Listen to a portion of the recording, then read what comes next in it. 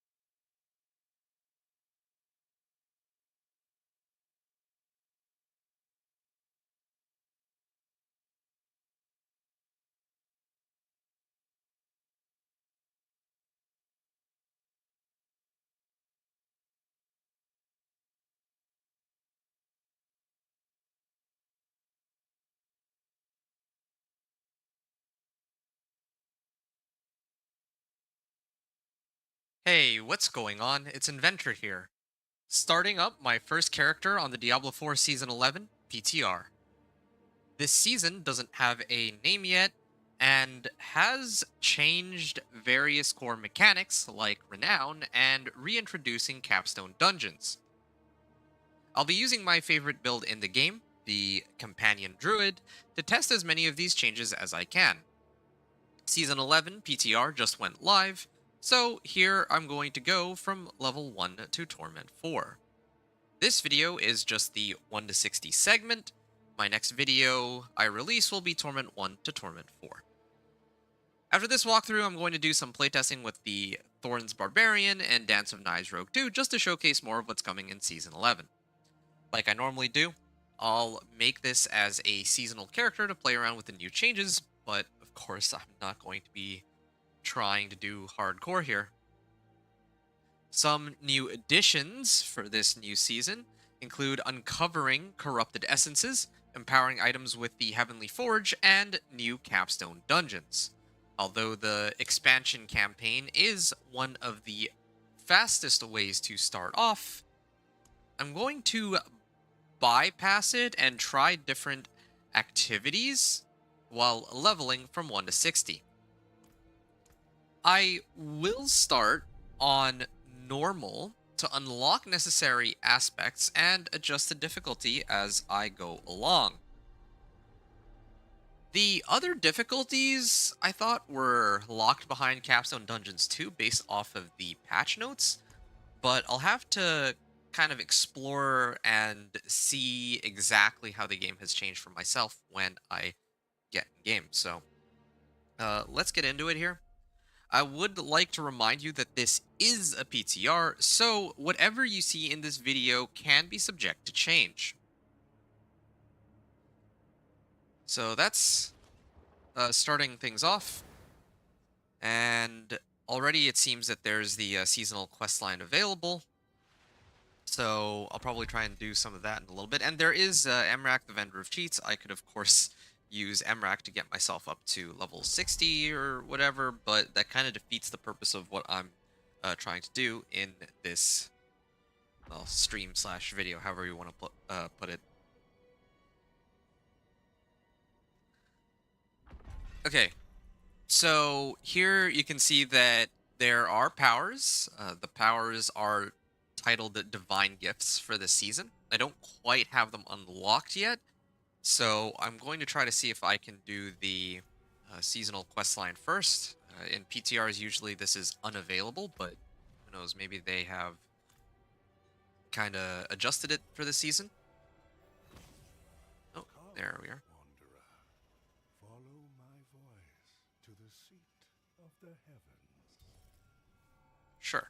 And speaking of which, I'm going to do this right away. There. To the seat of the heavens. So I'm actually going to probably start off by doing the seasonal quest line just so that I can unlock the powers and see what's available. But yeah, before I do that, I just have to take care of some housekeeping items here. As I always like to remind people, it's pretty important that you make sure that you equip your pet. I believe... I actually really like the Raven, but... yeah, okay, I'll do the Raven. I think the Raven is my favorite one. Either this one or the Owl. I think this is an Owl. Anyway, yeah. So, always make sure that you get a pet, if possible, and then that you go to the den to pick up a mercenary as well, so that you can actually start leveling them up or getting rapport with them. I'm just going to say leveling up. It's easier that way. And oh, that's another thing that they adjusted too. Now they've made it so that they've actually changed a number of systems, right? Some things to note is that I have a lot less strength than I used to in the past, or core stats, I mean, because previously we used to have renown rewards, but I think they've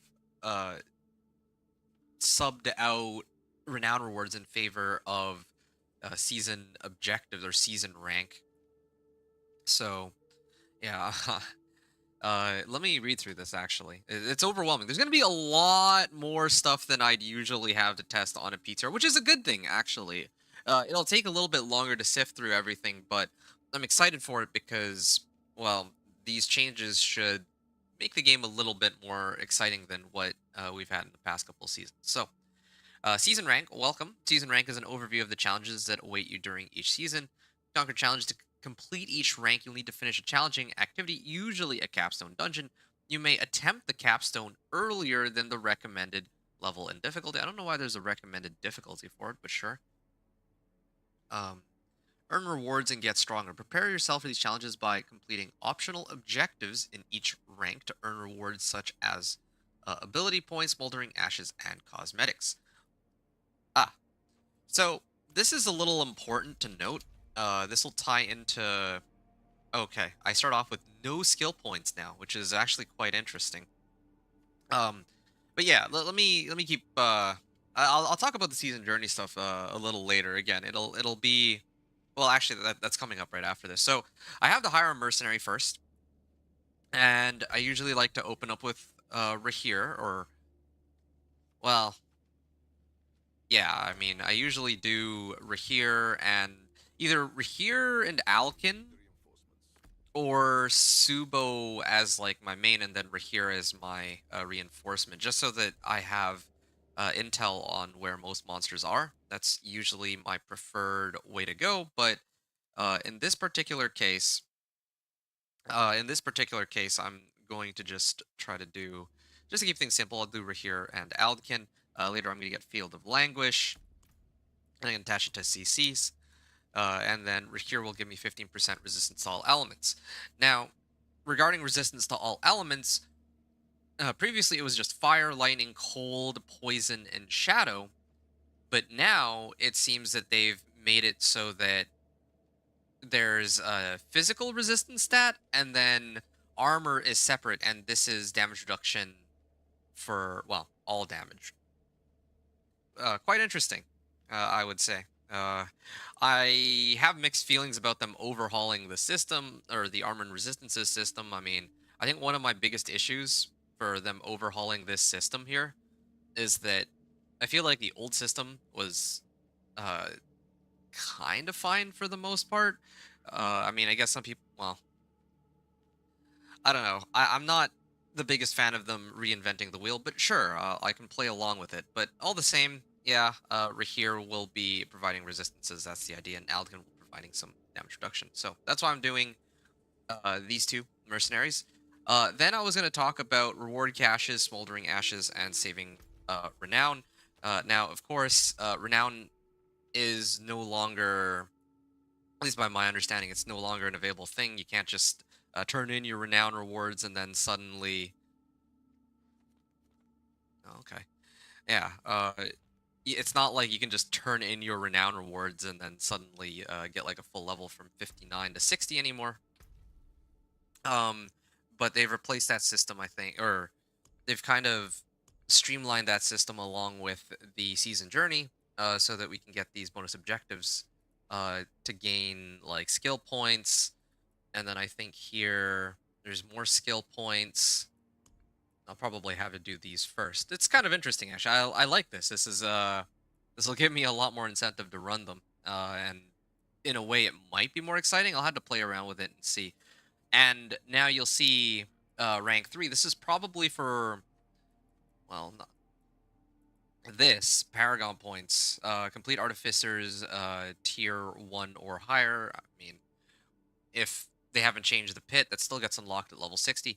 So you can see the Paragon points are, well, sorry, the later ranks for the season uh, rank or journey or whatever it's called will also give Paragon points instead of previously where they were only giving like Resplendent Spark or Resplendent Cash.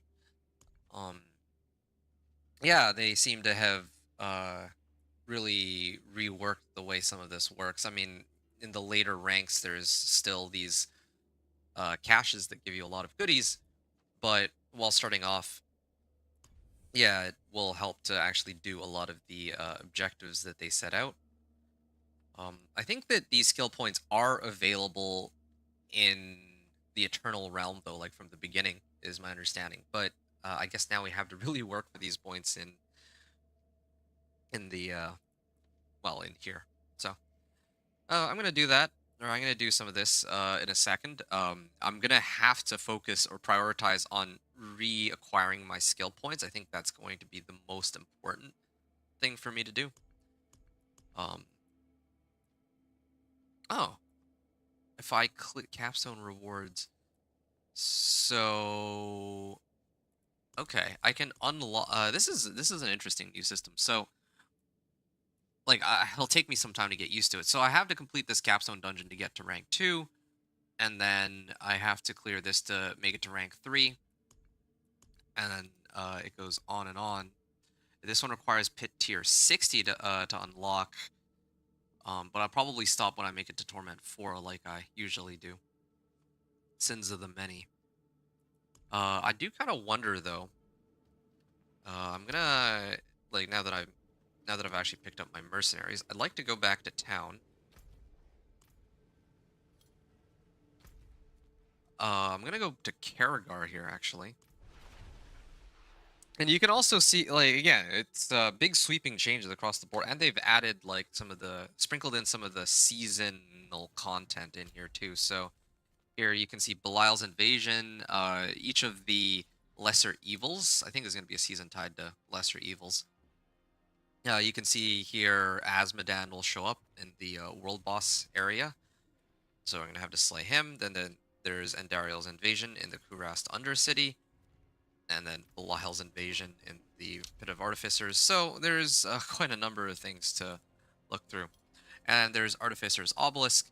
I got a complete season rank too. So now you don't actually have to be level 60 anymore. It's like this is actually I'm actually a little excited to try this out. This actually does look kind of fun. It will take a while to get used to, but I think that one of the big complaints that I had that I'll talk about a little later is that the game really just boiled down to people getting essentially just boosted through the pit, like myself included. If I want to make a new character, the fastest way to do it is just go through the pit, or to get someone else to take me through the pit, or I'd just be running the Hell Tides over and over again. But this way, the season journey will kind of guide me or guide the activities I do, which I think could be kind of cool. I don't think that this is going to be for everybody, but I think this is going to be a lot more fun than what we have right now. So that's looking really good.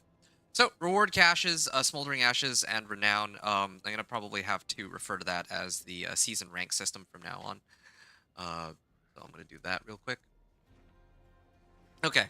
Now, normally for skills, I would say that you unlock, I mean, previously I used to have like 12 points, and then I would use those points to get all the way up to wolves. But, of course, I have to work for those points, so I can't play my companion druid right from the beginning anymore, unlike before.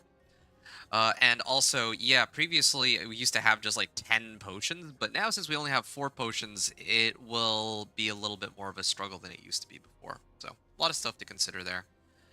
So that's for skills. Okay, now aspects and tempering. Now, at the very least, this is still going to be the same as it always has been, I suppose. Um, so, uh, yeah, so let me start off with the aspects because this is easier to kind of go over. Disobedience would be nice. Mending Stone would be nice. Juggernauts would be nice, but I think that they've reworked the way armor works, so I don't even know if Juggernauts will help me all that much early on. I don't really know the new systems for damage reduction anymore. But Spirit Bond aspect will still be very useful because it'll keep my companions alive if I can manage to use it alongside my other items. So that's for defensive aspects. Mobility, I could use aspect of rushing wild so that whenever I cast companion skill, I get more movement speed. And I think this will be it for the most part, leading up to the offensive aspects. Inner Calm could be a help. There's a lot of aspects that could be a huge help, but I'll just tag the ones that I'll be looking for in my end game, which are Alpha aspect, which will turn my wolves into werewolves. Um, Seated Moon Rage aspect, Shepherd's aspect, and Stampede aspect. I think that's aspect of there it is, aspect of the Stampede. So these 4 aspects are the ones that I look for the most. Of these aspects, the main one that I would need is the Shepherd's aspect. And normally I would start off by going for Shepherd's aspect, or I try to unlock that first. But considering I don't even have my companions yet, I think that's something that I'll have to try to unlock a little later. I'd probably try and open up with a seasonal questline first, as I'll do in a little bit. And then there's the tempering recipes. Again, they unfortunately haven't made it so I can tag them, but still, that's fine. All good. The main one that I care about is natural finesse here. Later, I'd want companion augments. Here, I could really use some. I'd probably prioritize armor just to get as much damage reduction as possible. Companion. Wait. Oh, isn't there. Oh yeah, usually I go lucky hit chance, but companion innovation would be nice too. And then, of course, Druid motion, I can get movement speed. So that's for aspects and tempering. Then elixirs and incense, of course, use elixirs and incense whenever you get them so that you can get some extra XP. That's a big help. And then I can talk about the leveling process, or I already did talk about the leveling process. I'm on normal. I believe that usually the XP that you get out of these sorts of like seasonal questline missions and all that don't really scale off your level. Maybe it's different this season. I'm not sure. But for now, I'm gonna assume that it's not, and I'm just gonna play on normal and try to go through the. I'm gonna go through and try to do the seasonal quest line or the mission here.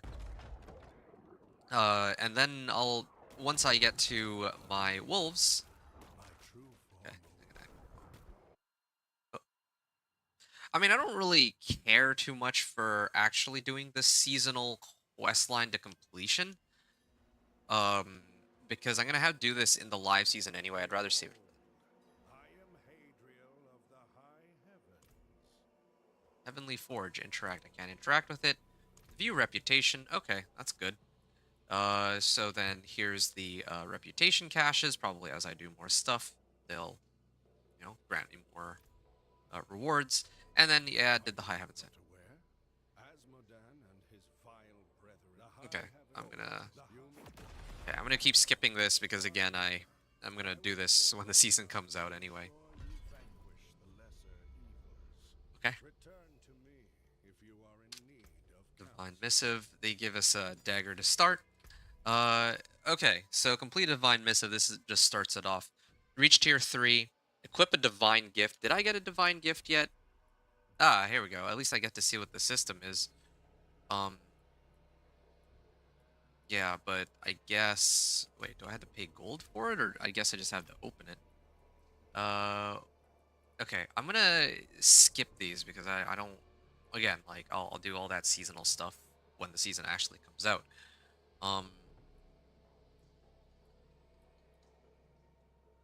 Contains... Oh, okay, I see. Contains a small cache of gear and unlocks Andariel's Purified Blessing slot. So, I'm just trying to make sense of the divine gifts here. Each of these correspond with one of the lesser evils, I guess. And then maybe as I do the objectives tied to them, then I can get the divine gifts, which would in turn allow me to try to get closer to finishing this. Acquire cinders, open tortured gifts. So I got to do some hell tides. It looks like defeat a pang of Duriel. Okay. Complete an undercity run and see if the rumors are true. So yeah, I'm gonna try to unlock these as quickly as I can. These are the most important thing for me to deal with. Um, yeah. Utilize the blacksmith's services. Temper affixes onto gear. I need to get materials for that. Summon during Helltide with Baneful Heart on hard difficulty or higher, but this doesn't have anything to do with the skill points. Okay. So, that's good. Reach tier 5. Defeat Asmodan at the Fields of Desecration. I don't know where that is. It doesn't seem like there's too many parts of the quest line here. This is interesting. So,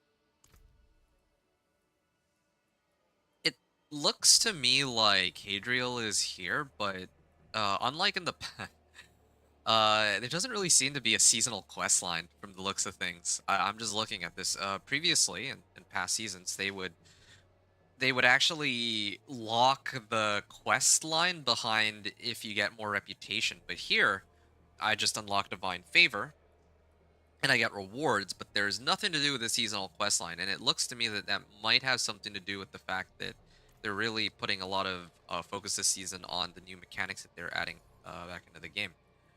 Item to sanctify. Well, I need a legendary item, I guess. But, alright. Stash, sure.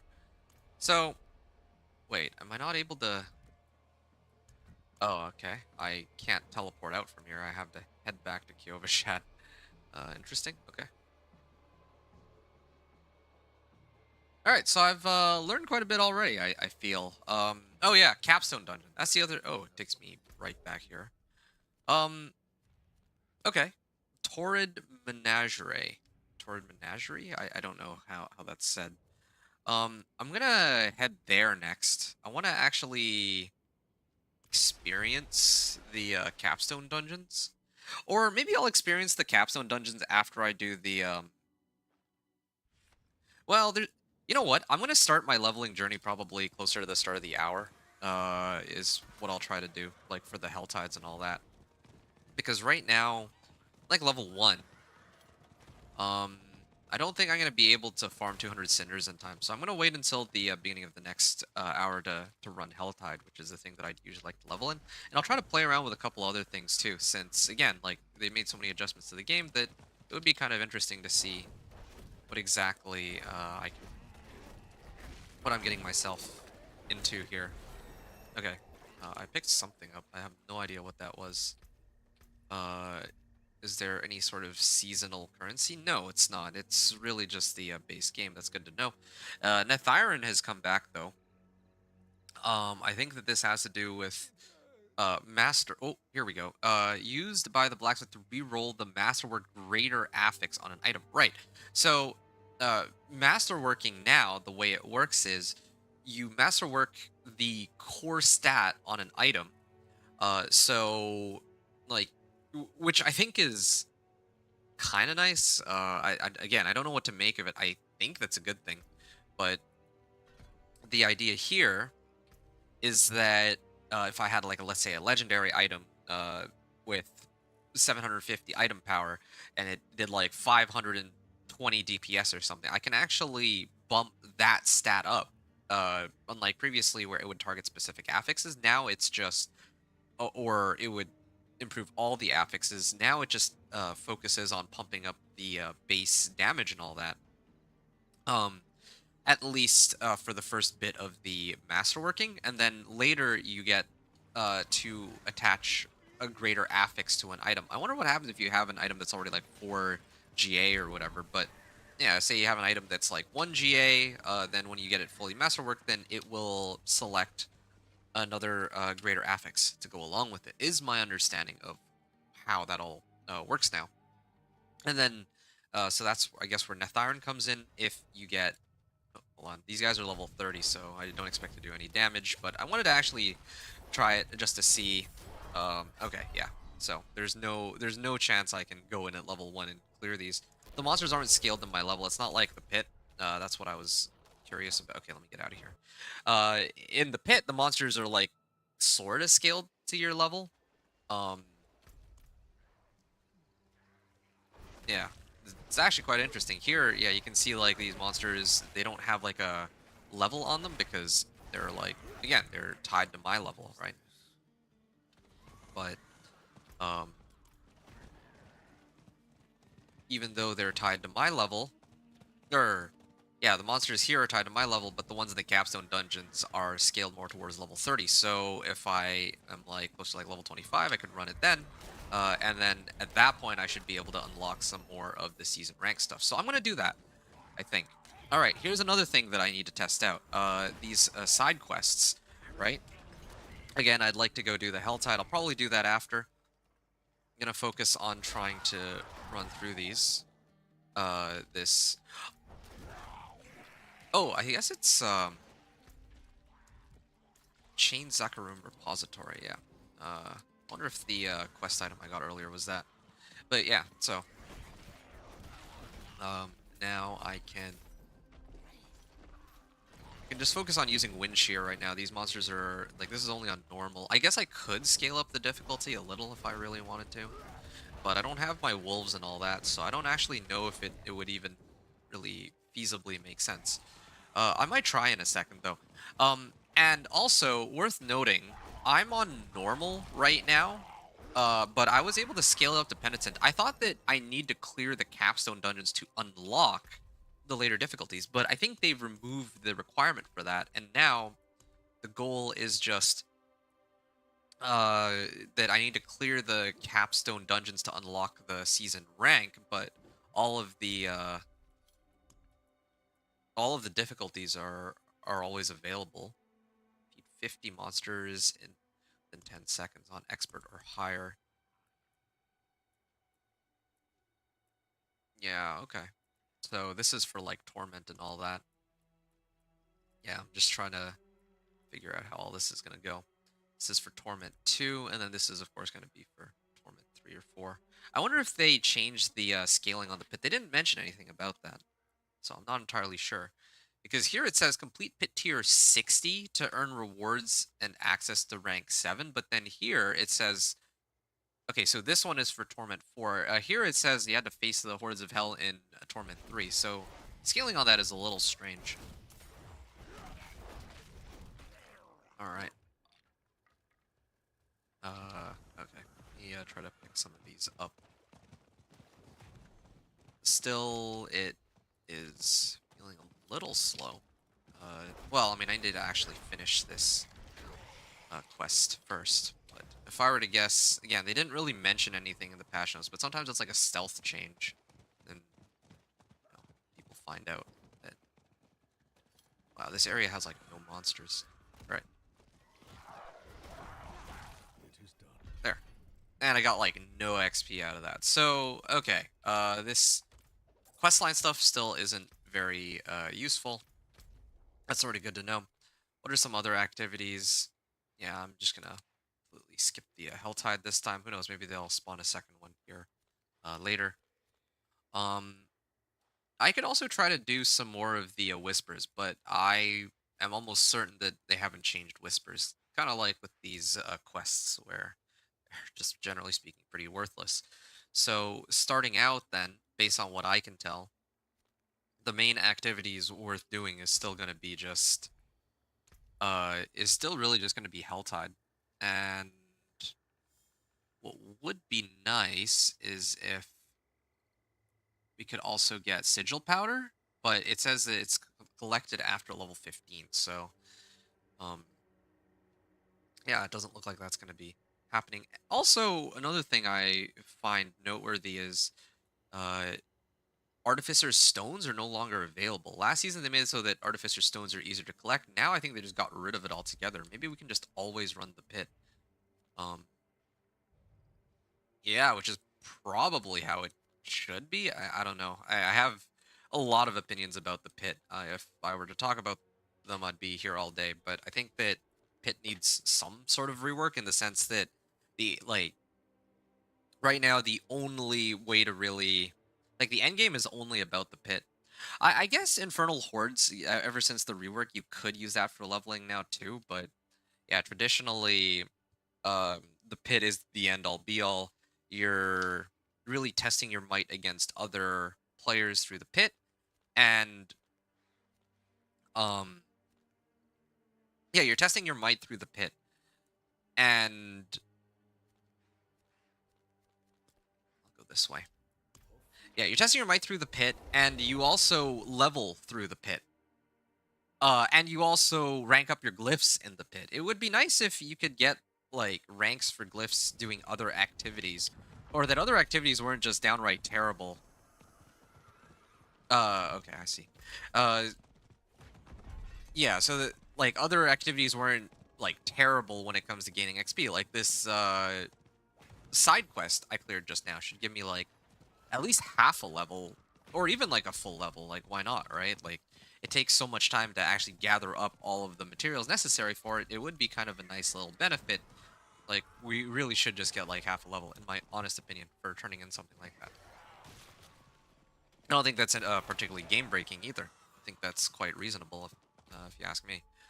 To actually make it kind of exciting to do these sorts of activities that require a little bit more time to get set up. So, anyway, I also noticed that they put MRAC and the, oh, shoot. Do I have a way out from here? I'm trying to just get past these monsters. I forget how to, I guess I gotta loop all the way around. Shoot. Alright, fine. Go all the way around. So I noticed that the portal to the Heavenly Forge, the portal to the Heavenly Forge is present not just in Kyovashad, but in Gyakul, too. So I think it's fair to assume that they added portals to the Heavenly Forge in just about every town. It also seems like that's a seasonal thing. I don't know if they're going to be keeping that all the way until... The Heavenly Forge is cool, but I don't think that that's part of the changes of the core mechanics of the game. It seems like an add-on, but kind of like Chaos Uniques, I guess. But um, yeah, unlike all these like Chaos Uniques and all that, these forges are just that. Um, like they're just going to be seasonal content, and then the masterworking is a completely separate thing from the looks of things. So I'm tagging the PvP zones right away, just so that I have them available to me, um, in case I need to turn in whispers quickly later. There's probably going to be more of a case to run these as I get closer to level 50, because they're pretty quick to deal with, and with the changes that they've made, I'm not going to be able to just I'm not just going to be able to turn in the season journey rewards, or sorry, the renown rewards to get from level 59 to 60 right away. And in addition, okay,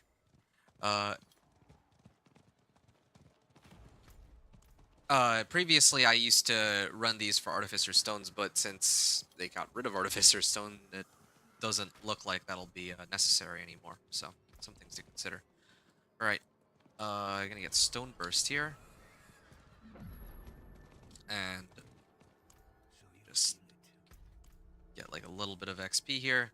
Okay, so that's all done and out of the way. I have the PvP zones unlocked. It's good. So I can run these a little later. And then now I think the goal is to run Kurast Undercity. Now, the question for me is, should I do that now or later? Can I even open it now? I actually don't know. Um, I don't think I can. I remember trying it a while back. I don't know if they changed it. I also know that sometimes when I run the PTR, they don't actually let me into the Pit of Artificers. Like, my progress doesn't carry over for whatever reason. It carries over in the live season, just not here. All right. When I do my second character, this process will be a lot quicker because I'll know a little bit more of what to expect. But okay, now I'm just waiting for the new Helltide to spawn. Oh, hold on. Actually, before that, I'm actually going to try to go do the Legion event. Yeah, I think that would be a good, fun little activity to get myself started. Yeah. Let's see how that goes. Running with other people. I don't think that they would have changed Legion events, though. It doesn't seem like that was their main focus. This is taking longer than expected. But yeah, I'm gonna try to do that with others. I'm not gonna try to adjust the difficulty though. I don't want to be stuck in a Legion event and like be like the only person there because everybody's on either normal or penitent. I can't imagine players would be on like, let's say, like expert or something. Yeah, but people will for sure be there on normal. Yeah, it's gonna feel really weird not having all the potions that I'm typically accustomed to having. And I actually do get a horse, isn't nice. Because I heard that some people didn't get access to their horse, which was a little strange, but okay, sure. Am I the only one here? It's a little strange. Nice to have a core skill, and nice to have my channeling shrine active. Yeah, I'm very surprised that there is no one else here. I wonder if there's anything to do with Legion events. It doesn't look like there are. Yeah, there's nothing to do with the Legion events. It's all... Oh, well, this is a Legion event Whisper. But I don't know. Here's something that might be interesting to test out. I wonder if I can make progress towards these while they're locked, because in the current system for Season Journey does allow me to make progress on that, so I don't know if they've changed that at all. Alright, using Stone Burst to start off. It's not bad. Oh, this looks like an elite monster of some kind. Well, and I mean, at least they designated it with like a yellow name now. Here, getting some divine favor reputation, but I'm not really progressing through it very quickly just yet. Maybe if I get into the Helltide and actually start slaying elites, then yeah, it'll be fine. Okay, Servant of Hell has joined the battle. I mean, there's no one else in this area, so... Oh, no, there is one other player, it looks like. That's good. Yeah, maybe this guy will be able to clear it more quickly. He's level 29. I did start just a little later than a number of other people. So I kind of missed out on the first and second Helltide because I had to take some notes, given what I... Well, yeah, I had to take some notes and make sure that I tested everything that I wanted to. Yeah, I had to double check a few things with regards to the patch notes and what to expect there.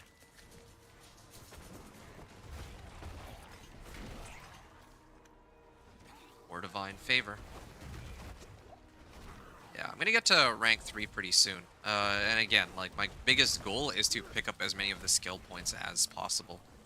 Not everyone's gonna like that change, but I have mixed feelings for it, as with pretty much every change they've made so far. In the sense that, let's say like I want to play Companion Druid, right? I have to wait like 15 levels in order to even touch the companion skills now. But on the flip side, it is nice that like I don't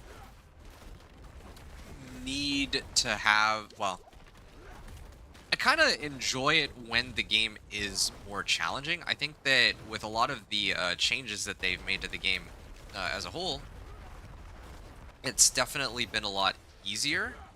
And I'll talk about that a little later, but yeah, the game is actually a lot easier than what it was before.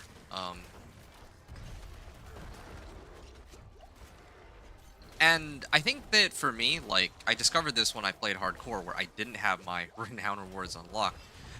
There's like a pretty massive gap in power between somebody who has all the altars of Lilith unlocked and all of the skill points unlocked versus a player who hasn't, right? And I'm not even comparing like player to player, but I'm talking about like I myself, like if I want to play uh easy mode essentially, then I play soft, well, it's basically playing easy mode on soft core, like really, because I don't have all the because I have all the unlocks already, so I have like crazy amount of stats that means that my leveling journey becomes like much easier than if it's just a lot easier, like maybe a little too easy. When I played on hardcore, I'm like, okay, well, it definitely is a struggle to get to the skills that to get, well, the skills and stats that I need to make this a breeze. So there was like something to work towards, but here, like, it's just like going through the first like 30 levels that just becomes super easy because, you know, I already have access to all this power. Now that's not necessarily a bad thing though, right? For me, like, there's pros and cons to the game being easy or not easy, because on one hand, hold on, let me, I'll just do this. Okay. Yeah, because on one hand, this is the Overlord. Okay, here. This guy's probably just gonna mark him. Yeah, I do like no damage to him. So on one hand, it's fun in the sense like to play this game, and feel like super powerful, of course, right? Like not everybody wants to like struggle through the leveling process of the game. But I think that the leveling process, like, it's nice to actually have to kind of work for some of the things that come with leveling. Like it'll feel good to actually reach companion skills because it's not just being handed to me. Like, look at this. Okay, so I actually made it to level 11 now. Put a lot of work into it, and then now I can actually unlock these. Something I'm a little curious about. So right now, I'm at 7. And it's kind of interesting because this is like a stat now. Here we go. This is for damage. Armor is shaping up to look a little different now, and it scales with level 9.3%. 14 all resist. Okay, so now it's yeah, everything is just a stat.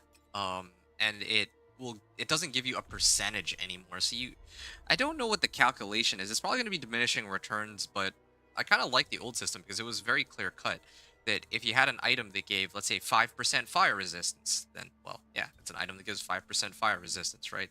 But now I get 14 all resist as a stat, and I have no idea how much that actually translates to or into for overall damage reduction. So fire damage by 3%. So non-physical resistance. Okay, so I don't know if this actually does anything. Increases your non-physical resistance by 15%. Um, yeah, you see here it says 11.6% on cold, right? If I do this, 11.6%. It's still 11.6%. I don't know if Ancestral Fortitude is correctly scaled with my skills right now. If I were to venture a guess, they may have forgotten, or it's just not showing up. I'm not entirely sure which of the two it is. I'm gonna probably have to put in a bug report in a second, just to make note of that. But for now, I guess I can just do this. This will give me another source of damage at least, if nothing else. Okay. All right. What's the damage reduction while shapeshifted into a werewolf? Okay, so that's another thing they adjusted too. So now legendary items can spawn, like, I don't know if it's always spawn with up to 4 affixes, but yeah, I got willpower, max life, max resource, and resource cost reduction now. Previously it was like 3, right? But now it's 4. I can put this on. I can put another ring here. It's a pretty decent chunk of armor. Yeah, again, I don't know if the cap is going to be 1,000. And I, like, previously, you cap out at 1,000. And now Torment tiers don't reduce armor anymore either. So I don't actually know how the scaling is going to work, like how much damage monsters are going to do. Plus, not to mention, Juggernaut's aspect, it was supposed to increase armor. I don't know if that applies. If, like, right now, if I try to use Juggernaut's aspect, right, I only get 23 armor, which is, like, nothing. So... yeah, I don't know how that's going to scale either. There's so many questions I have. Um, Definitely not all the changes are ones that I'm like that are like favorable for me. Like I don't know, I don't really like that this isn't a percentage all resist, and that it's just a stat. I don't really vibe with that. Um, okay, Ancestral Fortitude, I believe. Ancestral Fortitude does not uh actually increase resistances. Druids, Ancestral Fortitude, passive. Okay. Um Check stat sheet for, let's say, fire resistance.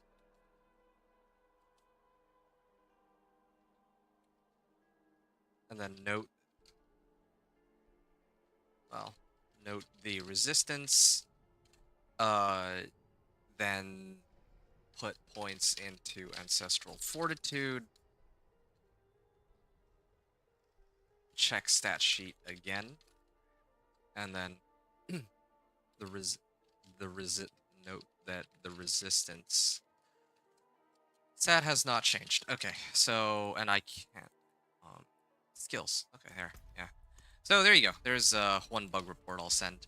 All right, so I'm level 11, just off of one Legion event. I mean, I do feel like I did get XP really fast out of that. I wonder if they rescaled uh, XP too, because that actually felt pretty good. I got all the way to level 11 like very quickly. Maybe they did that to compensate for the fact that we don't have as many skills, because I don't believe that it was ever that quick to try to level, unless maybe it's the fact that I was running norm. Well, yeah, no, it was never that quick. If this was like the start of a new season, I did a Legion event, I'm getting like crazy amounts of XP right away. Let's see if it's any quicker here. I wasn't paying attention about whether or not that, like the completion of that Whisper for the Legion event gave me a lot of XP or not. Normal. Alright. Alright, there's another player here from the looks of things, so... I see. So he's just sitting still and letting his summons do a decent chunk of the work.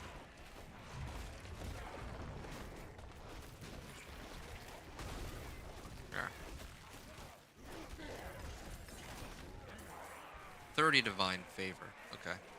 Another thing I'm curious about too is, does the reputation board, like, it says I need to return to Hadriel to collect reward, but I'm pretty sure I can still stack up favor even though I'm not.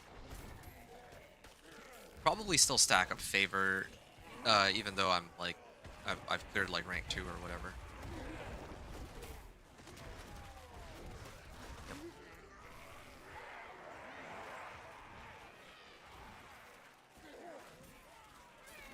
Alright. Now I need an amulet. I need some rares. I mean, those all come at like level 15. Oh, I just remembered too. I finally have access to this, so I should actually start using it. It's either that or wolves.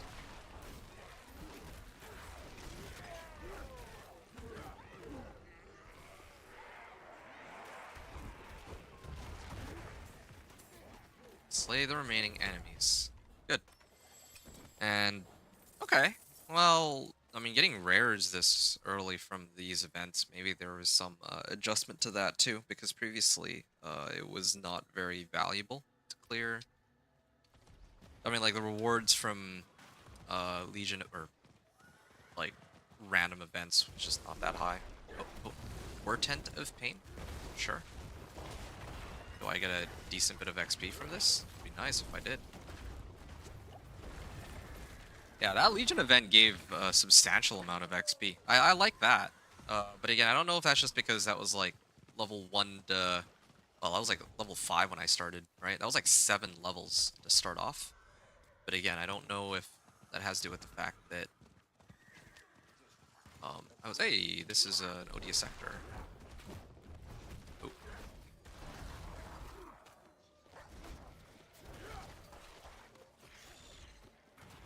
Okay.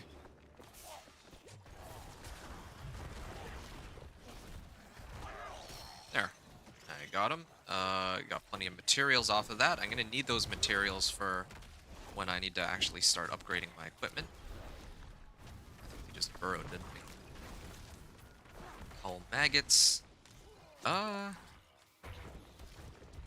guess the Chaos Rifts were only for last season because previously there were Whispers tied to those, but now the Whispers are tied towards these Pangs of Duriel. Maggots. Slay Duriel. Slay Harbingers. Well, I wonder. Ritual of Pain. So they got rid of Blood Maiden? I guess they got rid of Blood Maiden then. Alright. Oh! Man, that's a lot of... I just realized this is the type of treasure goblin splits into other ones. I'm not going to be able to kill it quickly enough. I don't have enough damage, but I'll try to see what I can do. If I'm lucky, I can maybe get 2 of them. But I don't have enough skills that do damage right now either. It's part of the issue. No, shoot. Yeah, they're splitting off. I can't... already I'm not going to be able to reach both. I'm like too slow. This one will split in a couple of smaller ones too.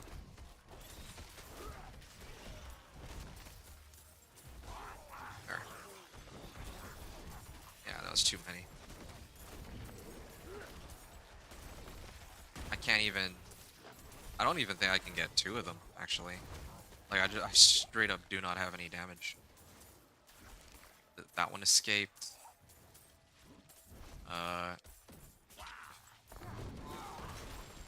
There. I got 1 at least. It would have been nice to get all of them. I think each of them would have given me like a legendary, but there's just no way. That's I want to say unlucky, but I mean, I guess it's a good thing that I even managed to find one. I don't know if I'll get more later. I don't know if they up the number of treasure goblins. Would be nice. Okay. Grab that. Ah, boots. What am I running with here? Life on kill. I like that.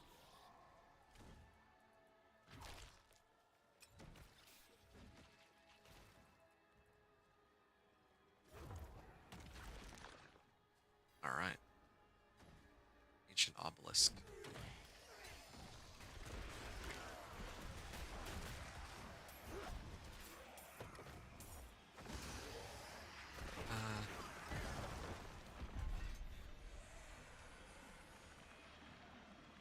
Well, anyway. So, oh, they made it a lot quicker, it looks like. Previously, it was so much slower to complete this event. Yeah, the Legion event gave a lot of XP, but I feel like here it's been going slower, trying to complete this Helltide and all. Yeah, no, I think it's roughly the same, actually. Maybe it's just because there's somebody else in the area doing it with me that it feels faster. And I got wolves now. There. Good.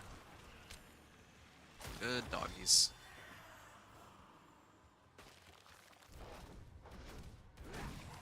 Good. Now let's see what we got. Nothing but common items. Again, this is what more in line with what I was expecting out of these sorts of events.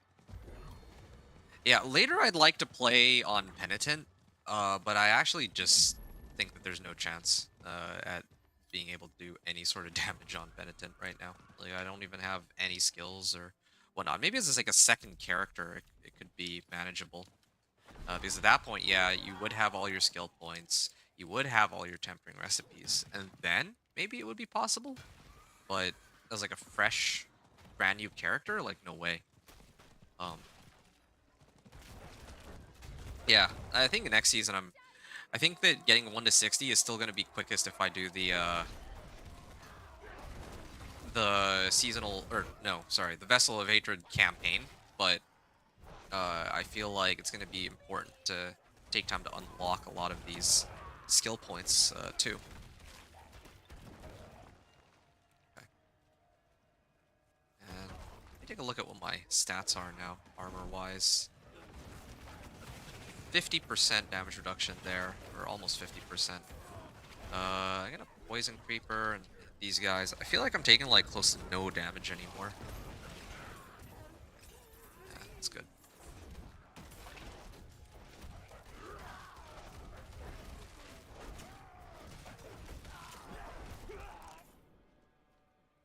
Yeah, this is good. This is, Hey, Wicked. Sup, man? Hey, he's back. Hello, sir. Hey, Wicked. Yeah, I've, made a bit of a return. Yeah, sorry I've been, missing for so long, but... Yeah, well, there's a number of reasons why I've been out, but... that's not important right now. How have you been? It's, great to see you. I see you're the, first person here today, which I very much appreciate. Yeah, goal for me today is to reach Torment 4 with this guy, and there have been a lot of pretty interesting changes that they've made to the game. I don't know how familiar you are with what they've adjusted. Oh, there we go. There's another item. Resist all. I don't know how familiar you are with the changes they're making, but man, they have actually... It does feel like... I don't know if I'd say I'm playing a completely different game, but they've definitely changed a lot of the mechanics from what they were last season. It's all good. Life happens. Yeah, I appreciate your understanding. Have you been streaming lately? Haven't had a chance to take a look. I haven't been on Twitch, like...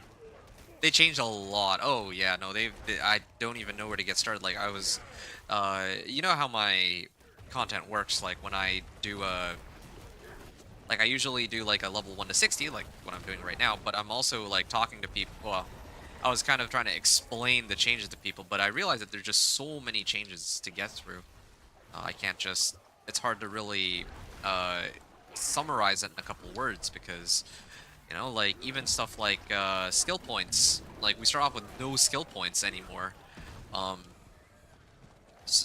yeah, and we have to like get all of them out of the season journey. So the only thing I was curious about was the renown. Okay, yeah. What are you curious about? I'd be happy to fill you in because I kind of looked into it in game, and now I think I have a much better understanding of what has been adjusted. So yeah, lay it on me. What do you want to know? You changed shifts, so I will start back up next week. Okay, nice, nice. Um, I don't know if you plan to get on the PTR at all. I have like a pretty good stopping point for what I'm gonna do in the PTR. I'm gonna do the usual 3 characters. I think I'm kind of locked in on Companion Druid, the Thorns Barbarian, and then Dance of Knives Rogue. I think those are the main 3 that I'm gonna try to prioritize from now, at least for the PTR. Because for the PTR, I only have like 1 week to play, and I think for me the goal has to be to prioritize like a couple characters. I think that's like, and while still juggling like real life responsibilities, it's like, yeah, it seems like a pretty good uh, limit, I guess. Yeah. What does the map rewards look like now? Let me show you once I am in a safe place because I don't want to get completely murdered here. 1 second. I do like no damage either. I need to go and do the companion, like the shepherd's aspect. Um, I need to go pick that up. That's gonna be a big source of damage for me. Like here, I do like nothing. It does not. It feels pretty bad. I'll just be upfront about it. Like this is normal too. Like I straight up would not have had any chance if I played on Penitent. So yeah, if I can get like some tempers, then maybe. But okay, cool. I cleared that. I'm gonna get to a safe place first. Yeah, that way you don't get stuck pulling crazy hours like last PTR. Yeah, you were there for that. You remember, like that one PTR. I think it was season 8 PTR. Or well, no. It was both season 8 and season 9. Season 8 was with the Blood Surge Necro. Season 9 was with the Blizzard Sorcerer. Yeah, I was basically up for 24 hours trying to finish that, and that was brutal. I don't even think that I ever ended up making the Blizzard Sorcerer video. That's the irony. But yeah, I was like completely dead by the end of it. Anyway, so map rewards. So now there's no more renown. Actually, I'm pressing W. Normally, I'd mouse over a region, I press W, and the renown rewards would come up. But that's gone now. Instead, they replace it with this. Um, I just remember you tried to kill me because I was committed to stay until the end. Yeah, no, you're a real one for that, man. I don't know. I feel so. I feel bad. Like, yeah, you were with me from the start all the way to the end. I don't know what to say. That is the next level commitment for sure. Like in my case, I was committed to the end, but that's like my thing. But you were with me from start all the way to finish. I appreciate you for that. For real. Anyway, so this is what the season rank looks like, or the season journey looks like now, and you'll see that they kind of merged the season, like the renown rewards, with the season journey. And I got mixed feelings about this. I think there's pros and cons. To be completely honest, I feel like the average player is going to hate this change. Is kind of the hunch I have. Me personally, I kind of like this. I kind of like this because it actually makes me excited to do the season journey, since by doing the season journey, I unlock like really important parts of my character, right? Not everyone's going to like that. I think a lot of people would rather just have these points available from the beginning. Like taking away power never feels good. But yeah, that's kind of where I'm at right now. Okay, that's not so bad. At least you only have to do it once. Um, only have to do it once? Oh yeah, once I guess in the season, and then if you unlock it with like let's say your first character, which was what I would do, then it's like available I think for all of the other characters that you make. At least, I mean I haven't tried it, but I'd imagine that's how it works. Actually, yeah, that's something I'll test a little later. I'm gonna test that a little later, like if I make like a new character, if the skill points are unlocked from the beginning. I guess I could test it now. Let's see. I still have enough time to do the rest of the... I think I have enough time for this. Okay, sure. Let me make a new character and see if the renown rewards actually carry over. Not renown rewards, the season, like the skill point rewards.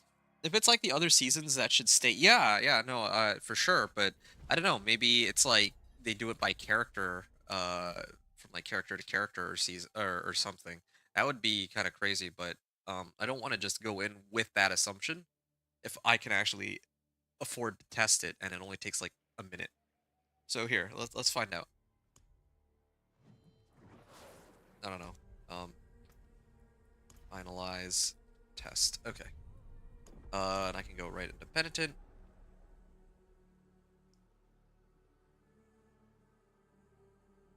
So let's find out. All right. And yeah. Yeah, no, this is yeah, it is carried over. I had one skill point before.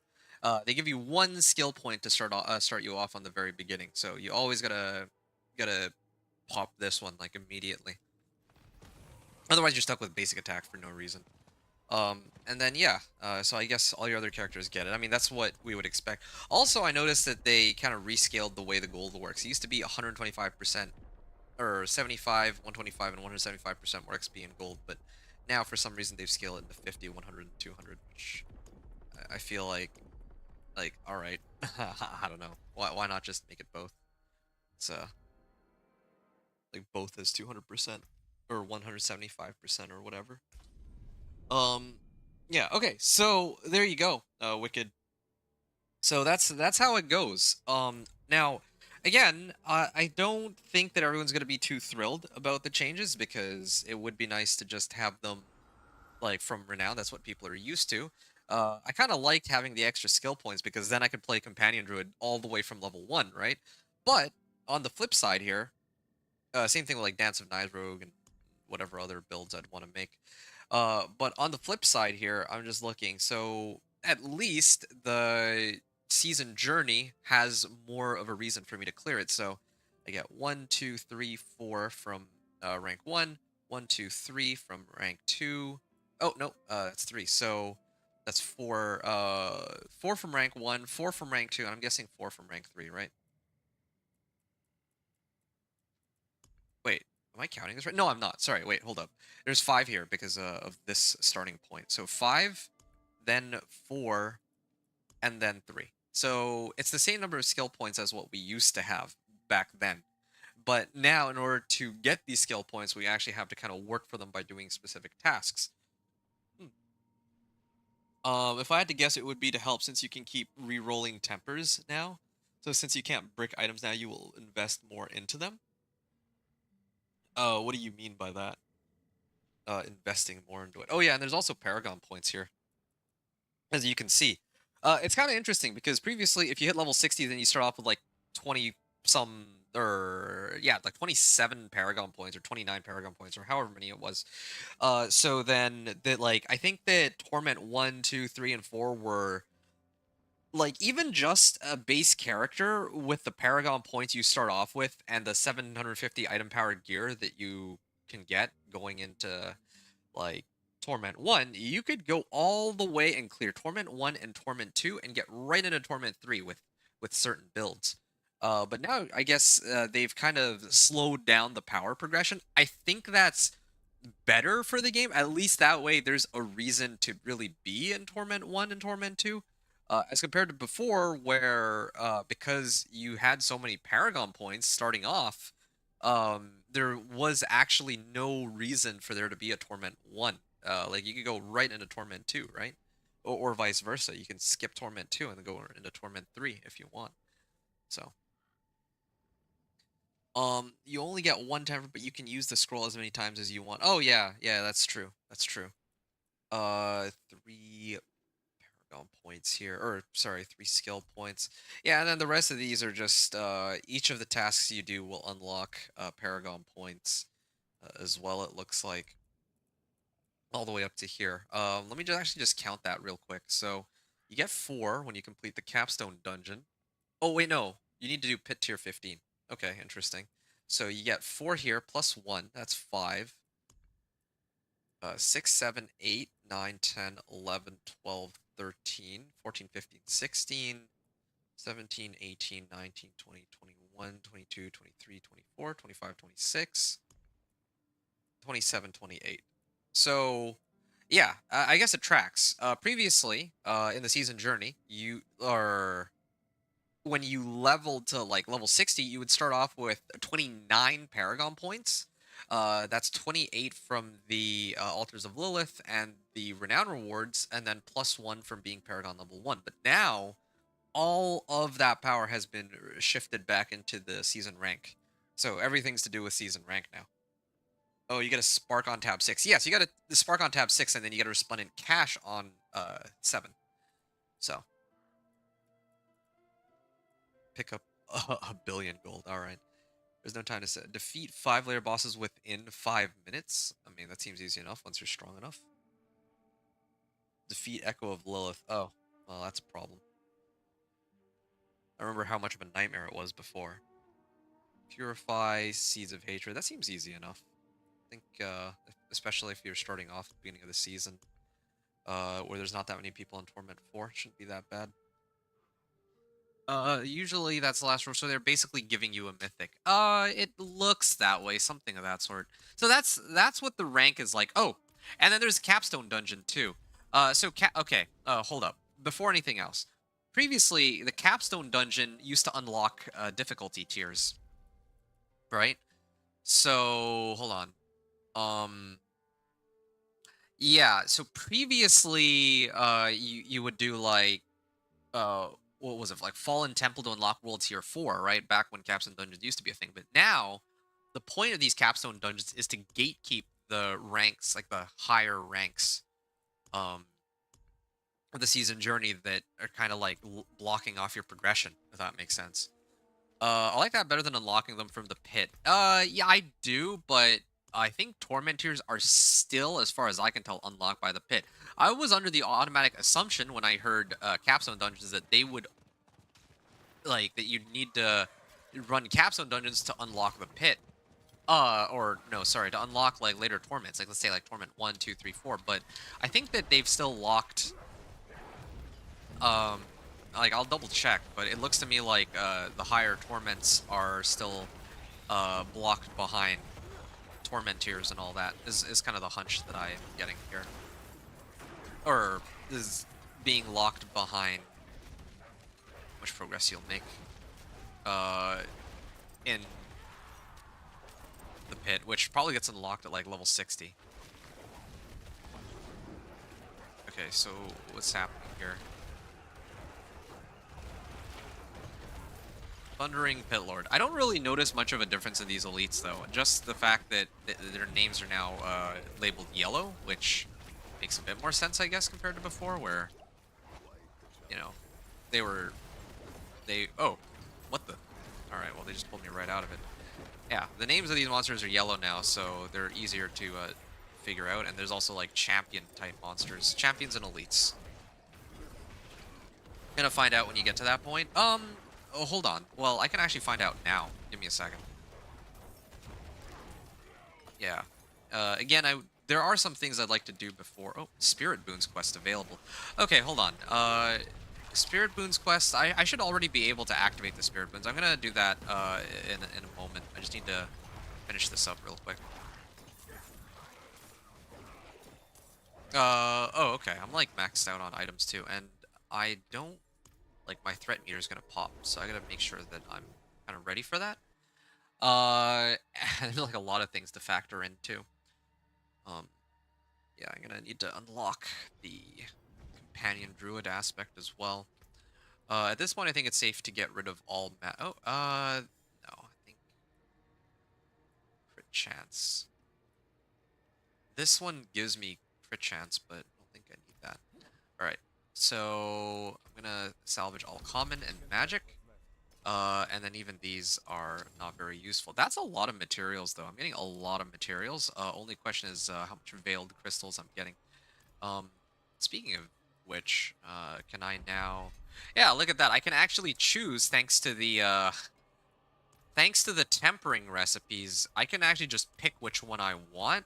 And the only thing that I'm really re-rolling for, I'm guessing, is the percentage, which is way better. That actually makes so much more sense. And the I think the number of veiled crystals have gone up, if I'm not mistaken. But still, yeah, just being able to target the one uh type of damage I want, I think I like that a lot more. You get the tempering recipe to unlock specific modifiers, but all you're re-rolling for on the tempers is, and you can re-roll it infinitely too, is you're just trying to roll for a higher value. Okay, and you can like change it. Like right now it's damage, but later if I want, if I have enough damage, I can switch this to crit chance or something if I really want to.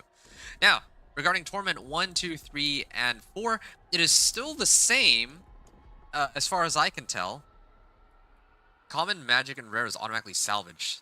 That's amazing. I think that was adjusted last season though. So yeah, 10, 25, 40, and 55. That's still the same as what we had already, but it should be a little tougher to reach Torment for because we don't have access to all this free power that's been present in seasons before. Uh, I don't know. I find it interesting because, like, for me, one of the most enjoyable season, if you were to ignore Spiritborn in season 6, I would say that I really enjoyed how challenging season 6 was. It felt really I felt accomplished trying to get from like Torment 1 to 2, Torment 2 to 3, Torment 3 to 4, but I think that they're now scaling it like back to the level of power we have, which should mean that overall we have a lot more hold on a second. Yeah, we're scaling like the power is getting scaled back, meaning that it will be more of a progression. Like there's going to be a lot more legwork to get up to those difficulties. So the game's going to be harder overall. I guess that's the gist of what I'm saying. I'm looking forward to that personally, but I know not everyone will be. Grants you 15% resistance to all elements. Okay, hold on. I wonder if I have a similar situation as with my Ancestral Fortitude. Reduces incoming damage by 23%. Now, if I put this, it's still 23%. So I don't know if that's a glitch or not, but yeah, so far it doesn't look like it actually does anything. Yeah, it used to be when I find out. Yeah, but we only got one for now. Oh, you've been graded the Almighty Green Sword. Yeah, I feel like you deserve it. I mean, why not? Yeah, it's the least I can do for you supporting I realize on a number of occasions. I'm all for a little hard, not just breezing through everything. Yes, that's how I feel personally too. But I can also understand that not everybody is going to be thrilled for these changes because I think part of the reason why a lot of people like Season 10 right now is that, you know, we all feel very powerful. But as I was going to rant about if you hadn't shown up, I think that there's actually way too much power in the game right now. Like there is such a thing as too much power in the sense that I don't think it makes sense that it takes longer to get from level 1 to 60 than like for some scenarios than it does to get from Torment 1 to 4. It should be like an exponential kind of progression curve, right? Where it like Torment 4 should actually be very challenging to reach.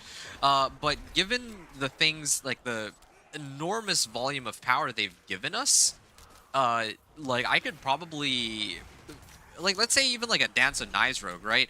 Dance of Knives Rogue I can get from like Torment 1 to Torment 4 in like maybe like 5 or 6 hours. And then maybe after a couple hours beyond that, I can, like in the current season, like in season 10, right? I can not only get to Torment 4 in like from 1 to 4 in like 6 hours, but then what's the end game? The end game is supposedly running the pit and bosses. Okay, well, that's fine and all. But if the end game is really gonna be bosses, then it doesn't really make much sense that if I farm for another like 2-3 hours, that suddenly I'm able to one-shot bosses even on Torment 4. That's basically the situation right now that I'm facing in season 10, right? And this stems from the fact that there's so much power. that's given to the player, like very early on, and then like like all stages that you don't actually have to work for. So like yeah, skill points, like I said, uh, means that like if you have those skill points, if you don't have those skill points, the game gets like much tougher. But when you do have those skill points at the very beginning of the game, oh, yeah, see, like somebody, oh yeah, it's a Dance and Eyes Rogue. Okay, he's level 48 though. So wow, I got like 3 levels out of that. Hold on. Um, just listening to the dialogue here. Oh, nope, that's it. Nice. Okay, well I can go to the Tree of Whispers and turn it in. Previously, I was capped at like maybe like half a level. I'm actually kind of wondering if the reason I got so much XP was because of the Here, I'll just stay and wait for the next Duriel kill and see if I get an enormous amount of XP. Because if not, then that means that it's this Whisper that's worth a lot. Which also could mean that other such Whispers could also be worth a lot too. That'd be kind of crazy if Whispers are worth a ton of XP now, because that would actually give like an alternative method of leveling, which I would really like, personally. Rather than I just have to do this uh, again and again. Just Hell Tides alone. I mean, this is Hell Tides, but this is like, you know, it was the Hell Tide Whisper there. Anyway, so speaking of that, do you notice anything with the monster AI? Honestly, no. I don't notice any difference with the monster AI. Yeah, that much I can say. Yeah, okay, so it's Duriel that's giving, like, insane amounts of XP. So really what it's going to boil down to is how quickly can you get these Baneful Hearts and spawn Duriels. Like, if you're doing it in a rotation with other people, then you're going to get way more value out of it, I think, is kind of what it's starting to look like. Oh, and another thing I totally forgot to do is I forgot to deal with the Spirit Boons. At least the Spirit Boons are still active. The Spirit Boons seem to, like, the class-specific quest bonuses do carry over, I think, still from season to season. So at least there's that going for us. I'm gonna pick up this. This yeah, pack leader, crit strikes, a chance to reset cooldowns. That's fine. Get lightning damage, and then I bond with Eagle to get attack speed for now, and then later crit damage once I get more stuff. Heavenly Forge. So I don't know why they spawned the portal here though. It's strange.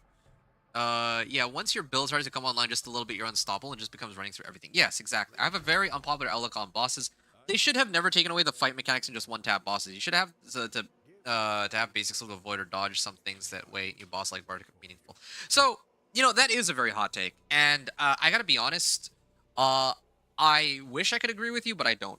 I think that invulnerability was kind of annoying because it felt like kind of a waste of time. A waste of time in the sense that it sounds good on paper that, yeah, we have to use a skill to dodge it, but as long as people know what the mechanics are, which you figure out in like 2-3 runs, once you get those basics down, then the rest of it becomes very tedious. Like, you're just sitting there waiting, which was never really all that enjoyable.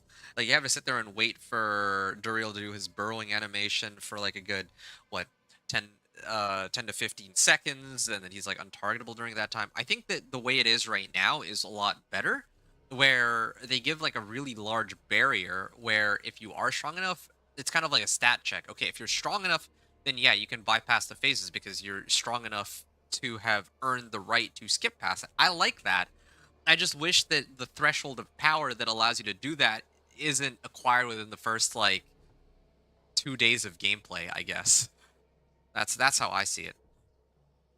Wicked says, I had never seen his whole fight this season other than in the PTR just walking and pop. Yeah, fair. I'll be back in a few. Gotta get food. I'll leave you tabbed while I'm gone. Okay. Well, I appreciate it. Thanks. Okay.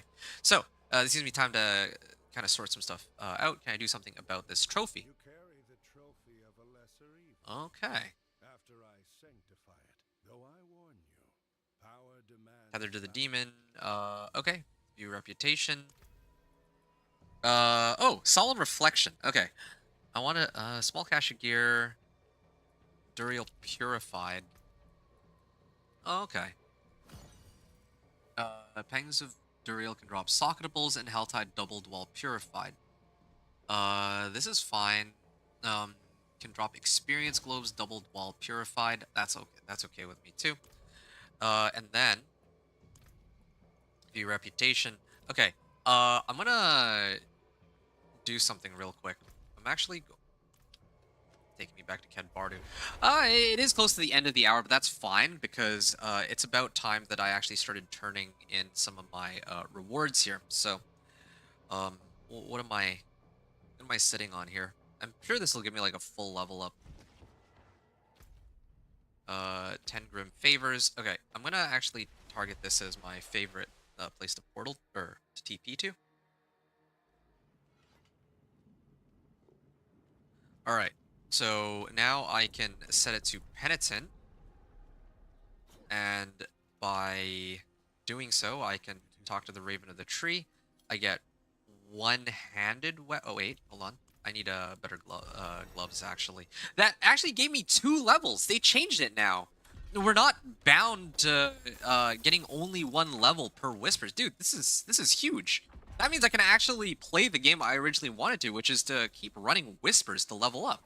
I might actually do that with my Thorns Barbarian. Okay, and well, I think the other issue is that that wouldn't really. I don't know if that would really progress me on the season journey though. But that is that's crazy. I think that's awesome. That's an amazing change. Um, yeah, here we go. Solemn Reflection. So I'm gonna pop this open. This is on Penitent. Yeah, wow. That also gives me close to a full level up. Yeah, yeah. I'm kind of with it.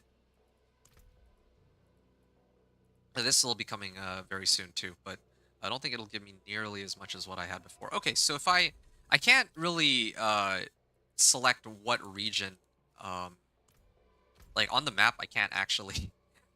For some reason, I can't select what.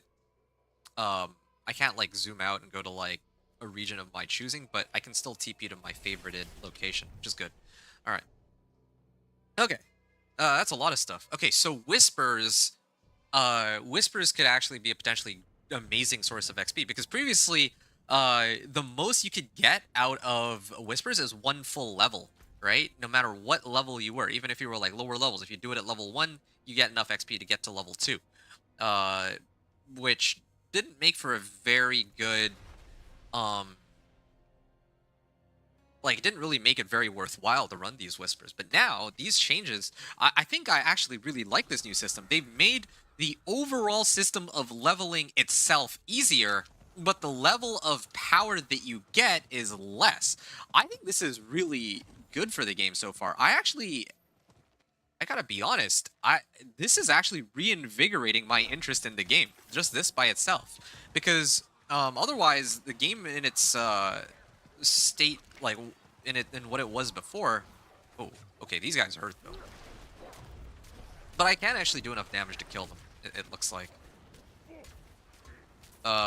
However, oh shoot. Okay, let me see if I can. I could really use Petrify or something. Do I have Petrify yet or access to Petrify? No, I don't. Yeah. Ooh, I don't have enough. I don't have enough health potions to just keep tanking them. I have to be strategic with which chests I open, perhaps. There we go. Wow, that was like a full level up by itself. I don't know if that changed, though. I don't really keep track of... Oh, and I got a Baneful Heart. I don't keep track of how much XP I actually get from these, even in the base game. Or, in not base game. The, like, on the live server, like the current season. But I don't think it was this much. I could have sworn that it was only, like... Wow, yeah, I could have sworn that it was only like half a level per chest at like level 20 plus. So I think that like I had like the reason why. Okay, hold on. Wow. So previously, right? Oh shoot, no. I gotta get out of the way here. So previously, the way it used to work is, let's say I'm like level 20, and I normally have like 1,000 cinders, and that would get me all the way up to, oh, I don't know, from like, let's say like level 20 to like 26 or 27 or something. But that's because I would have like 1,000 cinders. I'd be opening up a lot more chests. But now each of these chests that I'm opening is giving me like a full level up's worth of XP. I don't know if it's going to be less on normal. I would imagine it would be, but the fact that, yeah, like we can actually level so much more quickly is actually kind of cool, without the requirement of needing like that much more power as compared to before. So this is this is good, and there's like a lot more options now too. I can open the chests, I can run Hell Tides normally, I can clear Whispers.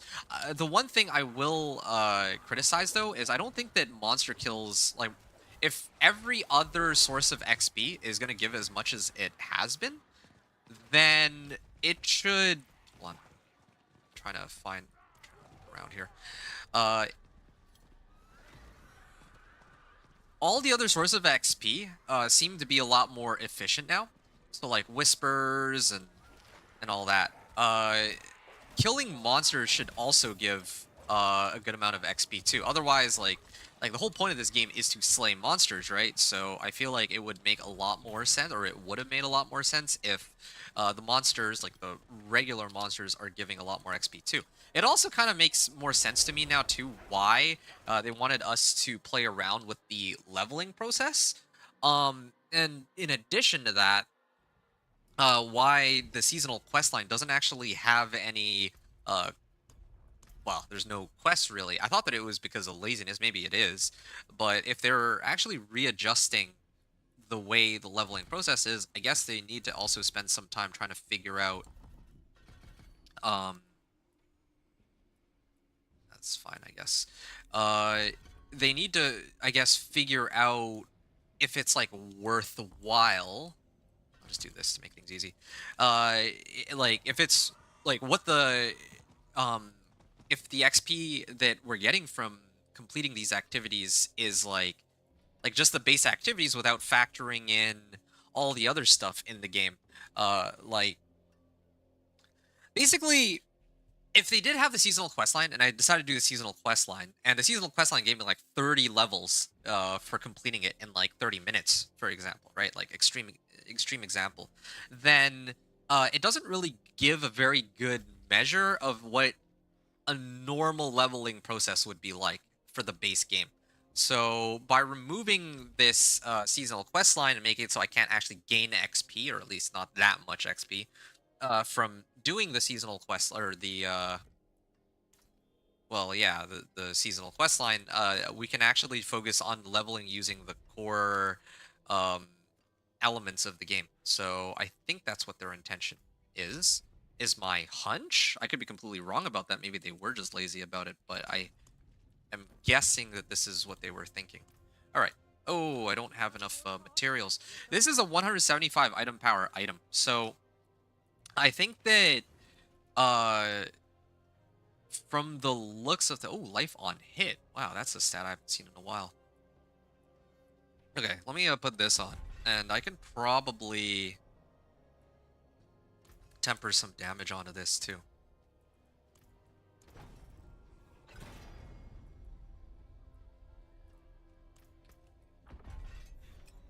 More all resistances. Yeah, I got like a lot of blues that have higher damage values, but I think they all pale in comparison to having like stats on as many stats as I do on yellows.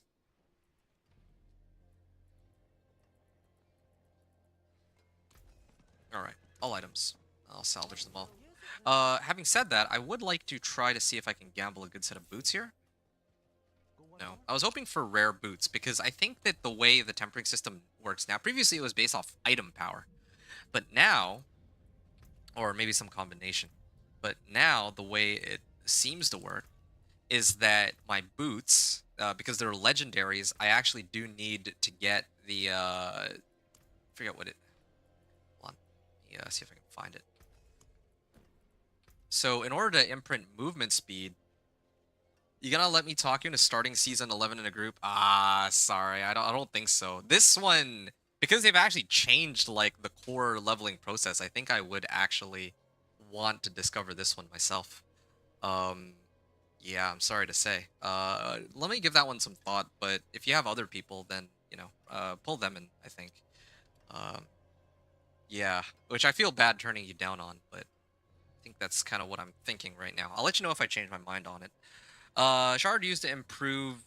So coiling wards, legendary armor. I need to salvage legendary, unique, and mythic, and I also get these from cash rewards from the Tree of Whispers. So I haven't really done enough of the Whispers yet, but if I were to upgrade these legendary boots, I would need coiling wards. But on the flip side, I have other items with higher item power. Let's say this one, that don't actually require any other legendary materials for me to upgrade them. So that's kind of the situation as I see it. Here's another thing too. So my armor stat is at 1249. If I were to, what's my life at anyway? My health is. How come they don't show that? Oh, okay. Here you go. Max life 78. So I could actually go for max life or armor instead, but yeah, I think I'll just do it like this. Yeah, target armor. This is good. This is really good adjustment. At least I don't have to keep re-rolling for the wrong stat. So 38.4, 38.4%. Now it's up to 40%. So yeah, I think I'm better off actually trying to get more resistances. What if I did like physical resistance? I'm just playing around with this a little bit. Right now, like I could get like up to 70. This is 17.5%. Get like extra 6%. Ah, it's wait, temper rerolls remaining 0? So there's a limited number of restore tempering rank. But apparently I can't for some reason. Temper 0 out of 1. Oh, so I only get one try. I get it now. So I can only temper it, like the stat that I want, and then I can re-roll it one time. And then after that, I would need Scrolls of Restoration. So I need to actually select, like, in this case, I have damage. Later, I might re-roll it for crit chance, but then that's it. And that's fine. Damage is okay. I didn't figure I know how you do your season starts. Well, I usually like to play around with, like, a lot of the different mechanics so that I can kind of tell people what to expect. That's part of it, too. And I like to play at my own pace. If it was, like, last season, then I would have been a lot more okay with, like, if at all I were to do a season start with others, because it's the same, like last season, the season start would be the same way as it was the last two seasons before it, right? Um, but this one is going to be very interesting because there's like so many different things that have changed within the game already. Okay, since like the previous season. Okay, I'm gonna switch out resource cost or yeah, resource cost reduction here, and I want to actually see. No, okay, so this part hasn't really changed as far as I can tell. Still costs 10 veiled crystals, the enchant cost slowly goes up.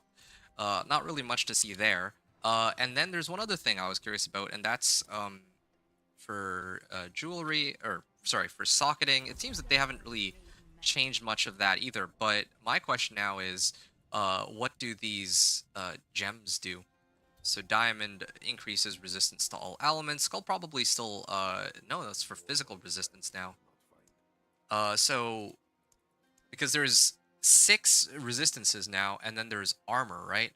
So uh this is for all resistances. This is for physical resistance. So 6 resistances and then all resistance, but there's no specific gem for upping armor.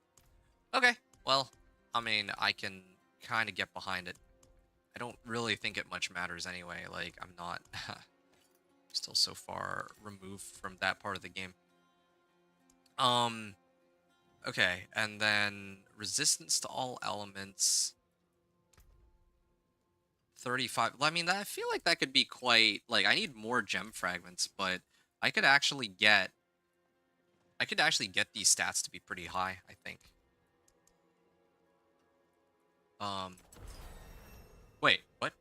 How did I... Oh, I completed one of the objectives, and one of the objectives, or completing objectives, actually gives me XP now. It looks like too. How much XP did I get? Oh yeah, no, it doesn't. Never mind that. It's one of the quests in game. I was like close enough to the next level that it just gave it to me, or it gave me a level up. Okay, that's fine. That's fine. So now I'm gonna double the amount of resistance I have. Let's see what that translates to. I think that this would be a lot better if I wait. I wasn't paying attention. This would be a lot better if I had access to the plus percent to all resistances, but I don't think that stat works, or it's just not showing up. 22.9, 16.7, 25.6, and 20.1. So about an extra 3% difference in resistances. Oh, that's cool. I still don't know how I feel about this. I feel like this was an unnecessary change. I think that the amount of resistances we had was a little too high, perhaps, but still, still fine. Okay, now it's 2 different health tides, and I think I feel like shoot, did I miss it? I think I might have missed it. Slay Asmodan. Shoot, I actually missed the Asmodan kill there. I meant to go to fight him for like the world boss and all that, but that's fine though. At least I completed this. I'm gonna actually switch it to Penitent before I turn these in. I don't know if it really has an impact, but I'm gonna do it anyway. So I turn this in, I turn this in, turn this in, and then this defeat Monster of the Infected Affix. That's pretty close. Defeat Pang of Duriel. I needed to reach max threat. I thought that I was max threat last time. Kind of strange that I didn't manage to pop it, but okay. Capstone reward, so I need to complete Torrid Menagerie to get this last skill point. Evidence of the lesser evil Andariel's presence has been found in the Undercity district, so I need to actually finish one of these Undercity runs. So I'm gonna go there in a second. I might as well, just to switch things up. Not in a rush to complete everything, so. So I got some rewards. Should have maybe spaced it out. Just to see what each one gives, but that's okay. I mean, I guess each one of them gave gem fragments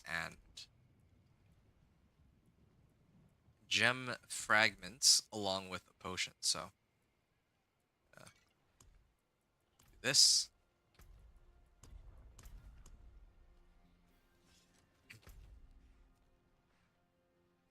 Okay, so level 28.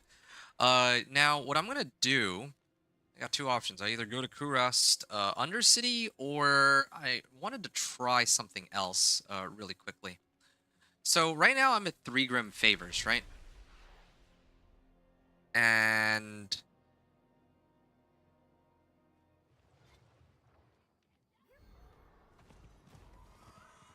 I'm gonna go here and try to see if I can clear this Seething Abomination. I think I can, actually. It's gonna take me a second, but yeah, I'm at 28. Like, I just hit level 28, right?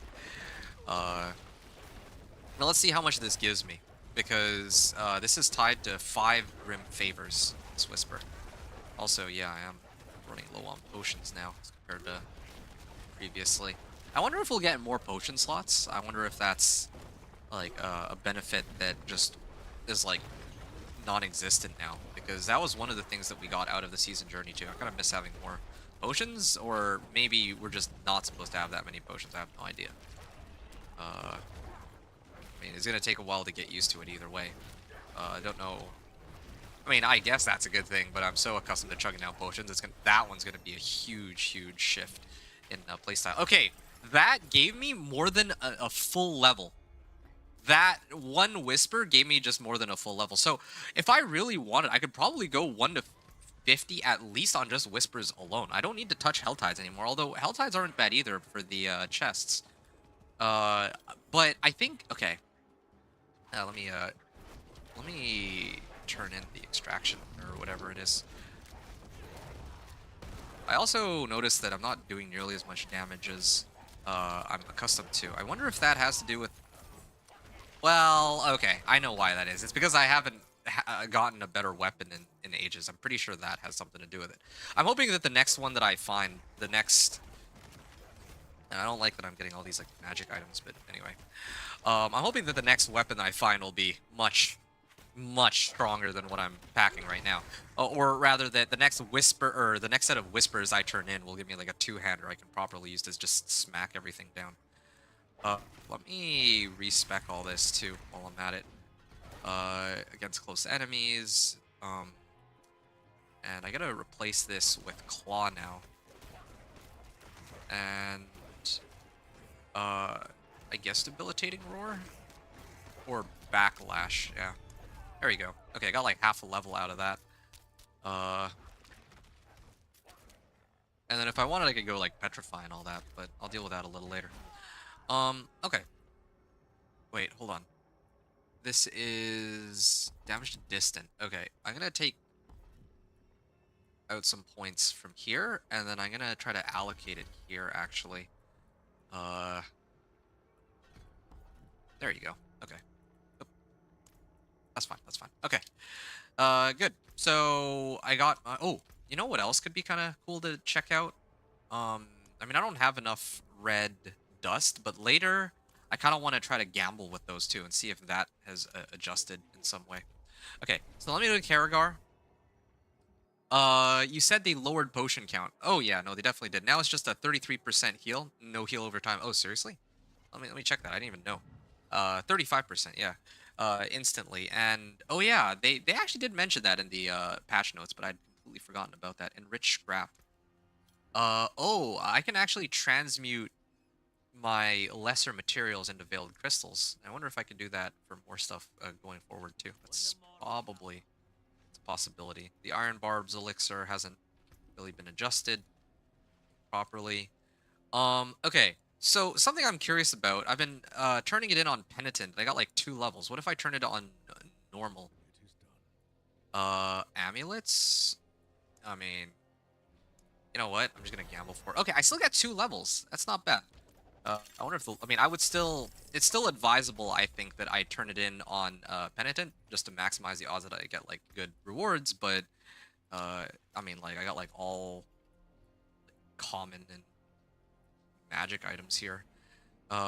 Crit chance. Okay, this is a nice one. I'm probably gonna throw that on. Place of my current item here.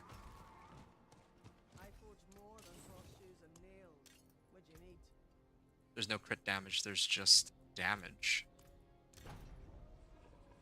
And yeah, that's fine. Okay, that's really refreshing. That's like a really good change. I like that one. I don't have anything from the Codex of Power though. What else can I... What else can I do? Oh yeah, 1 more point goes into Petrify. That's fine. Oh, I remember what I was gonna do. So I'm kind of sick of running a weapon. Like, this is like the one piece of equipment that I actually need to upgrade. And I still, for whatever reason, have not been able to find an upgrade. Not sure what's up with that. So let's fully... There you go. See, like, just this alone is double damage. I don't normally like to burn obols for an upgrade, but this is kind of an emergency. Although I just realized that I may have messed up a little bit. There's supposed to be the weapons vendor here that I could have talked to. Oh, shoot, yeah. If I talked to the weapons vendor, oh, this would have been a lot better. And it only costs... They actually reduced the cost on it. Now it's only 23,000. They used to be way more expensive back then. Okay. That's good to know. I mean, again, this is a chance for me to experiment and get some learnings. This is 4 modifiers on it. And the other interesting thing is, in order to... Wait. Okay, so again, I can only put 1 modifier on this. So in the past, I would have put weapons and offensive, but now it will only be weapons under normal circumstances when I actually get the companion recipe. But now, or for the time being, while I don't have it, I would go offensive. And again, because this is a rare weapon, I don't need the that special material, like the I think Baneful Fragments or Baleful Fragments, whatever it is. Resource cost reduction. I could replace this one for just raw damage or attack speed or whatever the other options are. Attack speed would have been nice. Life on kill. I kind of like this, that I can actually modify my items with more affixes. But I am a little concerned because it does, in some ways, feel like they are kind of reinventing the wheel. Okay, I'm gonna spend the last of my Veiled Crystals, I guess. Trying to get movement speed specifically. I don't know why this is so expensive though. Oh, yeah, it's probably because this is a legendary boots. So at the occultist, re-rolling doesn't require that many materials, I guess, but uh, or it doesn't require. It doesn't require the the coiling wards, but it does require more veiled crystals. Okay, so I'm back to normal mode, and I'm gonna go to I mean, I'd love to clear these. I'll do those a little later. Like, Hell Ties are still going to be the best source of XP. Um, you know what? I'll do this at the end of the hour. I think I can afford to do this later because like if it was the very beginning of the season, like I need skill points, right? But now, I'm like level 20 some, and I have enough skill points that that it doesn't matter, and the leveling process is extremely fast. So you know, getting skill points is not a concern. It used to take like hours, but now it's like way faster. Okay. I'm gonna go into this region first, I think. This is a little further out though. I'm just trying to figure out the fastest way to get to this waypoint. It's always this waypoint. It's gonna take me a little bit to get there, but that's okay. This is good. Getting to level 60 should be very quick. I just don't know what it's gonna be like getting from Torment 1 to Torment 4. That'll be the real challenge, and that'll come a little later. Probably gonna grab some food in between, upload my gameplay. This is a little exciting though. I kind of, so far I'm liking these changes, and I can't wait to actually try it with Thorn's Barbarian and the Dance of Nightrobe. I think with the Thorn's Barbarian, I'm probably going to prioritize clearing a lot of Whispers. I think that's what I'm going to do. It's going to be Whispers on the Thorn's Barbarian and then Helltides on the Dance of Knives Rogue. I'm not going to bother testing the campaign. I don't think I care for the campaign. I think this new leveling process might be even... Okay, hold on a second. I'm going to hop off before they knock me off my horse. There we go. I'm doing a lot more damage than before now. That's good. And I just realized, too, I do need to get Shepherd's Aspect in a little bit. Maybe I'll even do it, like, now. Now I don't have an excuse not to have it anymore. And based off of what I can see, I have yet to get, well, I mean, I haven't gotten any offensive aspects up until now, so I wonder if they changed that, too. Okay, hold on a second. I need a Shepherd's Aspect, so I gotta do that. That's kind of important. And there's even a Whisper attached to it, so that's a help. Now, I could actually, once I get Shepherds, I could probably start upping the difficulty, but then again, like, I don't know if I want to struggle fighting monsters when I don't need to. Okay, there are also spells here too. Yeah, they die in like one Poison Creeper hit now, or, well, one active cast. Yeah, I could probably do all of these. Yeah, okay, sure, why not? I'll do this event, and these events give more XP now thanks to the Whispers too, or like when Whispers attached to them. Then I'll use the monsters that I kill here, they're Venus Motes, and I'll turn them in, and then I'll go do the or unlock Shepherd's Aspect, and get a lot more value that way.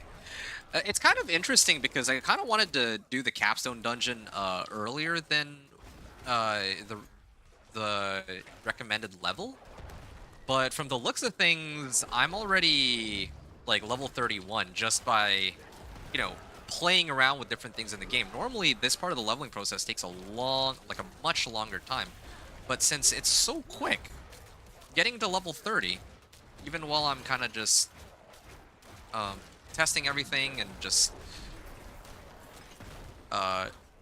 everything that I'm doing, I'm kind of doing like half-baked, right? Like I'm just kind of I'm doing it very slowly. I would say normally I'm just speeding through everything, but this is a lot. Like I'm actually actively taking my time with this, so I understand what exactly is going on. Yeah, and I've already hit level 30. Like, I'm way beyond the point where I can already open up the I can open up the capstone button. Okay, so this event is ending, and as this dies, I get a full level, or I got like 1/3 of the XP bar. And yeah, they haven't really changed or tweaked the XP from these events. I'm still only getting like 30,000 XP. That's like less than 10%, but the whispers themselves, relative to my overall XP bar, is huge. So now I can turn in Altar of Reaping. This should, if it should give me like what, 70%, 80%, if my calculation is correct, something like that. Oh, there. Okay, maybe a little less than that. 50% of my XP bar. So yeah, these whispers are going crazy. Like if I, okay, the armor stat on this is so low now in comparison to. It's kind of funny. Okay, it's fine. I wonder what my armor is overall. Oh shoot, let me get off of this before they actually knock me off. 39%. Yeah, I mean, like, my level is going up too. That's part of the issue. I think that it might do me more, it might do me more good if I actually started upping my resistances rather than armor, because my armor is just going to keep scaling down as I get higher and higher in level. Alright, this, again, I'm going to try to get through this one as quickly as I can. Killing monsters is just not giving me very much XP, though. I kind of wonder, now one of the things I'm going to want to test is trying to see if I can get some sigil powder for an XP for like a Forgotten Wisdom Nightmare sigil. If I can open up a Forgotten Wisdom Nightmare sigil, I wonder if the orbs give all like way more XP than what they did previously on Penitent, or if they're still the same. Okay, so I'd like to get past these. Again, I don't think I can. Well, yeah, I'm like looking at this. Like my XP bar is moving with all these monster kills, but it just takes so long. Like if I had Dance of Rogue, maybe. But I feel like for these cooldown-oriented sorts of builds, it is much better to just focus on clearing the whispers. So yeah, I'm thinking that with the Thorns Barbarian, I'm gonna do a lot of whispers for sure.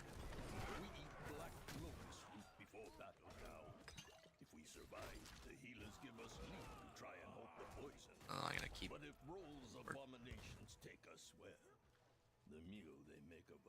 Yeah, and then hopefully this will. This, along with my key passive, should allow me to handle my own all the way up to Penitent or whatever.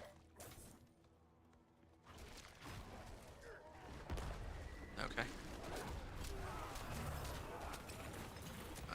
Fortunately, my ultimate is going to take a while to come back, and I'm not quite at the level that I need to be yet. Yeah, okay. Not quite at the second.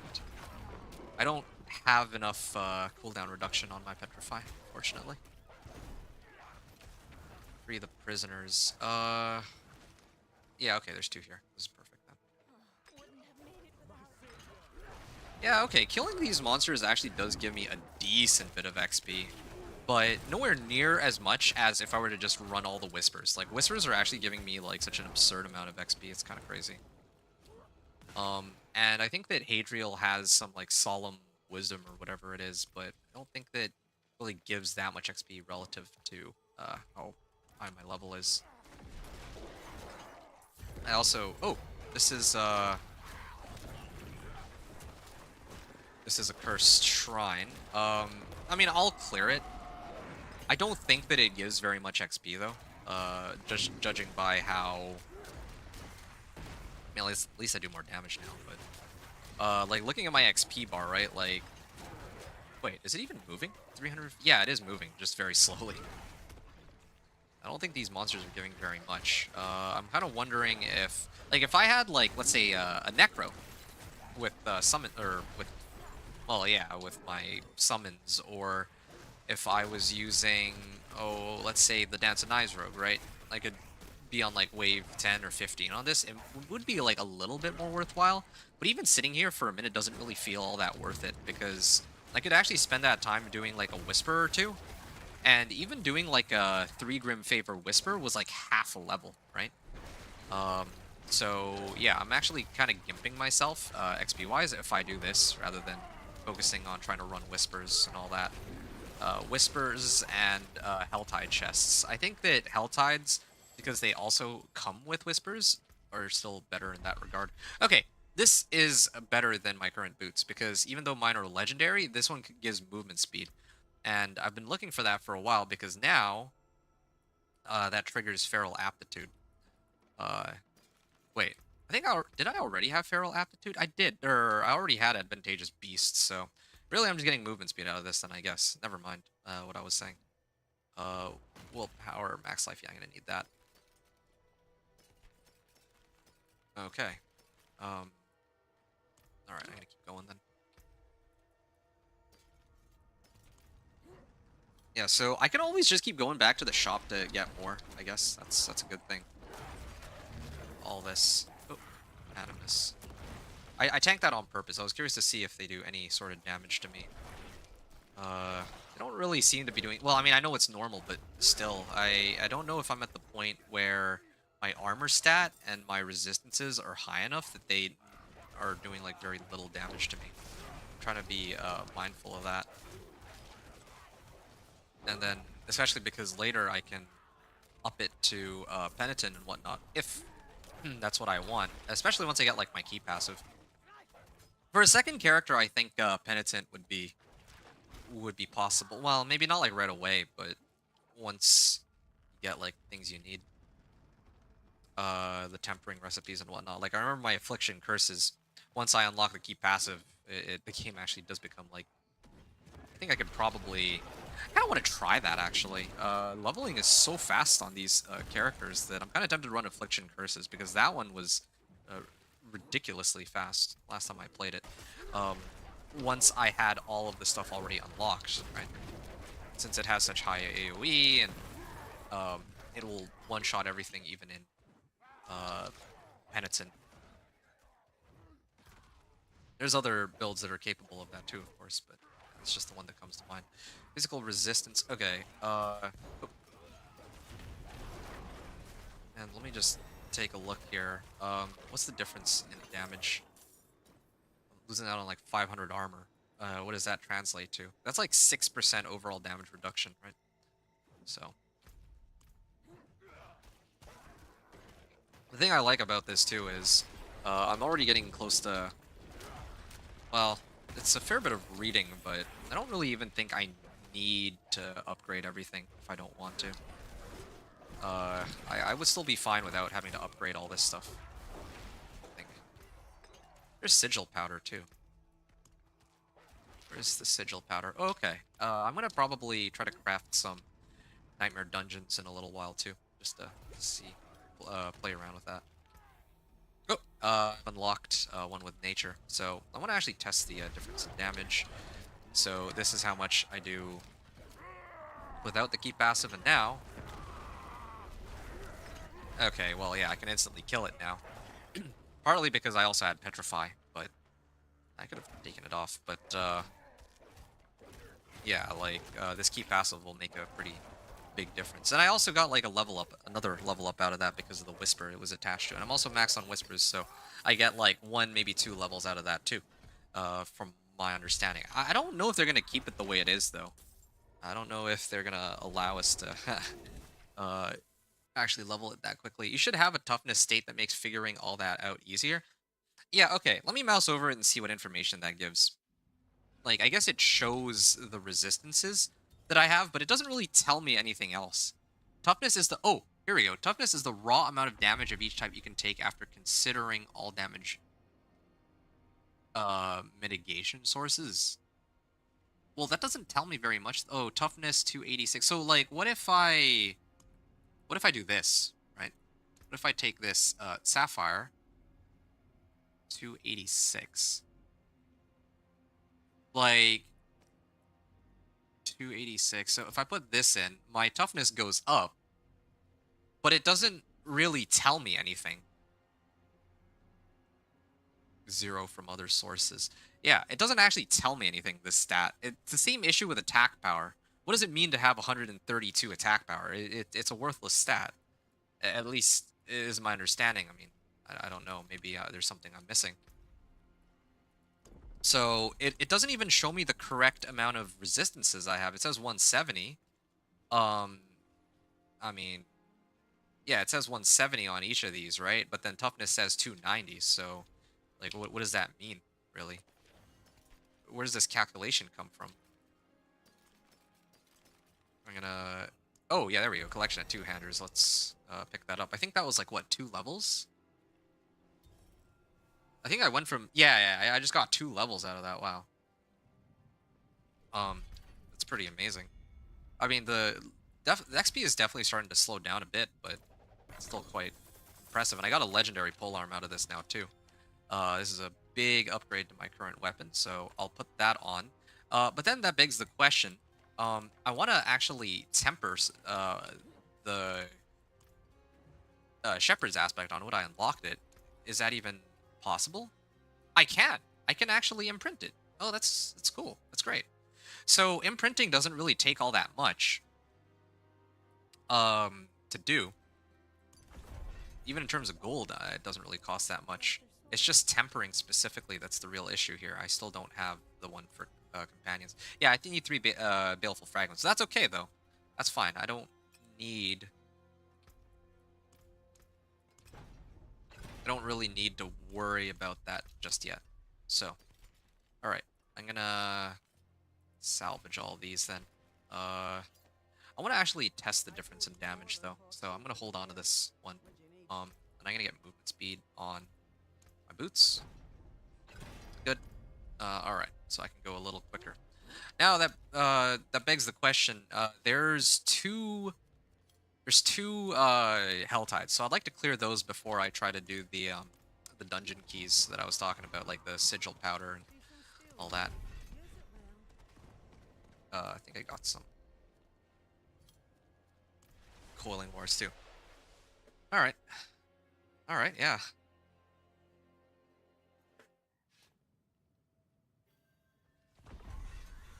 I'm gonna keep going here.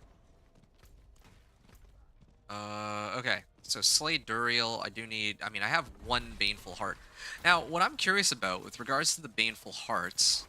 I'm just gonna start walking it. I think that's fine. Oh, no, hold on. Let me, put this on first. And see how much damage I can actually do. Oh, this is Penitent! I just noticed. Oops. I totally didn't even know this was Penitent. No wonder they're not dying right away. But it also doesn't look like... okay, yeah. It's a survivability issue, not a damage issue in this case. And the worst part is, I actually have... Like, it's not like before these... In the current season,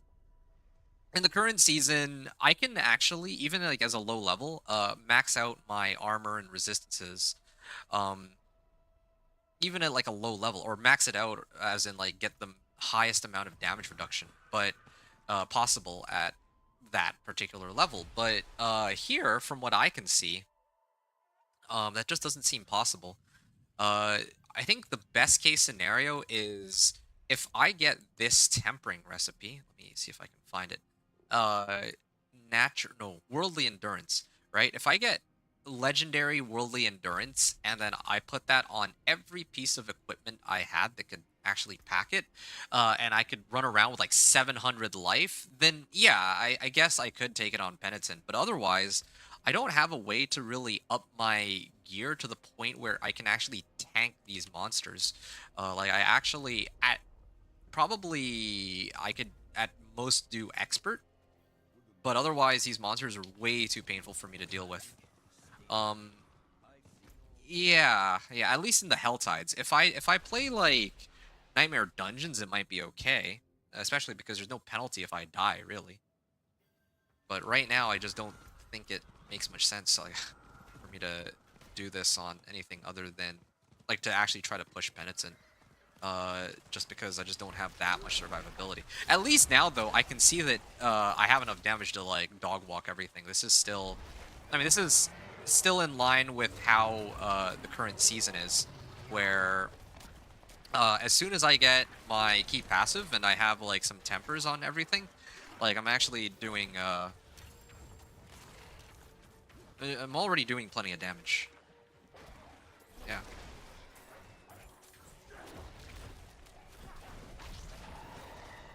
Alright, I also would like to spawn, or, trigger my threat meter this time so that I can fight the Pangadurial. I just don't know where I fight the monster with the infected affix. I'm guessing that it might have to do with, if I open up, Duriel, is my guess. Slay Harbingers? Slay Cultists?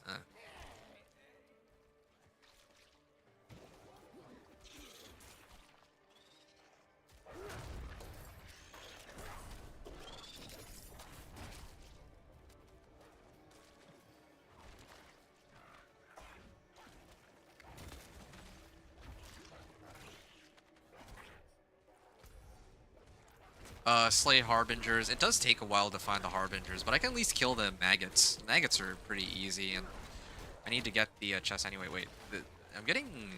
Where are these XP orbs coming from? Oh, is it coming from the Divine Gifts? It can drop socketables. Nope, that's not it. Experience Globes. This one. Yeah. Essence of Squalor. Maggots and Hellite can drop Experience Globes, doubled while purified. But I don't know how to... it says 1 out of 150 until rank 2, so there's probably going to be some kind of... I wonder if there's like some seasonal currency to upgrade them or what. Correct me if I'm wrong, but when D4 started, didn't we lose XP when we died? No, I don't believe that's ever been a thing. Yeah, it's always only ever been durability that we lose when we die, from what I can recall. The start of the game all the way until now. I don't think that has ever changed. Okay, these XP orbs are good. Let me see. Yeah, each of these XP orbs gives me like 10% of a level. I kind of wonder then, if I get like a Forgotten Wisdom Nightmare Sigil, I might actually be able to like power level myself to something ridiculous. But I'm gonna do that after I finish this. I really wanted to hit the Capstone dungeon. Well, I might actually do that after I run this. I wanted to run the Capstone dungeons just to see how well I do, but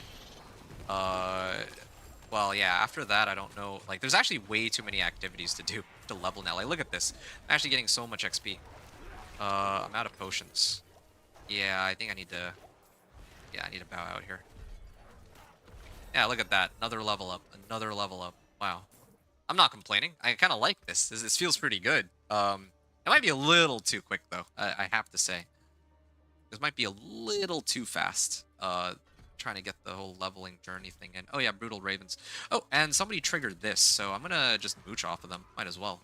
And let me also throw this on too, so I can actually do damage, or more damage than I was doing before. Yeah, I was just testing. Yeah, let me put this on and we replace it with this. Yeah, okay, more crit chance. Okay, here he is. And there's my wolves. I can hit him and almost kill him outright, but sure, why not? Let's see what I can. This is, I think, my full damage, but my wolves didn't seem to respond to that cast for some reason. Yeah, this is with 4 people here too, right? Keep that in mind. Although I don't know if the monsters are scaled based off of the number of players in it. I think they are. I don't have a very good memory of how that part works, but oh, he burrowed again. I think I triggered both vulnerability phases on him. These guys infected. It'd be nice if it were so I get more XP out of it. Harbingers too are quite well. Okay, let me take them out. Or let me kill these ones first, actually, so I can get a bit more XP. Maybe some words. And more Harbingers. I don't even know where these Harbingers came from, but I'm not complaining. I can actually trigger the quest. Oh, there we go. Slay Duriel, that gives me like a full level up. I clear the Harbingers, that gives me another half a level. Pained Memory.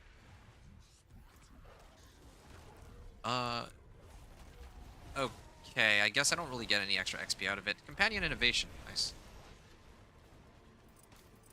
2 Baneful Hearts, nice. So I think I got some from the Altai chests, but okay, pretty close to maxing it out.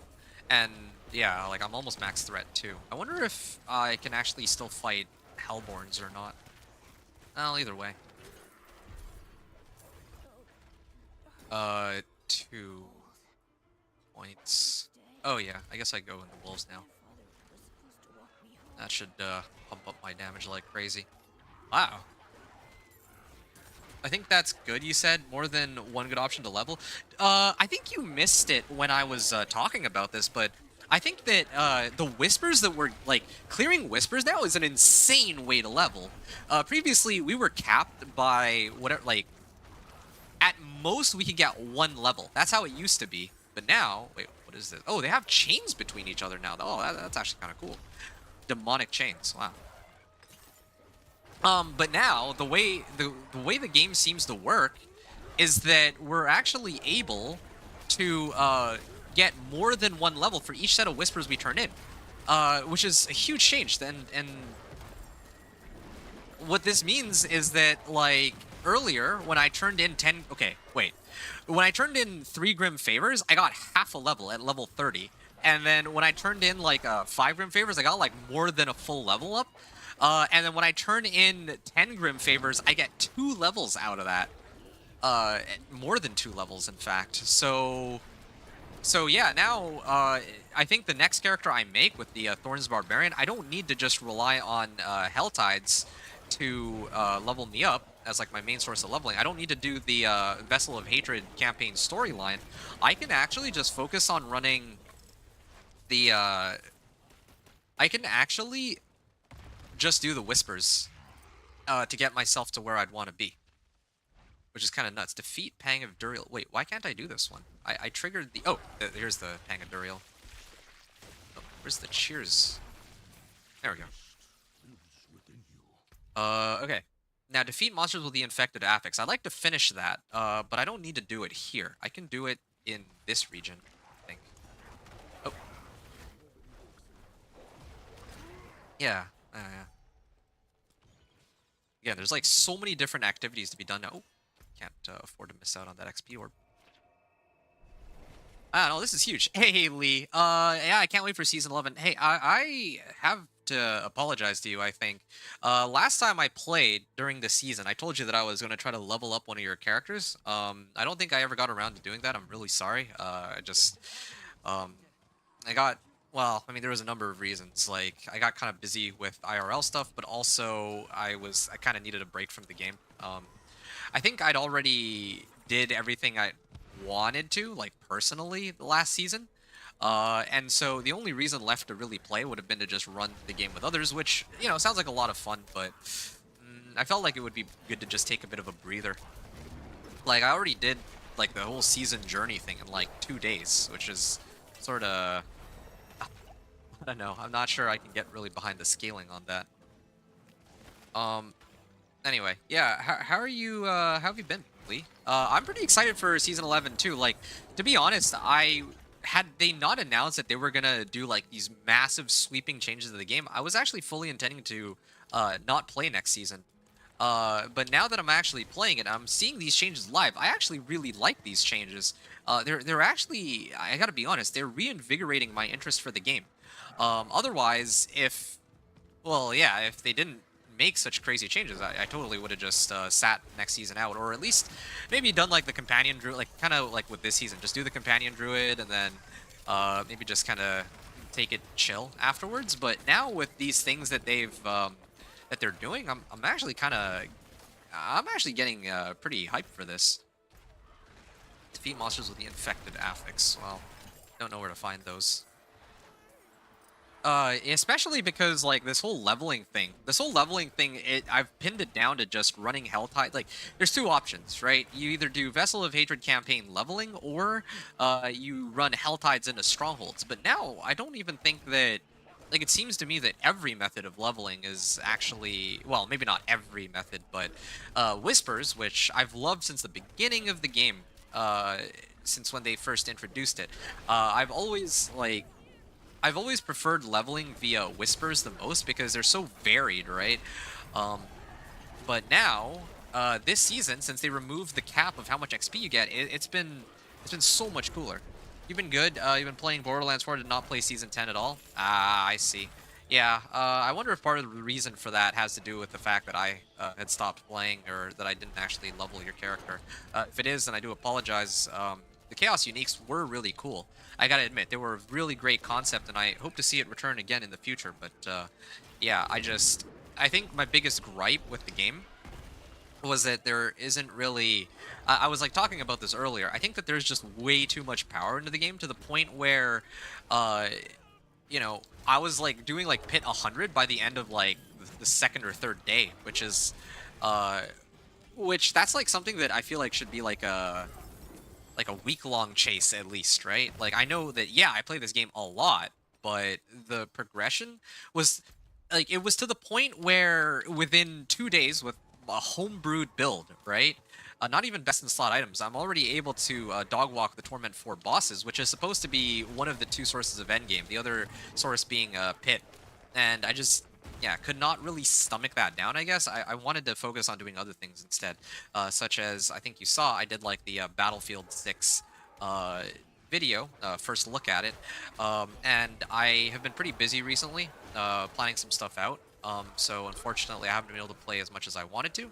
But definitely when the Battle Royale comes out, like I want to make sure I get all my ducks in a row before that comes out. Um, that's why I'm doing this right now. Uh, yeah, like I want to get the PTR done and out of the way. Not to say that I'm like sick of it, but I have to like. There's like a set like there's some things that I need to complete here, and then I also need to release some videos, and then I have some stuff to take care of IRL, and then I'm hoping that by the time this new season rolls out, that I'll be ready for it. Uh, yeah, yeah, I'm hoping that I'll be like ready for it. Plus, with the Battle Royale coming out too, I'm kind of interested to see what their take of the game will be. Okay, let me see. It says defeat Pestilent, and yet I don't see any monster here named Pestilent. I'm guessing this is a bug of some kind because it's like a new monster that they brought in, but didn't really. Yeah, see, it says that they're supposed to be. Well, usually they spawn in the middle, and I check. Oh, is it this one? No, this is a Harbinger. This isn't even the monster I'm looking for. At least I'm slaying the Harbingers, but... Okay, well, I'm gonna leave and come back, I guess. Because I gotta salvage everything. What game was that? Was carrying food in and I missed it? Oh, Battlefield 6. So Battlefield 6 came out. I did a first look. I uploaded a video on my channel where I took a look, and I actually really like how that game feels. It's a nice change of pace from COD, a nice, good breath of fresh air. Um, but I think the Battle Royale is the one that I'm actually really kind of interested in seeing how that'll turn out, I guess. So it's kind of what I'm feeling right now. Ooh, damage reduction while shapeshifting into a werewolf. Yeah, okay. Let's do that then. Stone burst, cooldown reduction. Damage over time. That is a lot of modifiers, but I don't need it. Life on kill. Yeah, okay. I kind of find it interesting that you get 4 affixes on these. Yeah, not sure what to make of it just yet, but it's interesting.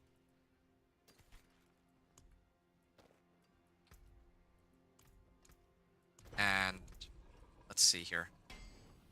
Yeah, now I'm sitting on about 50% damage reduction from armor, but my other stats are not so great. Yeah, like I said, survivability issue is a thing, but I don't think there's that much I can do about it. Here, what is it, diamonds? Like, I could do this. I could totally do this, but I don't know if that really does me any good. 4.9. Yeah, I mean, it helps a little bit, but I'm still so far away from where I need to be in order to be doing, like, a lot of, well, to have the level of survivability I want, right? Okay, I can add sockets, but it's actually quite costly. I want the thing with the crit chance, though, so I will burn a socket here. Yeah, this is a big help for my,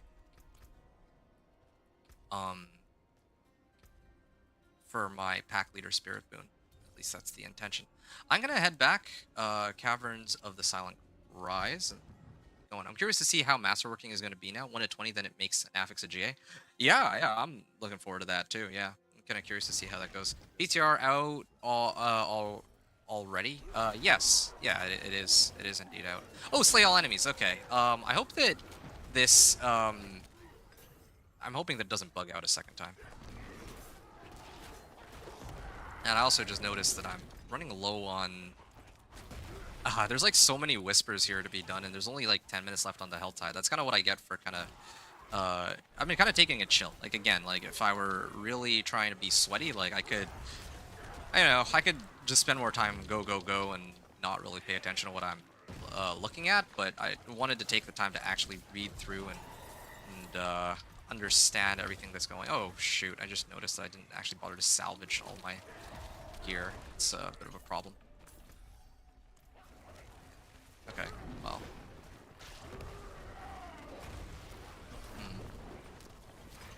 I have like 400 cinders. I could probably...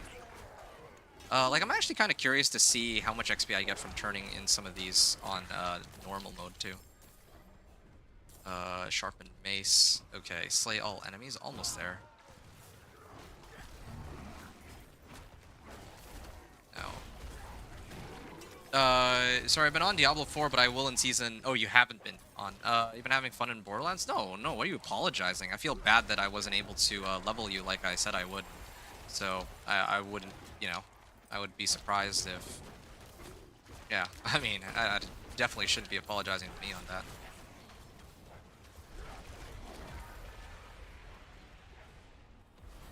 Alright, there we go. Another level up from slaying these. And unfortunately, this also means that I've maxed out on Whispers again, so I can't turn this in. Really wish that they... Well, I don't know what they should do about the Holgrim favor thing, but 10 is like so low, I feel like. Yeah, see, slay all enemies. I've slain, what, all the enemies at this point? I'm like looping around. This is like such a waste of time though, like actually. And all for one whisper too. Anyway, oh, this one, maybe? Okay, well, apparently I can't complete it for some reason. It's okay. Yeah, well, I appreciate your understanding, Liebergus. Okay, I mean, I guess I can just set it to... Wait, one. I still have a lot of progress. I will actually just turn it in here, I think. I think it's like the same, right? Okay, I got like a full level up out of that. And... Okay, well, I got some big upgrades coming up. But I need to salvage all this first.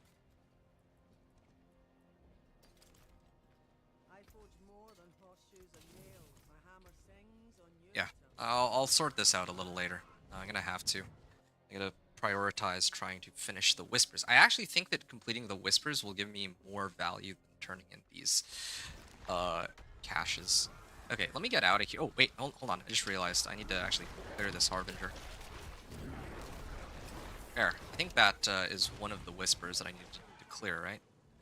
Slay maggots, invoke rituals. Okay, let me do that. Yeah.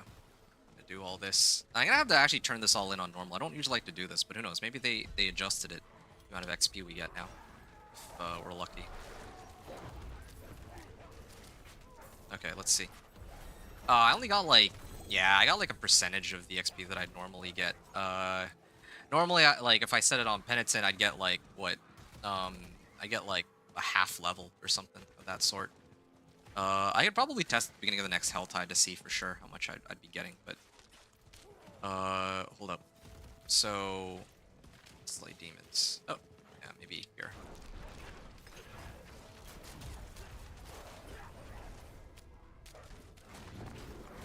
Okay. Yeah, like leveling is actually just so fast now. Like I wanted to take on the capstone dungeons much earlier just to see like my level of power relative to those, but I'm gonna do it at the end of the hour, but by the end of the hour, I might actually already be like level 48 or something. I wonder if I'll be able to take on the higher capstone dungeons, maybe even use them as a leveling method, if that's possible, but I doubt it though. The way the level scaling gets from 50 to 60 is kind of crazy. Like it is actually a massive stat check. There's no getting around that, I don't think. shoot. Okay, I can turn in this ritual site at least. And I still have another part that I can turn in. One event. Okay, slay demons, that's fine. Find the corpse, find the noxious, clear the noxious cave. Too many, too many. And I also... Have I not completed that yet? Okay, well, I'm going to turn in the Ritual of Pain. I have 4 hearts. So I can turn in one this hour and then one next hour. I think part of what complicates all this is the fact that... oh, shoot. Part of what complicates... like, me not having the time to clear all this is that there were 2 Hell Tides. I think that's the main issue. Oh, wow. Petrify actually has its own, like, special visual effect now, it looks like. Okay, that's 1. That's 2. Real ritual has been disturbed. You will notice this slight. So, yeah. Interesting that they removed Blood Maiden. I wonder if it's, like, gone... Like, if we just won't be able to fight it at all this season. It'd be kind of cool if we get to see it somewhere. I actually really like Blood Maiden itself. And, oh yeah, speaking of which, I do kind of wonder, the XP orbs I'm getting here too. I think like 49,000 and whatnot. The thing is, I'm like testing, or I'm like looking at all this, like, the speed of the leveling right now. But I can't help but feel like it's going to change, like all of this is going to change when the season actually goes live. So I don't know how keen I am to test every individual point of, like, you know, the orbs and whatnot, because I'm going to end up just having to retest it again later anyway. But I can just say that right now the leveling feels good, and it feels very, very quick in comparison to what it used to be even a little while ago. And I'm also sitting, I realize, on a whole bunch of cinders that I will not be able to turn in. I don't have... Yeah, there we go. He's gonna burrow, so I'm just gonna turn this in while I wait for him to come back up. Okay. Forces of Hellgrove frenzied. Okay.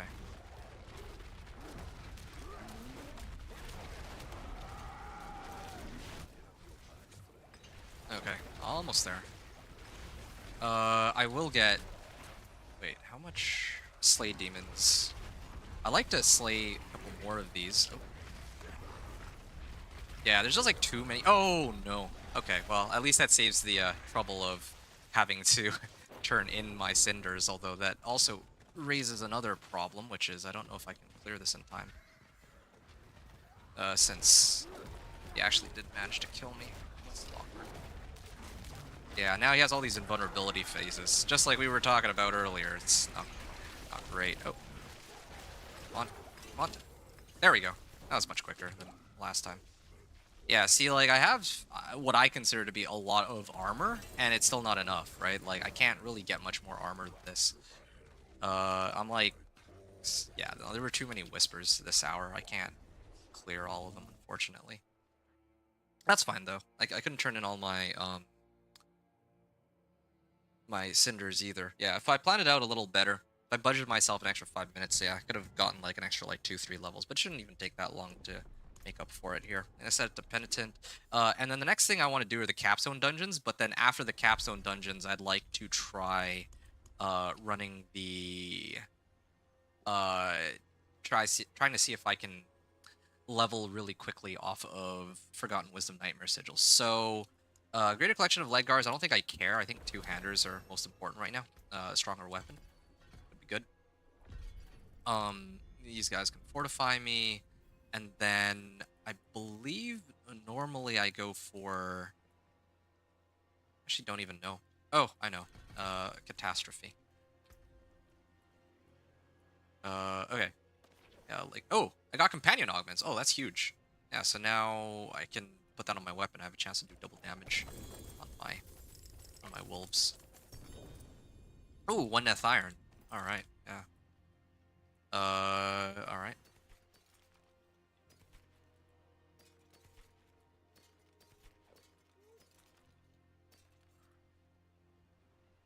Okay. So, I guess I can put this on, whatever. This one gives me a little more damage reduction. This one gives me Better stats. This one, life on kill. Yeah, no, I think I'll get rid of that. Gloves are good. Maybe I'll put this on. Yeah, sure. And then collection of two-handers. So now I can get this polearm here, and that's like double my damage outright. Gonna have to re-imprint stuff, but it's totally fine with me, assuming it doesn't require too many materials. So Shepherd's Aspect on this, yeah, that's still very cheap. And I also get like 18 life on hit, and I have like 264 life, so yeah, that's a big help. Now, what I'm also trying to figure out is, oh yeah, whether or not I can actually temper. Again, it would be nice to be able to favorite the recipes that we want, so that it's much easier to find, since there's so many now. Okay, weapons. There you go. Chance for wolves deal double damage. I mean, it's, again, now the roll is just tied to the percentage, but not the actual stat. And I actually rolled really high on it too, so that's good. Overpower damage, I like to roll that off for willpower. I think I have enough materials for it now. Attack speed is also very good. I wonder if I can replace it for something else that's more valuable. I mean, like willpower, yeah, but attack speed I'll take too. Alright, I'll salvage all of this. Got some baleful fragments, got plenty of materials. I'll probably at this point never run out anymore, so that's good. And okay, so that leads me to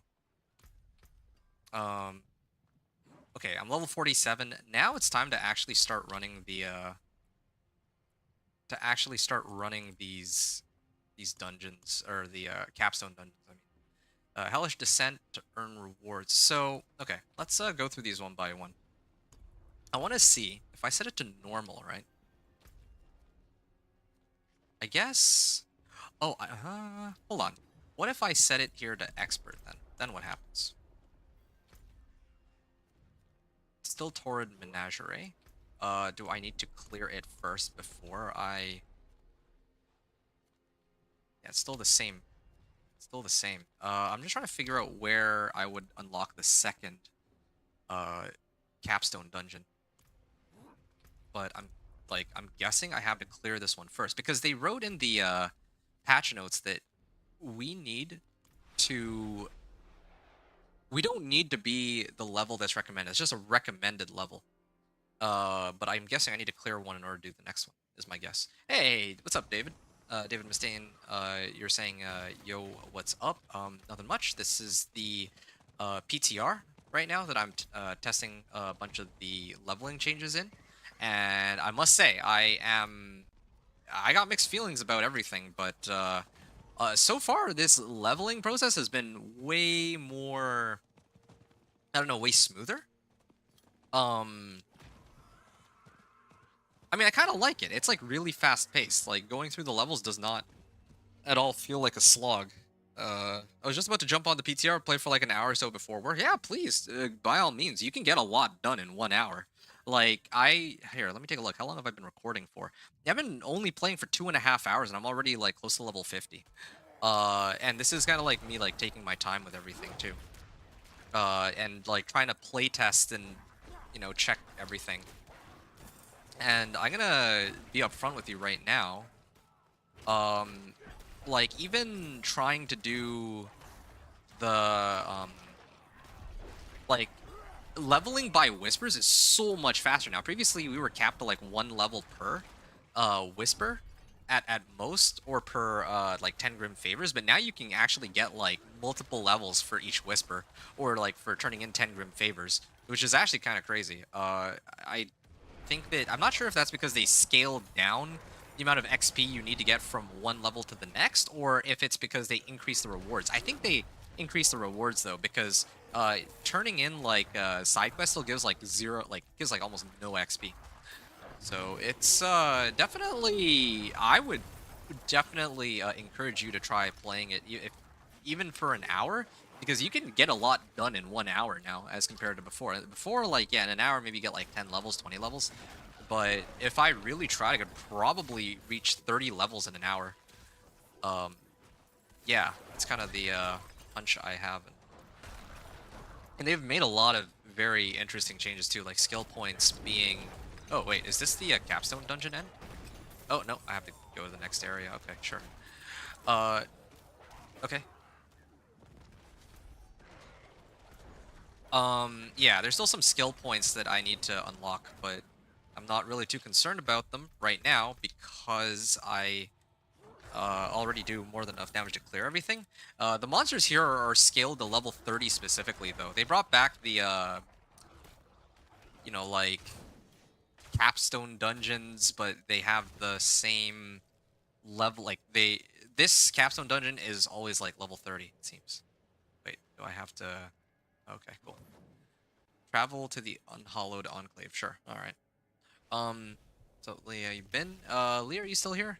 David is trying to chat with you. You've been playing Crushing Hand, Ball Lightning, and DOK in season 10. Did pin 92 on Crushing Hand. I see. Yeah, I didn't play that much this season. I'll just be upfront about it. I didn't really play that much of this season for a number of reasons, but I guess the big one for me is like I'd already done everything I needed to very quickly because like it's just such a high level of power with like the chaos uniques and the powers that they gave us that yeah, it was great. It was, I admit, it was a lot of the changes they made were good, but I think that the scaling of the power creep of the game is kind of insane. And I think, from what I can tell, they're trying to kind of slow down that power creep by readjusting where or when you get like free Paragon points and free skill points and whatnot, which I would say that I like that. They're not like just straight up nerfing everything across the board, but they're trying to kind of readjust some things. I guess it kind of makes sense. Um, yeah, but of course, I don't really relish the thought of them just reinventing the wheel for like the fourth time since the game's come out either. So again, like very mixed feelings about everything that they've done so far. It feels like they're going in circles. Like first, they tried to simplify the game, so they got rid of 4 affixes on most items, and then now they're bringing back 4 affixes on items.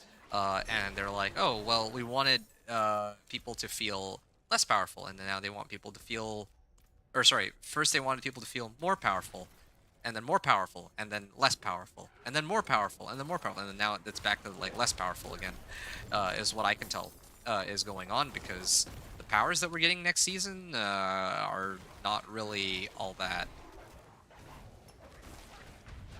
Like, you don't really get anything that really amps up your damage, and you don't even really get that much utility either. It's not like 2 seasons ago where with the Nephilim powers, I think they were called, you had a lot more options like movement speed and unstoppable and the ability to like dash around really quickly, that kind of stuff. Wicked says, might as well have you up here too. Oh, I appreciate that. Thanks again, Wicked. I've enjoyed Season 10. The Chaos Uniques made it more fun and preferred it over Season 9. I think most people would concur with you that Season 10 was more fun than Season 9 overall. I think for me, even though it was more fun than Season 9, I also believe that it was shorter, if that makes sense. I guess that's the easiest way I can explain it. I don't actually think Season 10 was worse, even though I played it less. I just don't have as much to do because, yeah, like the things they added were cool, but they also did make the game like easier. At least like in Season 9, like, yeah, getting to even, let's say, like Torment 4 felt like a lot more of a struggle. But now in Season 3, or sorry, in Season 10, yeah, like even getting to Torment 4 is like I could have probably done it in like under 4 hours. Torment 1 to 4 easily on like my first character, which I don't think is very. I just don't think that is a very good way of. It just doesn't hold my interest. That's really what it boils down to. When the end game of, like, well, like considering that the end game of Diablo 4 is supposed to be what, pit and bosses is essentially what it boils down to, and I was already able to clear all of the pit or all of the T4 bosses on like the first, maybe second day of playing, and then like pit 100 maybe like a day later after that, like. And yeah, okay, sure, I could keep spamming pit over and over if I really wanted to. But that's not it's not really, that doesn't really hold my interest in the game. Like, yeah, there is plenty more to do, in the sense that, yeah, I could try to push for Paragon 300. I could try to go for as high a pit tier as I can, but again, like, that that's not really anything new. This is something new, like capstone dungeons, adjustments to the core mechanics of the game, um, adjustments to the progression system from 1 to 60. Like, this is way more exciting for me. Like, this is something that would actually interest me in trying next season. Uh, yeah, that's what I can say about it. That's what I was hearing, was considering giving Season 11 a miss and buying Battlefield 6 and play that a lot. Yeah, I was actually in the same exact boat. I released a video, I don't know if you saw, my latest video was first look into Battlefield 6 as somebody who pretty much knows nothing about it, right? I didn't play the beta, I kind of am playing it on launch, and I tried it, and I had a lot of fun with it, and I would love to make more content on it. But, of course, the problem is that I've been pretty busy as of late, so I haven't been able to. But I'm hoping that when the Battle Royale drops, it'll have a little bit more time to make content and maybe stream or do videos on it then. That's like way later on down, or that's a little later on down the line. Wicked says, what I started doing is completing at least one challenge every season. Eventually, I'll 100% the game. Completing one challenge, you mean like these challenges? I mean, I guess that's one way to keep yourself interested. For me, it's a season journey because I actually get like a pet out of it, but the challenges are not really all that interesting to me. I also don't really... I'm like running this capstone dungeon right now, and yeah, I would give the capstone dungeon a hard pass for the time being. Like, I haven't really gotten much XP out of this at all. It's kind of cool, though, that they make it so that I do lose, like, a chunk of my life over time. That's interesting, but I think that this dungeon as a whole is not... Like, yeah, it's only scaled to level 30 as well, so if I had come here at level 30, yeah, I could have already probably cleared this back then, and at the time I would have gotten a decent bit of XP, but I really do think that it is much quicker and much easier to just go 1 to 60 and then dog walk this later, if anything. And then just completely ignore some of the skill points that they give you, perhaps until later. Because you do need to clear this capstone dungeon to unlock it, but it actually does feel so... It actually does feel a little tedious, like this particular capstone dungeon. Cathedral of Light and Fallen Temple felt a lot more straightforward, and they unlocked like actual like difficulties. Here it unlocks season rank. I don't know if I like that. I feel like it should be the other way around. I feel like the pit... Oh, the curator. This guy makes a return. Hey, yeah, my old buddy, the curator. Somebody's gonna be memeing about this eventually. Oh, 2 bosses. There we go. Okay, so that's capstone. Completion of the capstone dungeon here. The beta was pretty fun. Reminded me a lot of BF3 except for the movement. I heard they fixed it though. Yeah, they I think slowed it down, but I didn't play the beta, so I have no idea. All right, there we go. Rank 2, Rune Linguistics. Okay, this is a nice chance to see. Find runes around Sanctuary, then combine them on an item to create a rune word. Okay, so here's another thing to note, too. I can already do the objectives of the higher ranks without having them unlocked. It's just I can't redeem the rewards. So I could very easily just sit on these. Oh, and I can actually claim this, too. Nice. Sure. Let's see. What do I get out of this? A greater ranking cache. Hold on a second. I didn't get any XP out of it. Oh, and oh, ancestral boots? Is this level 60 or... Oh, okay. Interesting. So they give me ancestral level 60 items, but it's like... This is like much later though. It's kind of funny. But the good news is I actually did get some items. So these are still like level 60 requirement, these ancestral items, but I can unlock them earlier, it looks like. Meanwhile, they gave me this chest armor here, and they gave me the one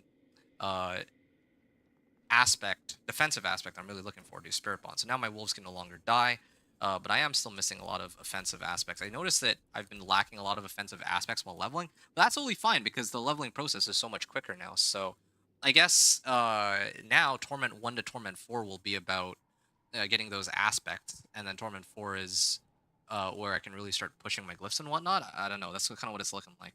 I'll be here and they're gonna jump on PTR for a bit. Sounds good. Sounds good. All right. So yeah, I'm trying to see now what I feel like picking up. I already have Backlash maxed out. I used to go Ancestral Fortitude, but I don't think it's working. Otherwise, I would be maxing that out. So I guess I'd go Neurotoxin and then Toxic Claws. No, wait, no, sorry, it's in Venom. Those two together. And then my build is pretty much done. I don't even need the remaining skill points. So this is really just optional. But it's kind of good that I didn't get that much XP. I also don't like that I can't. It's not letting me view the overworld when I'm in this dungeon. That's probably a glitch, I'd imagine. Uh, Here. I cannot access the overworld from inside inside dungeons when accessing them or when using the map. If I try to open the map from inside a capstone dungeon or the Heavenly Forge, I cannot select the overworld to teleport to a town, to a specific town. Okay, there. Maps. There's gotta be one for maps. Waypoints. Sure, close enough. Okay. So that's that. Now, capstone dungeon. So I completed this capstone dungeon. Because I completed that capstone dungeon, now I can move on to this capstone dungeon, is what it looks like. And it says recommended level 50 penitent. I don't know what that means. I don't know what that means in the sense that is it saying that it recommends me to play it on penitent, or does it mean that the monsters there are automatically going to be scaled to penitent?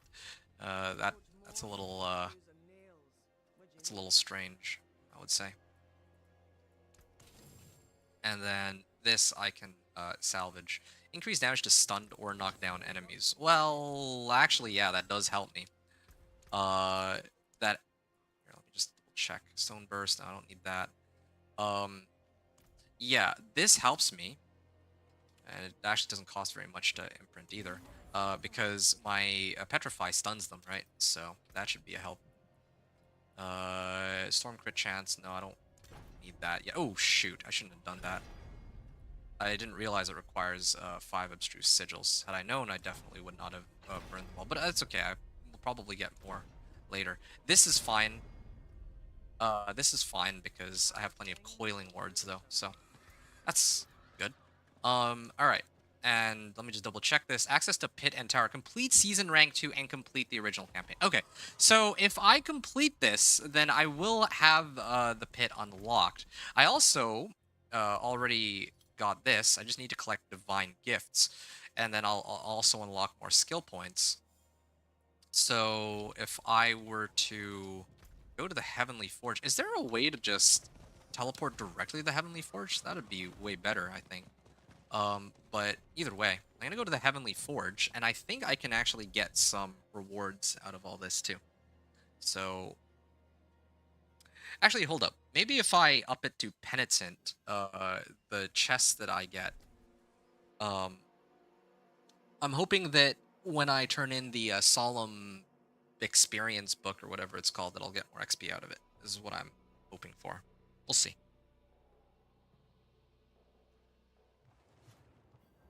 Okay, well, this works, I guess.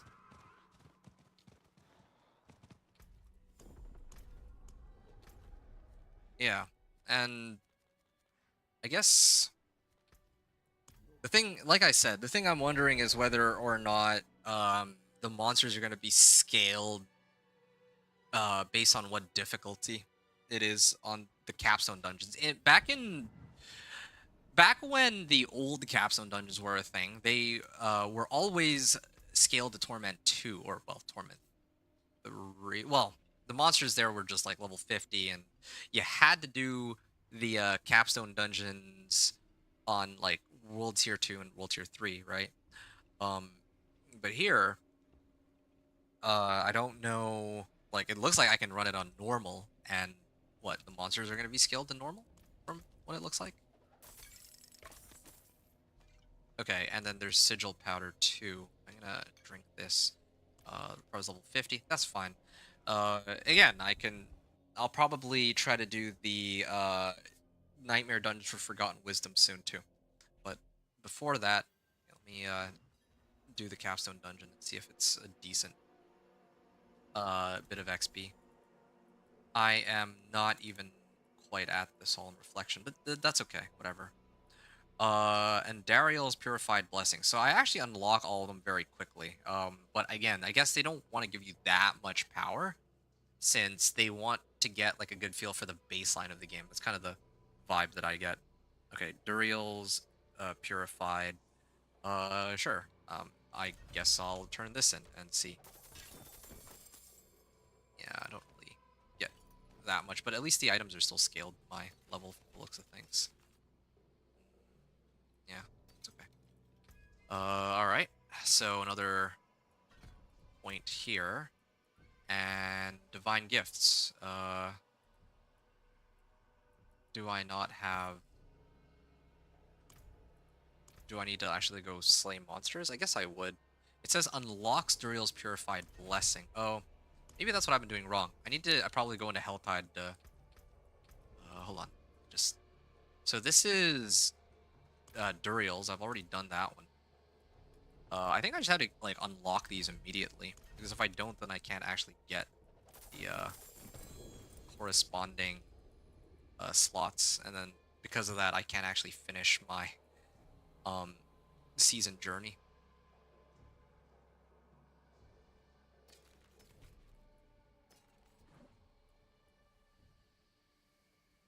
Okay.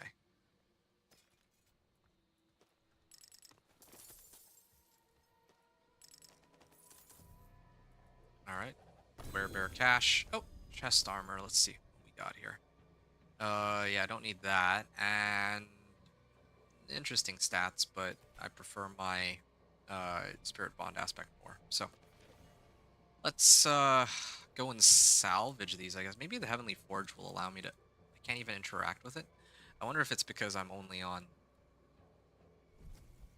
I wonder if it's because I'm on Penitent difficulty. Have they got the gear cheat vendor? Guessing not though. No. There is. Yeah, they already brought MRAC in. I think the only time they didn't have MRAC in was that one season where they wanted to test the reworked leveling process. That's what I remember at least. Magics. All right, salvage all this. Yeah, I don't like that they keep bringing me back to Kyovashad instead of wherever I was originally. That's a little silly. Okay, I've tested everything I needed to, so I'm gonna go set it to normal, and then I'm gonna take on the next Capstone Dungeon. That was the plan. And again, like, I would like this other skill point. I just need one more Divine Gift for it, but I don't need it. I have all the skill points I need, at least. Yeah.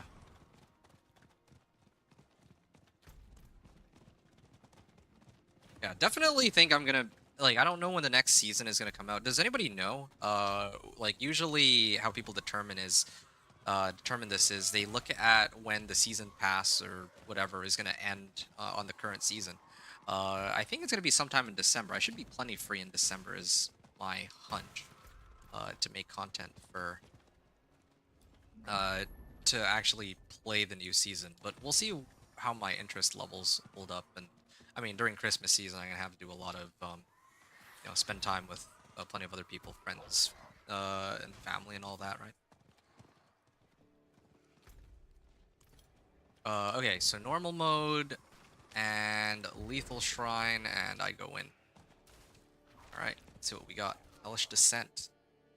December 9th. Okay. Well, that's good to know. Thanks. Yeah. Assuming they don't postpone anything, which is a very real possibility because this is like a massive undertaking. But again, I don't know if they're going on Christmas holidays either, so probably they need to get it sooner out sooner rather than later. Okay, so these monsters are like level 50 on normal. I kind of want to see what happens if I switch it to Penitent, though. Yeah, like, I can very easily clear these guys here, but okay, there's a pretty easy way to find out if these guys are they just be here. Yeah, there's like survivability issues too. Like, yeah, I'm having a lot of survivability issues.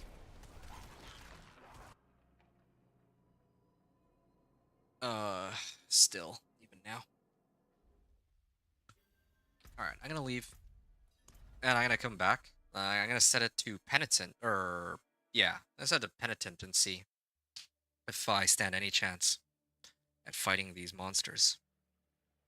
Now, the interesting thing is they're only level 50, not like level 50, because I think level 52 is where it's like the difference between a weapon that has, let's say, like 200 DPS versus like 400 DPS. It's like double the damage from level 50 to, or 50 to like 52.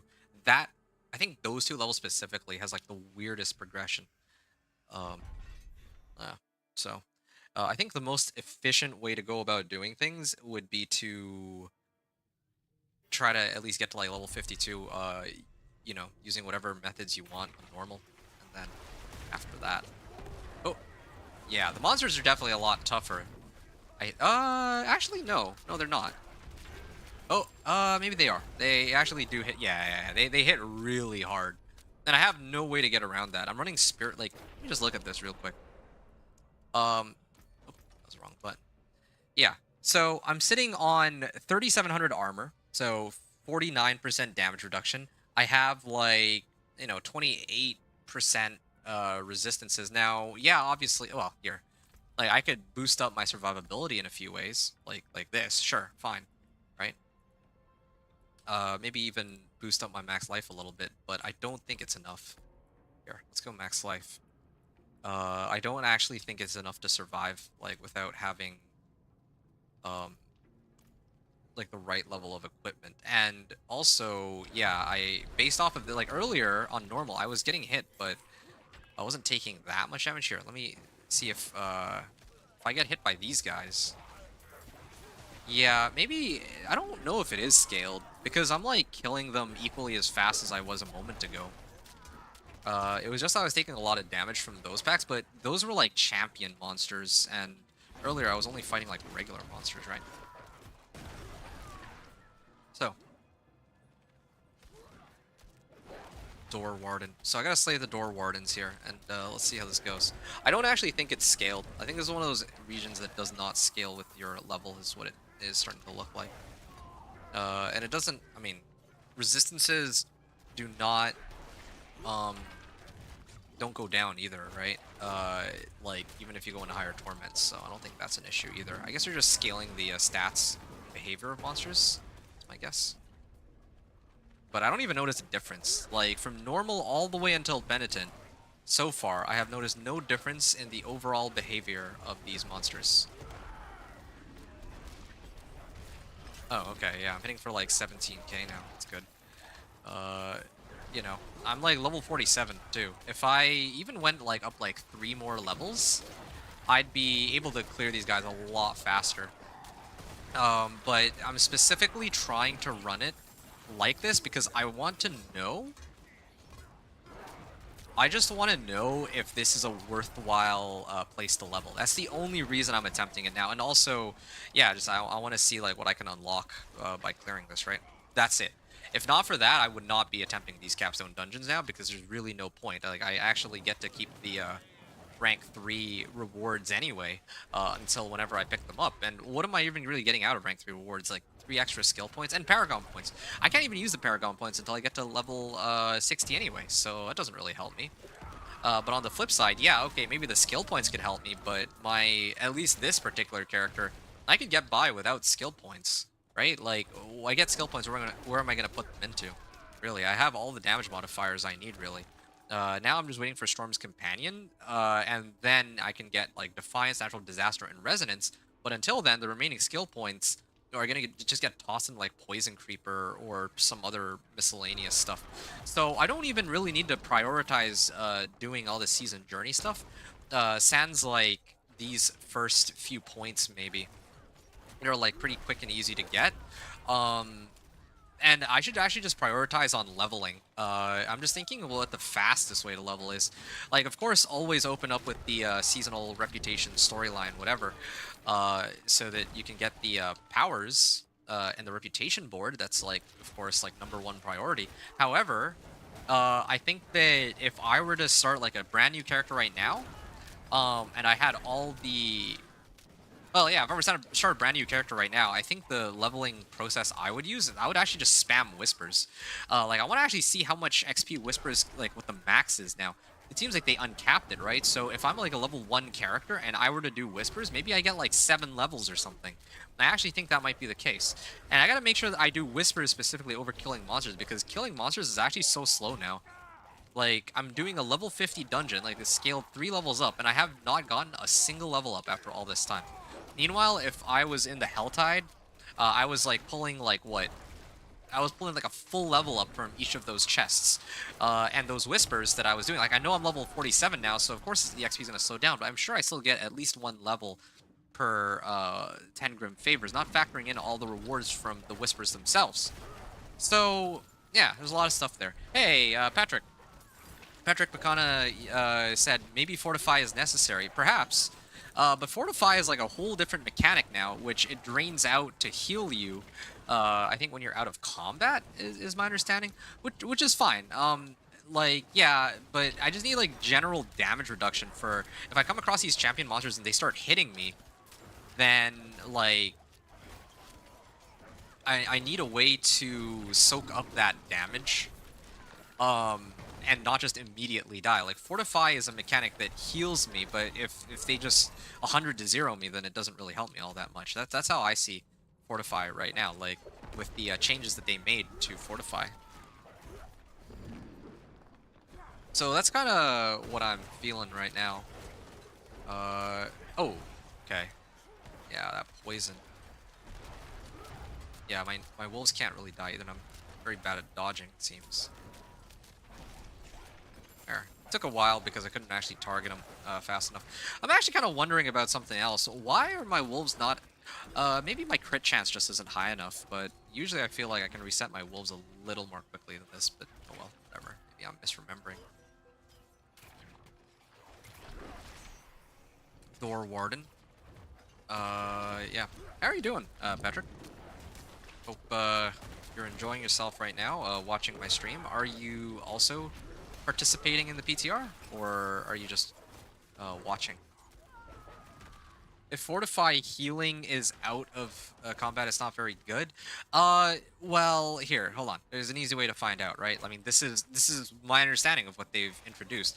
It reminds me of there's a mechanic in Grim Dawn. I used to play that, where yeah, I think like they heal you after you've been out of combat for a little while. So barrier is still barrier. That's fine. But you see. Yeah, I mean, well, actually, you know, the thing is, I don't even think that the thing that's healing me is Fortify. I think it's Life on Hit. Because for some reason now, we have, like, Life on Hit on weapons, which is great, but the, items, like, the, Life on Hit is, like, what, 18 life on hit? And I have, like, what, 4 wolves, I have ravens, I have poison creepers, so that actually can, help sustain me as long as I don't get 100 to 0, like I mentioned. Nope, just watching. I play only Druid on console. Oh, okay, nice. Yeah, so this is my companion Druid. I play companion Druid every single season on Diablo 4. It is my first character that I open up with for the season every time. And, well, this is an interesting season indeed because they are now reworking all of the base mechanics of the game, so I'm gonna figure all that out again, see what's good.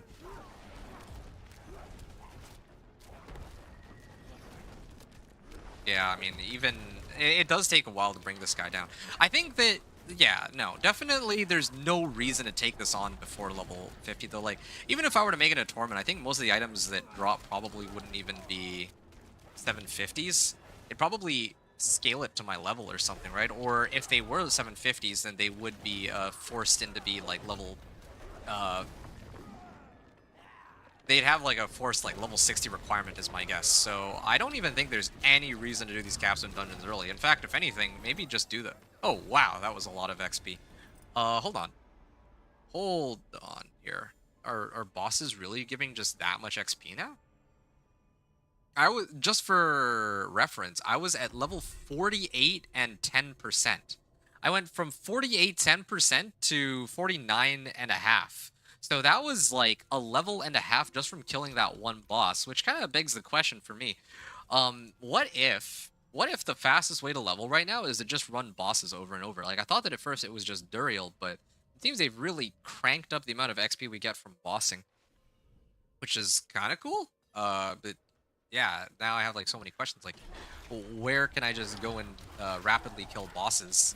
Because that seems like a really good.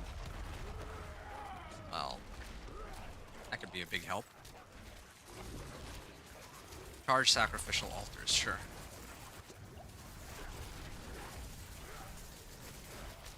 I can't even kill all these.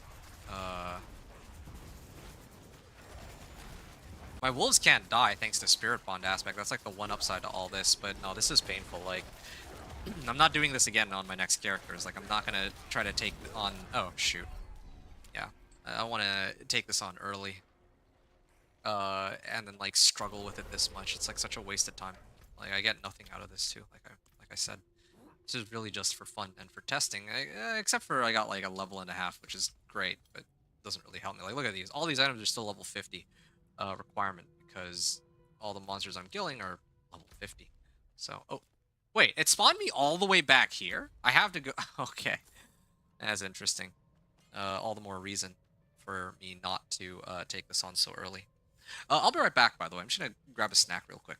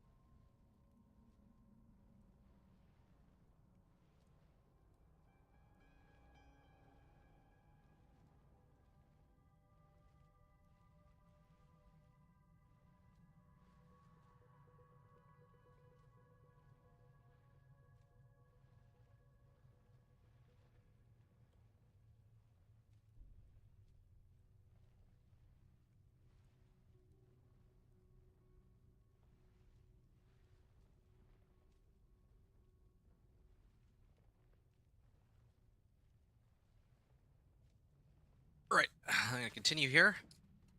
And yeah, I also have another point into this. I mean, I could also use this, use these points on getting some more survivability stuff, but I don't know how much it would help me in this case. I think that in this case, I just have to really keep my distance. That's all I can really do. Can't do much else. So, all right, yeah, there. I'm gonna have to keep my distance on this, but I think the problem too is it says charge sacrificial altar. I don't know what that means. Do I have to be in the circle to kill monsters to do it? Or... Oh, they just keep respawning. Yeah, they just keep respawning. Shoot.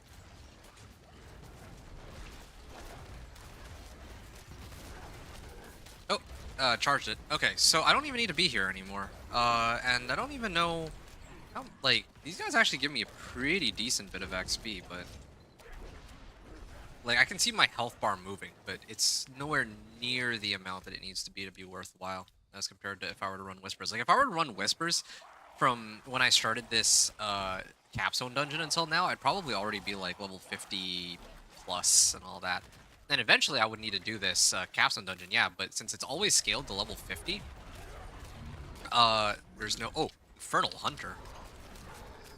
Yeah, since this is always scaled to my level, there's no reason for me to do this early at all, really. The Butcher in a capstone dungeon. Was not expecting that.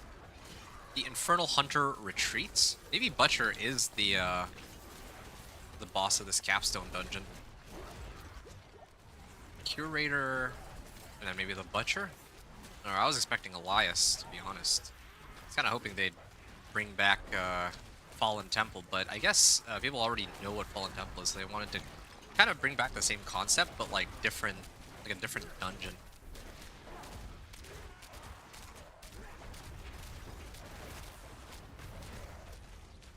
Okay. Keep going. It takes a while to charge them up, but that's okay. It's fine. Getting like some XP out of this, but it's nowhere near worth it, I would say, with the amount of Whispers I could clear. And it really would be much faster. Like, think about this, right? Like, I mean, I need to clear this sooner or later. This is true. Oh. But it also, if I were to clear this later, and I'm like, let's say like level 53 even, I'd have a weapon that is, like, all these monsters would still be the same amount of life, but I would have 3 more skill points. But more importantly, my weapon itself, just the base weapon, would have more than double, like, it would probably have like double or more the amount of damage is what I have right now. So I think that's a bit of an issue. Now, it would be different if the rank rewards didn't carry over, but they do. So yeah, like, I think always... So basically what I've gathered from this PTR so far, is that you should not do the capstone dungeon too early, because it's a waste of time. And also, there's like no reason to play on Penitent. Yeah, there's actually no reason, unless, again, unless you have like, so I mean, yeah, unless you're either turning in your Renown reward or your Aberrant Cinders, or if you have like, if it's like your second or third character or something, and you already have all your skill points, you have all of the tempering recipes, that kind of stuff, then maybe it might be worthwhile. But otherwise, I don't really see any good reason to like try to run this from the very beginning. I'm gonna probably, like, when I make my next character, like my my Thorns Barbarian, I think it'll be.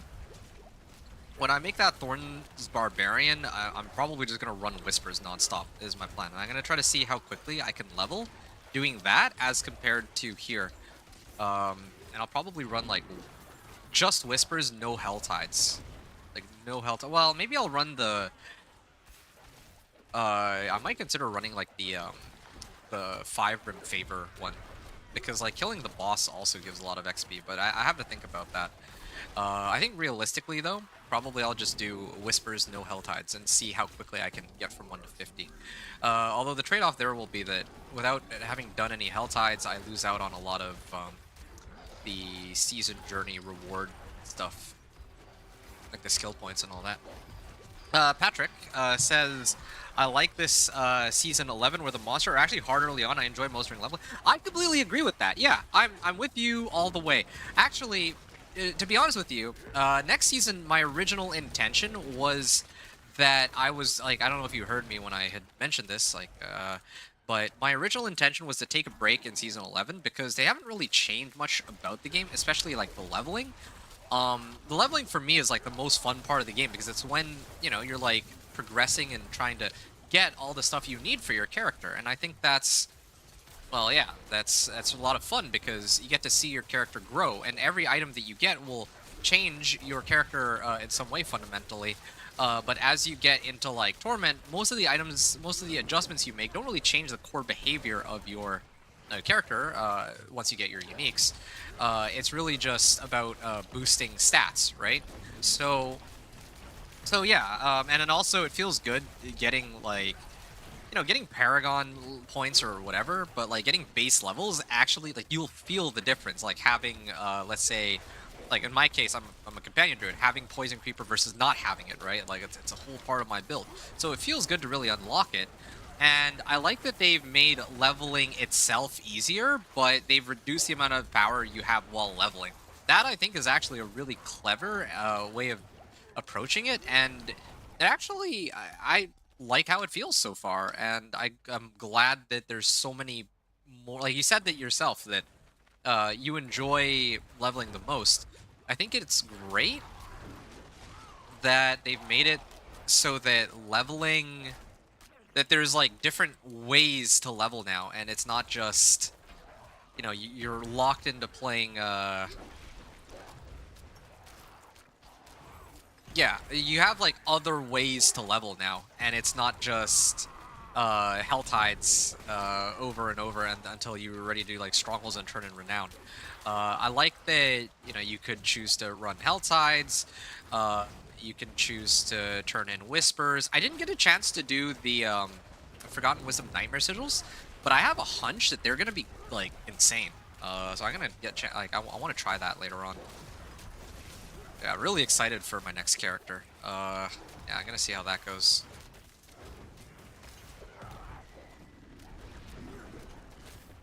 Okay.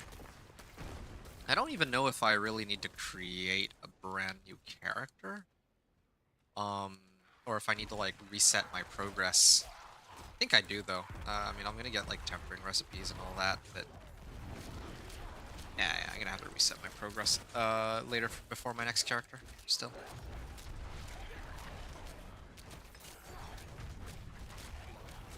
Oh, why am I killing all these? This is kind of a waste of time, actually.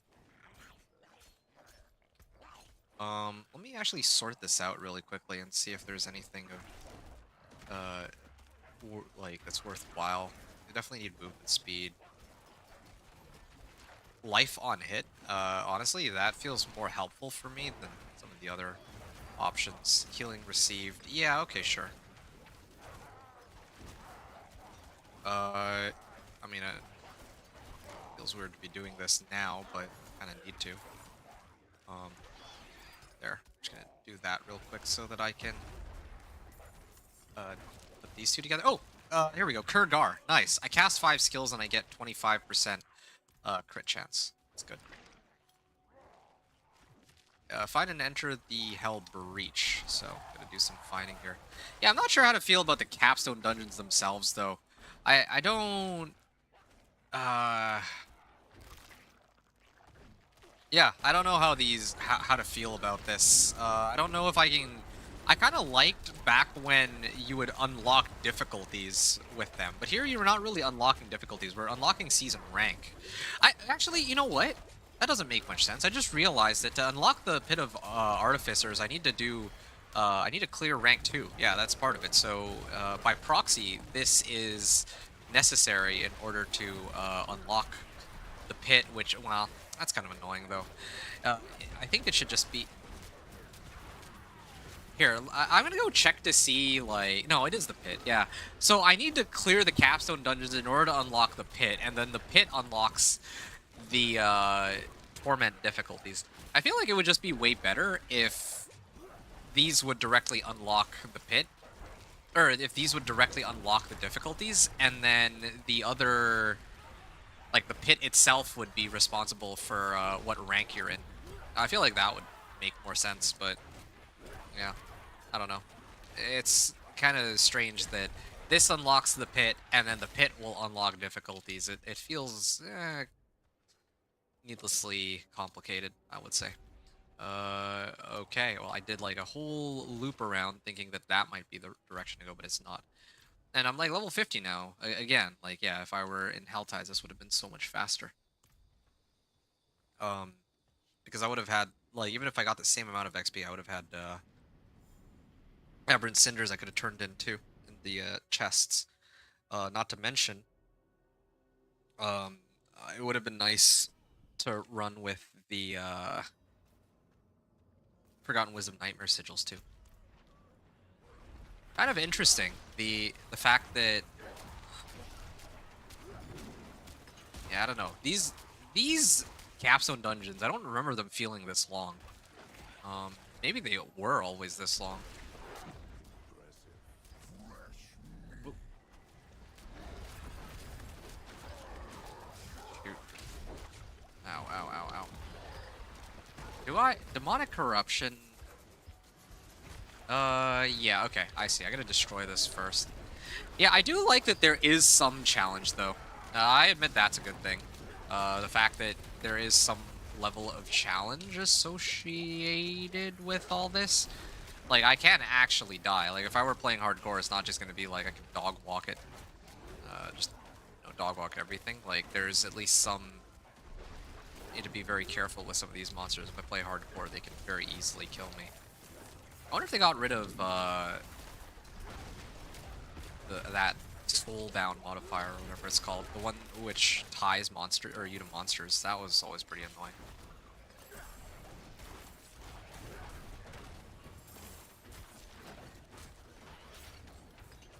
Okay, I'm gonna keep going. I have an extra point. Again, I guess I could just do Poison Creeper, but well, I could do Debilitating Roar and get rid of Ravens, but I might do that, actually. Debilitating Roar would give me a bit of extra damage, as it always has. Damage is damage. Always use more damage. Yeah, my wolves are doing quite a bit of damage, and leeching me back a lot of life, but it's still not enough, it seems. Yeah, I'd like to adjust my skills.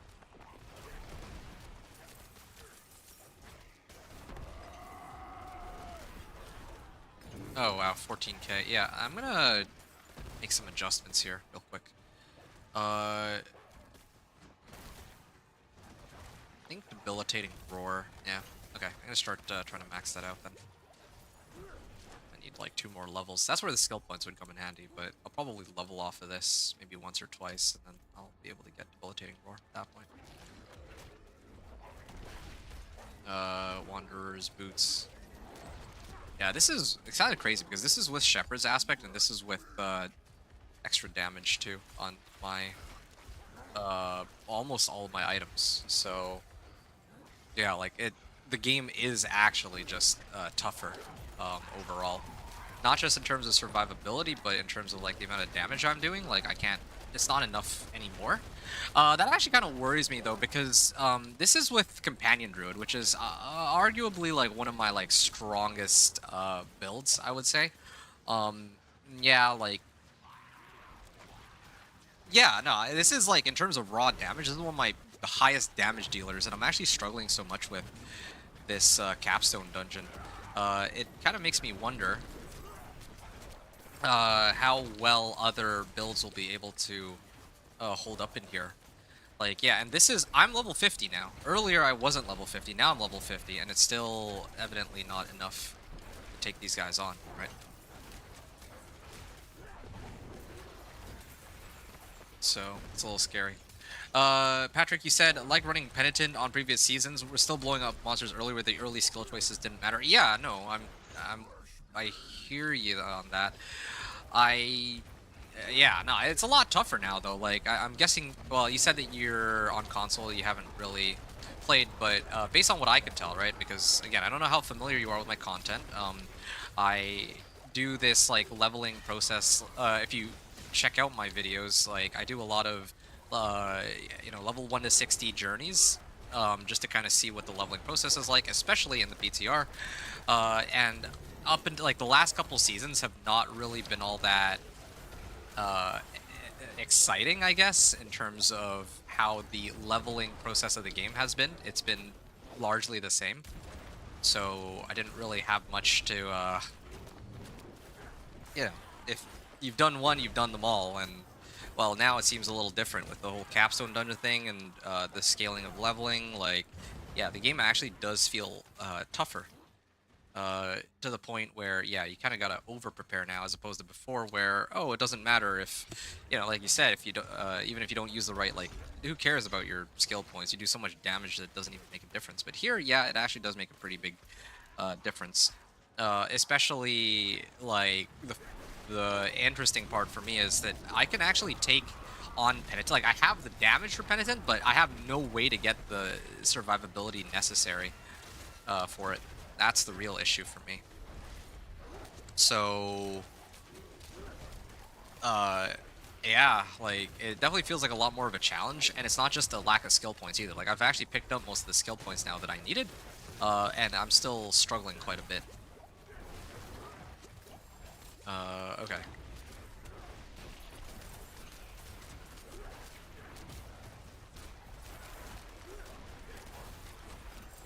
There. Oh, pants. Let's see. Yeah, I also noticed that the scaling on. Well, I didn't even get a weapon though. I was really hoping for like a proper two-hander. I've had some pretty bad luck with that, it seems. But if I could get like a proper two-hander or something, that would be a big help. Does the monster? Yeah, so I think other people were asking about that too. No, it feels exactly the same. I don't notice the difference.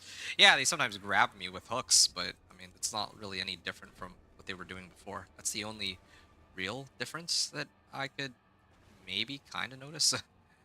Yeah. Oh, shoot. Maybe I'll shoot. A little like this. Yeah. 25% increased damage. Nice. Oh, it's Elias. Ah. My old pal. And another issue with these capstone dungeons is that I don't know if I can actually survive long enough to kill him. I'd almost forgotten about that. It's been so long. Like, I can stagger him, but oh yeah. I remember some of his attack patterns. It's kind of cool seeing him again. It's been so long. So they brought back the same capstone dungeons, but these capstone dungeons are in like a different environment, and getting to them is a lot tougher than what it used to be, for sure. I kind of like that I have the Spirit Bond aspect too, otherwise it's been a lot more troublesome. He doesn't... At least he's not like one-hit KOing me, at least. That's the other upside to all this. Oh, wait, what am I doing? I'm actually supposed to be using Debilitating Roar. Oh, Burning Butcher too? So I gotta fight two of them simultaneously.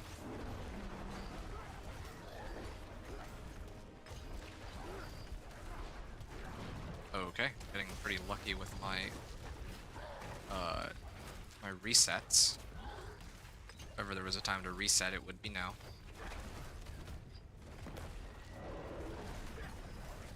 Oh shoot, I got them to target the wrong person.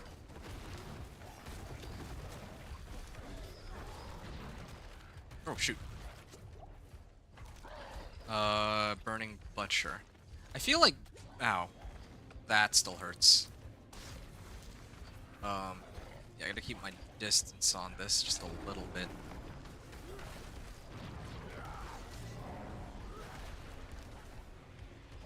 Just little bit more damage. Like, Burning Butcher should be fine to deal with as long as I get rid of everybody else.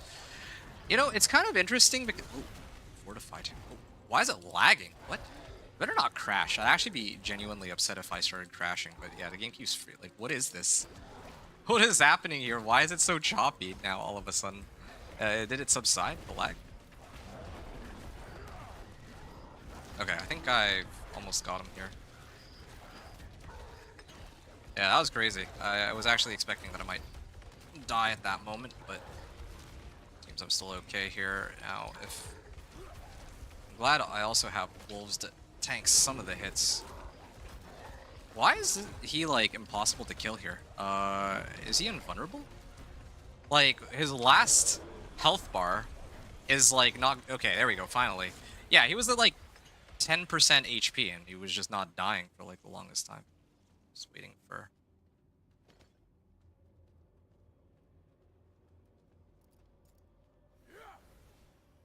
Okay. Is that it? This is so cool with these multi-bosses, I agree, but I mean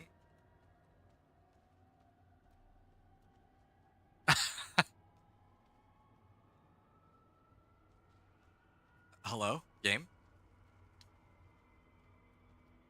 Do I have to redo the fight now or something? Yeah, okay. There seems to be a glitch with some bosses, like when you clear them, you don't properly get credited for it. Here, let me capstone dungeons. Let's see. Oh, I mean, I just want to turn in a bug report. I see how it is.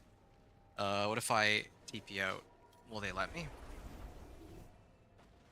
Hellish Descent. I cannot complete the Hellish Descent Nightmare Dungeon. Or Capstone Dungeon, sorry. Bug. I cannot complete the Hellish Descent Capstone Dungeon. I cleared Elias and Butcher. Or I killed both Elias and Butcher, and the game acknowledges that I killed both, but nothing else happens. Yeah, I get no credit for completing the dungeon. Okay, there.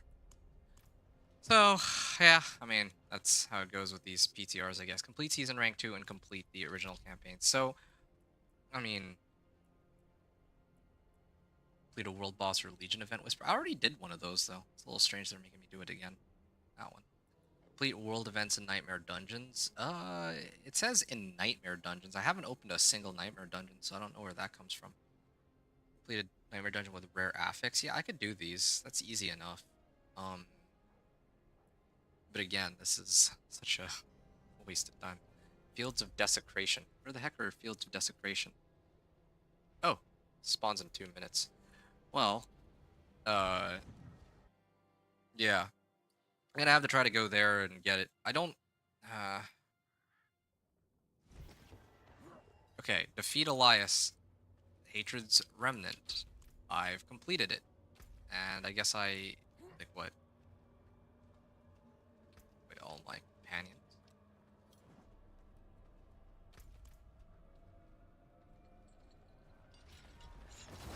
I'm just gonna bypass these guys and just see what's out there. If there's nothing there, then, I mean, I might have to just cheat the unlock for it, because, I wonder if it'll let us, if Emrak will let us cheat it in. I think I'm just gonna let Emrak cheat it in for me.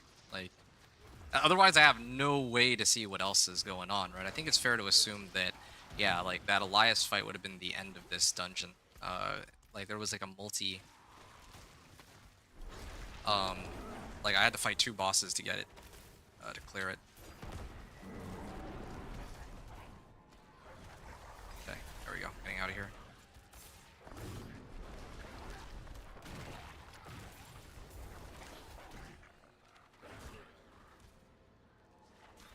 Okay, what is hitting me? I just want to get out of here. Because of this, this botched capstone dungeon. Yeah, I'm actually very disappointed. But I mean, I feel like that's something that should have been caught in an initial test. That's not the only place where I wasn't able to complete that either. Slay Asmodan. Okay, I'm gonna go there. Asmodan at Fields of Desecration. Again, I don't know. I'm guessing that this would be Fields of Desecration, because there's like a whole whisper attached to it. But here, let's see. I wonder how many... Here, let me go there and see what it is, because usually world bosses linger for about 2 minutes. So let me see what happens here. Let's start off with that. This is one reason why I... Oh, there we go. Fields of Desecration. Oh, okay.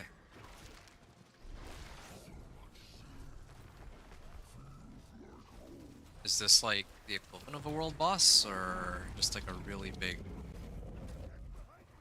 Yeah, okay, I can do damage to him. Okay, this isn't unreasonable.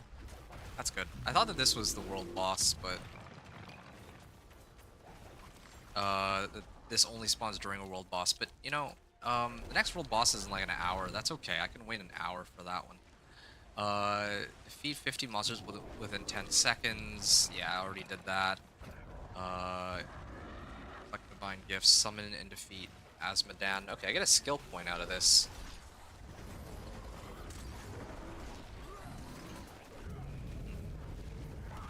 Yeah, I think just rushing 1 to 60 and then doing all this after is the way to go.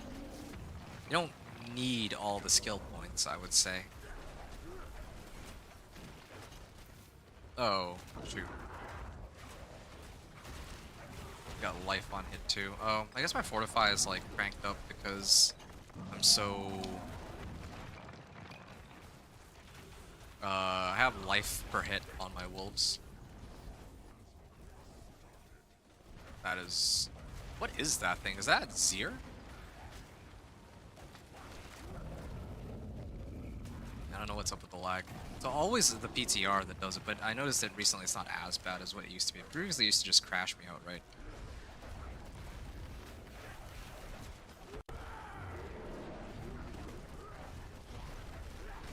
Okay. Yeah. So does he only spawn... Like, is he always here, or does he only spawn, like, during the world boss time? So that I'm not sure about. This is kind of cool, though, the way that this fight's laid out. I kind of like that. They've added, like, some pretty cool things. Like, they've cooked up a lot of cool stuff, I admit, that would get me playing, at least trying out next season. Nothing else.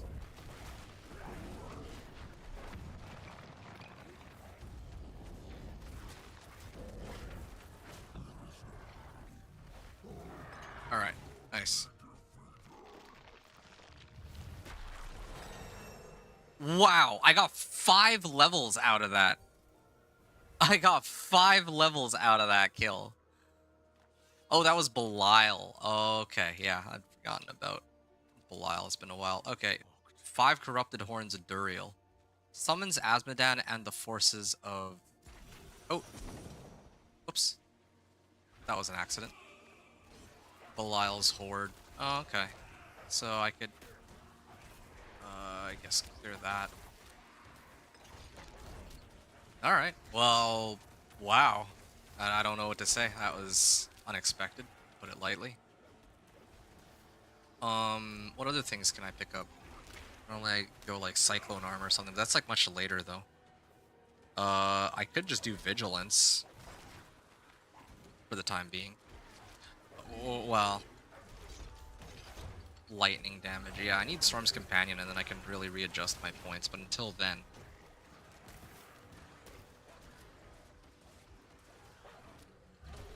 Shape-shifting in a new form. Yeah, I don't even need to really do anything here. Just waiting for him to show up. Actually, like, I could probably just level off of fighting Asmodan specifically at this point.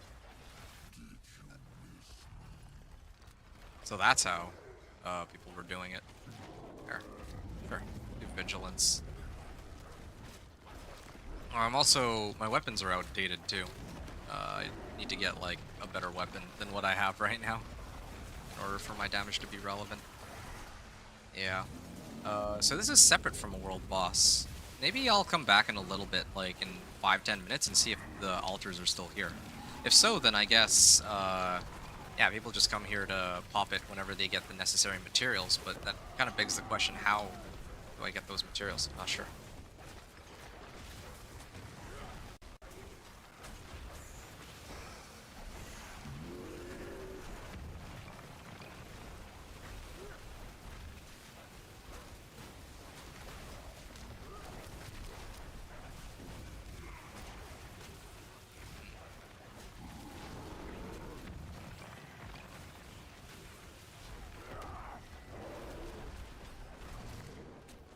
Okay.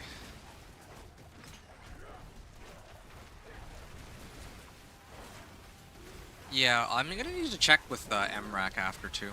Um, yeah, I don't know. Like, is it because I was able to open Asmodan up, but I have no idea how or why. I don't have any materials for opening him up either, so I have no idea what I did to pop him open. Oh, last wave shrines. Oh, corrupted tongue of Asmodan. Maybe I'll, yeah, maybe I will take it to Asmodan or Hadriel and see what he says about it. Yeah, I do like no damage to him anymore because I gained 5 levels and my weapon's not up to date. So I'm actually doing like uh, this weapon does 164 DPS. I think an updated weapon would be like 2.5 times that amount of damage. Like an extra 150% damage that I'm missing right now. So that's one of the reasons why this is taking as long as it is. I mean, it's still worth it. I'm gonna get like, if I get like 5 levels again. Wait, is this worth play Asmodan? It says this is worth 5 Grim Favors, but I already cleared Asmodan and I didn't get any Grim Favors. What the heck is going on there? I think that's also bugged. I'm gonna have to report that as well.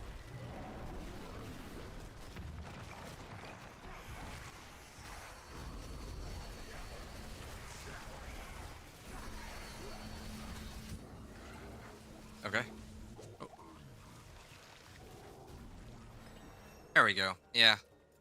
Asmodan, and I actually got 7, or I actually did get 5 Grim Favors out of that one. Yeah.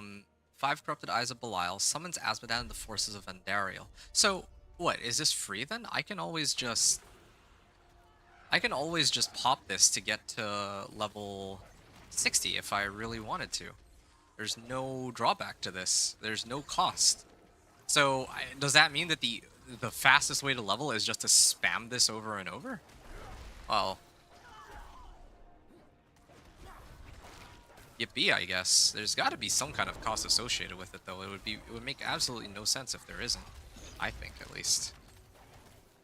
Corrupted Claws of Andariel. No, I'm gonna get out of here. Yeah, I can get the last bit of leveling up somewhere else. I could just run any Whisper. I could go slay Duriel if I want with my remaining materials. Yeah. Okay. Well, there you go. Level 1 to 60. Done in like under 4 hours. But that's not even because like I leveled super quickly, but because again they've readjusted all of like all the leveling. I thought it was gonna be like much tougher. I'm not complaining that it's not, but that's what I was expecting. Let's see. Sanctification stones, divine gifts. Never mind. Progression probably. Complete campaign in all strongholds. Unlocks whispers and the artificer's obelisk. I need capstone dungeons though. I need capstone specifically. Skill and paragon point rewards. Here, let's see. Wait, did it? Oh shoot! It gave me all of them. Oh, that's so dumb. Uh, okay. I unlock all torment tiers. I may actually have to unlock that because I thought that if I click this, then it will allow me to choose like skill and paragon point rewards or something. But now I'm gonna have to just backtrack. I'm just gonna have to backtrack which ones I haven't done, which is a little silly. So yeah, I'll go complete like an Undercity run or something. View on map. That's fine. Complete Hellish Descent. Okay. So Unseen Awakening. I have to clear Pit Tier 15. So very interesting to note that this Torment 1 Conquer Pit of Artificer Tier 10. 25, 40, and 55. But here it's 15, 15, 30, 45, and well, I guess this one onward is just 60. So there's 5 capstone dungeons that are just tied to the ranks themselves. That's not as exciting, I think, as actually unlocking the actually unlocking the difficulties themselves. But I also do think that these capstone dungeons are a bit tedious. They take like a lot longer than they should, in my opinion. Well, yeah, that's the way I see it. All right. So I had 4 skill points though. Let me just. How much have I? I mean, if I refund all. Oh yeah, I just need one more. Okay, so I think let's just say, I don't know, 65 points. I don't know. I don't want to calculate it. I can't. I don't want to have to compensate for their for this bug. It's a little silly. And I mean, I'll probably end up running all of these quests anyway, but I did get all the Paragon points. But Paragon points are easy. I just had to subtract 28. It's easy enough. I know that. I calculated how many Paragon points I'm supposed to get. And I'm supposed to have none right now, but later I'm supposed to get more. Right. Okay. So I cleared Asmodan, Lord of Sin. I can... Oh, actually, I should be turning these in only when I get to level... Like, I should be redeeming these only when I get to level 60, because that's when I'll get, like, the rewards scaled up to my level. Are these all level 50s still? Where's all the, like, where's all the other, like, loot I'm supposed to get? Okay. This is so strange. Okay, so, by all boosts, crafting of materials, so no to this one. Crafting of materials, equipment, paragon, progression. And I may have to just turn this one in. Yeah, I mean, it's not like I was really testing strongholds here anyway. I kind of wonder, though, how good strongholds are. I'll probably test that, too. Gotta make a note for myself to run strongholds with my barbarian later as well.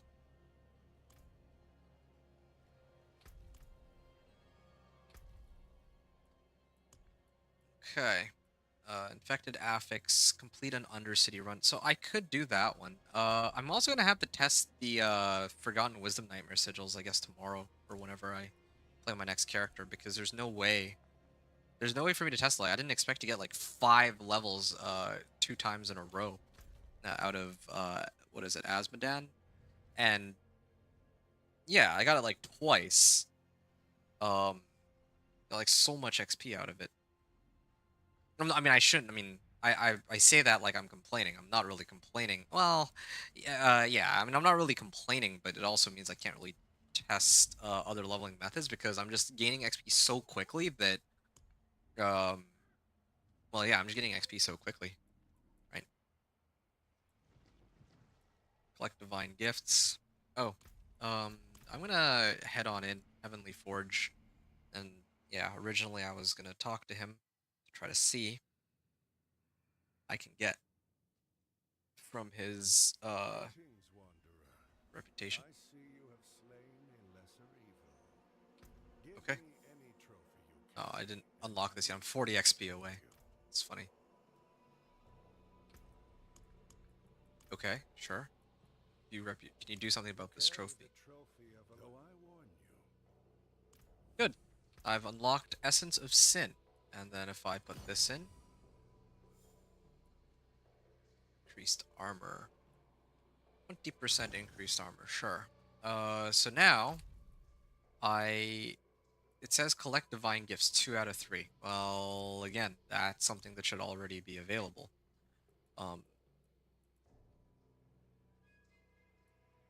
unless it's saying that I need to get some of the other gifts, but that doesn't make much sense either.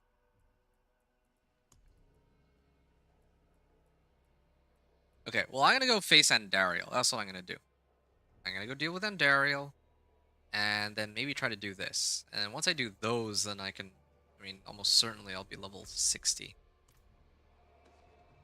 I don't even know.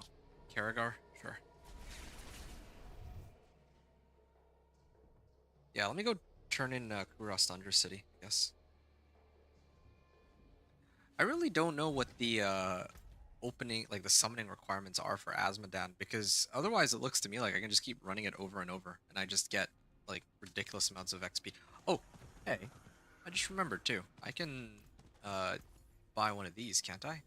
Yeah, there you go. I can get like much stronger, better weapons. And the funny thing about these ones is that they are uh even just one of these one-handers is more damage than my weapons. So if I put them together, right?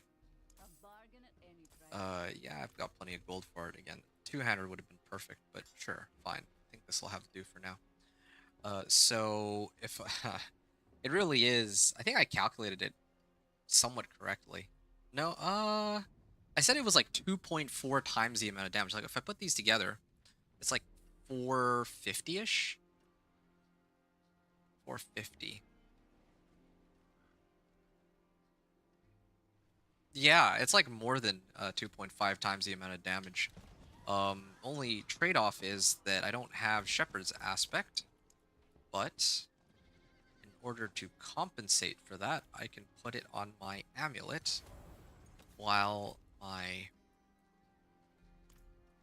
ring can get Aspect of Retribution. And then on these weapons, I can put chance for wolves to deal double damage. I don't really care what the percentage roll is here. Between 15 and 17.5, it's not a really big deal in this case. Okay. So now I'm in a much better position to go and take on the portal here. I just realized one other thing. Let me check the season journey. I think there's one that requires me to do Legion events. Yes? This is for world events. That's in Nightmare Dungeon. That's for rares, so yeah, I don't think I care about any of those. Um, have I not defeated? Oh, on hard or higher. Oh, okay.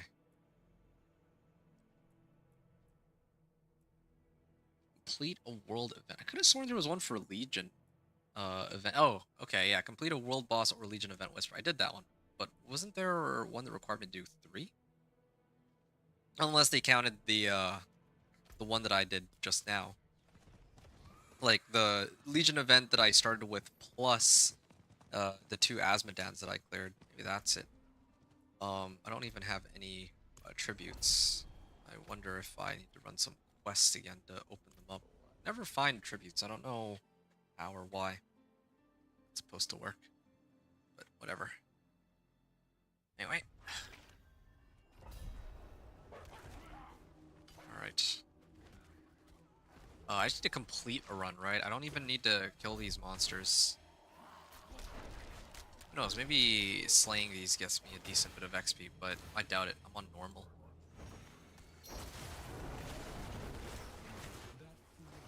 Oh, there she is. At least I do a lot more damage than before. It's the one upside to it. Hadriel's Divine Missive. Seasonal tasks. Is it this one? Oh yeah, I gotta complete the Undercity run.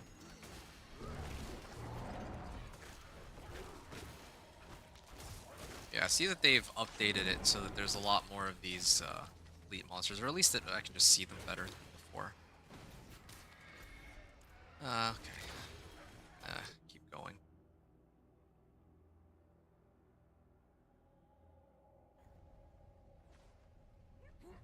Yeah.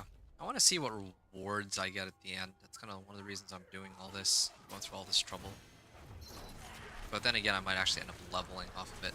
I don't know. It's like hard to test everything on this first character. With my Thorn's Barb, it should be a little easier.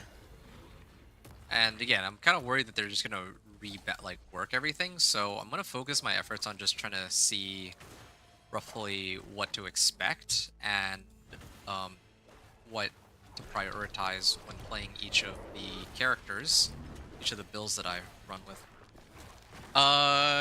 29 Paragon levels gained from killing a world boss on Benedin. I just saw Immortalized do it. Yep. I mean, I got 5 levels from killing Asmodan just now, so that sort of tracks. I don't... These XP values are kind of crazy. Like, I'm pretty sure they're gonna there's no way they're gonna leave it the way it is. I think this is like a little too much. Like, I gotta be honest, as cool as it is to level this quickly, I don't think they're gonna keep it the way it is. So that's one of the reasons why I think it's not really. There's no point in me trying to keep track of all the individual XP values, since they're likely gonna just adjust everything anyway, is my guess.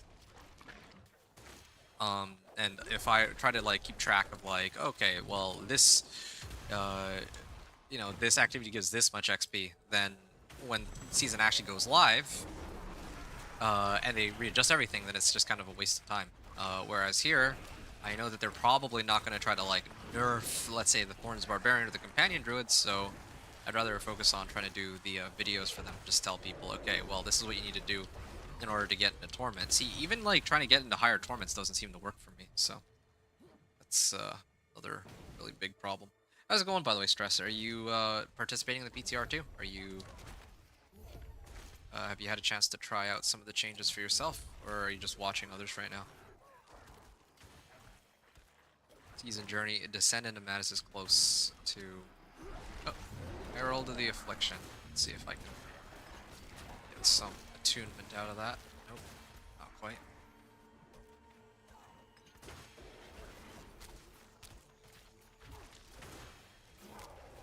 Descend into Madness. Close to finishing. Just gotta get through this last bit. No, on Xbox? Right, I see. Hold on a second.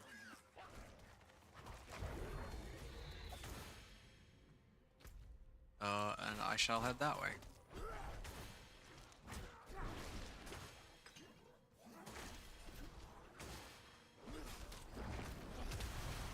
There. I'm heading on out.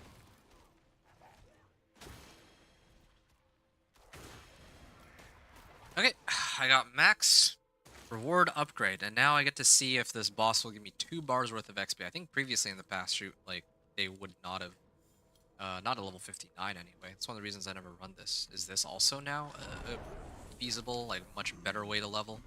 Let's find out. Yeah, okay, it's still pretty pathetic. Good to know. Okay, but I mean, I got pretty close. I can get the remaining bit of XP, like, no problem. And I got orbs. Wait, nope, those gave me, like, nothing. Alright. Well, in that case, at least I got some two-handers. Oh, there we go. 153 life on kill. That's a big help. Shred. Physical resistance. Yeah, that's a pretty big boost there. Crit chance, yes. It's another upgrade. Yeah, this is a pretty big upgrade over what I'm currently running. Hey, this is alpha aspect. Oh, that's a big help. I'm gonna make some adjustments in a second. Yeah, I'm gonna salvage that one. And I got a bunch of sigil powder. This leads to Heavenly Forge. Pretty much everywhere leads to the Heavenly Forge. But, anyway. Ranking cash. Okay, so then the last place I'm gonna go is, in the Helltide. And I think that just so I can complete this... Wait, no. This is for capstone rewards.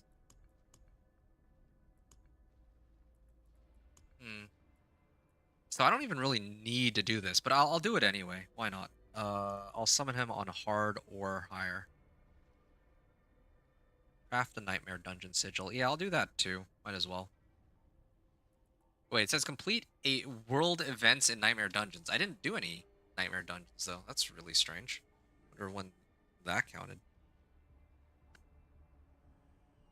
Okay.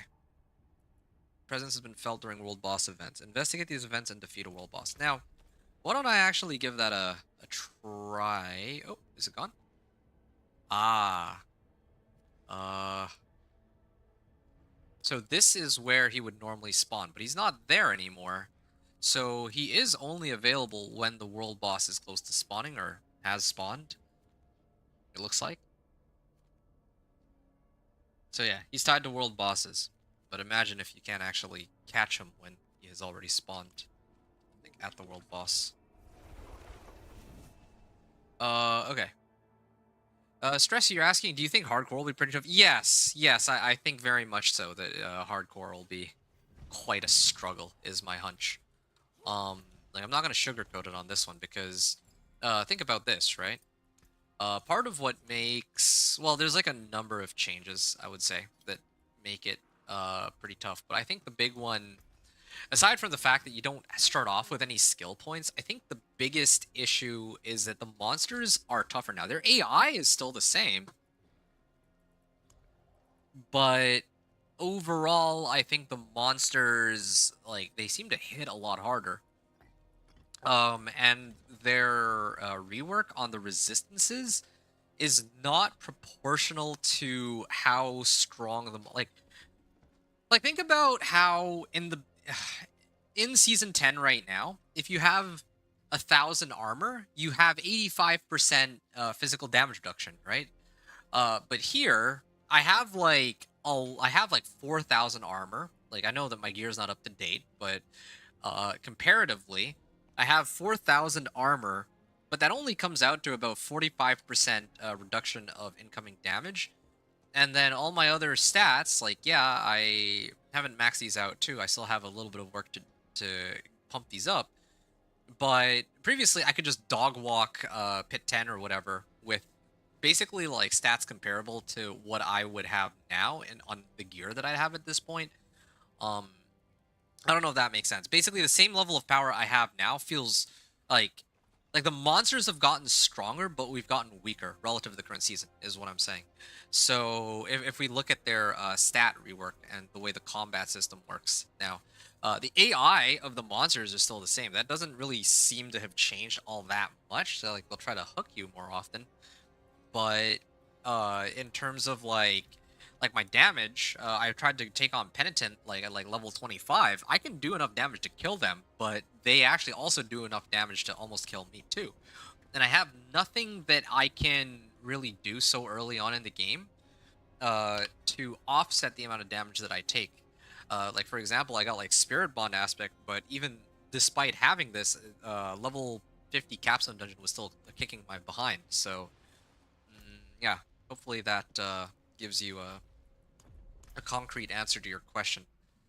Uh, because in current season, it's feeling a lot easier. Oh, I can actually go and take on Asmodan if I want. I guess like what? I can just keep doing it over and over. Do I not need any materials for it? I wonder.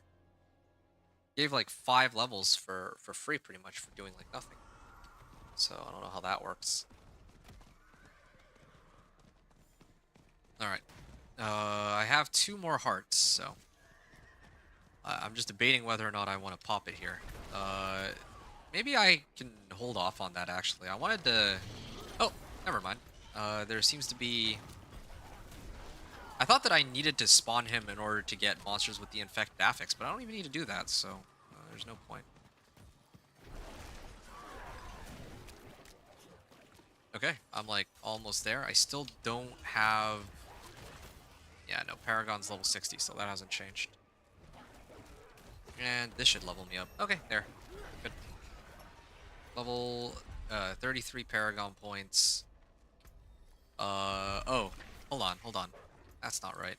Why do I have 33 Paragon points? Previously, I only used to start with 28.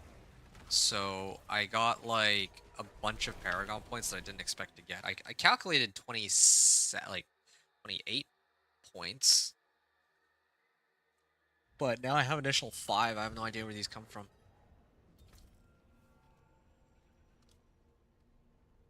These guys are saying I leveled from 1 to 60. It felt more difficult, better than before.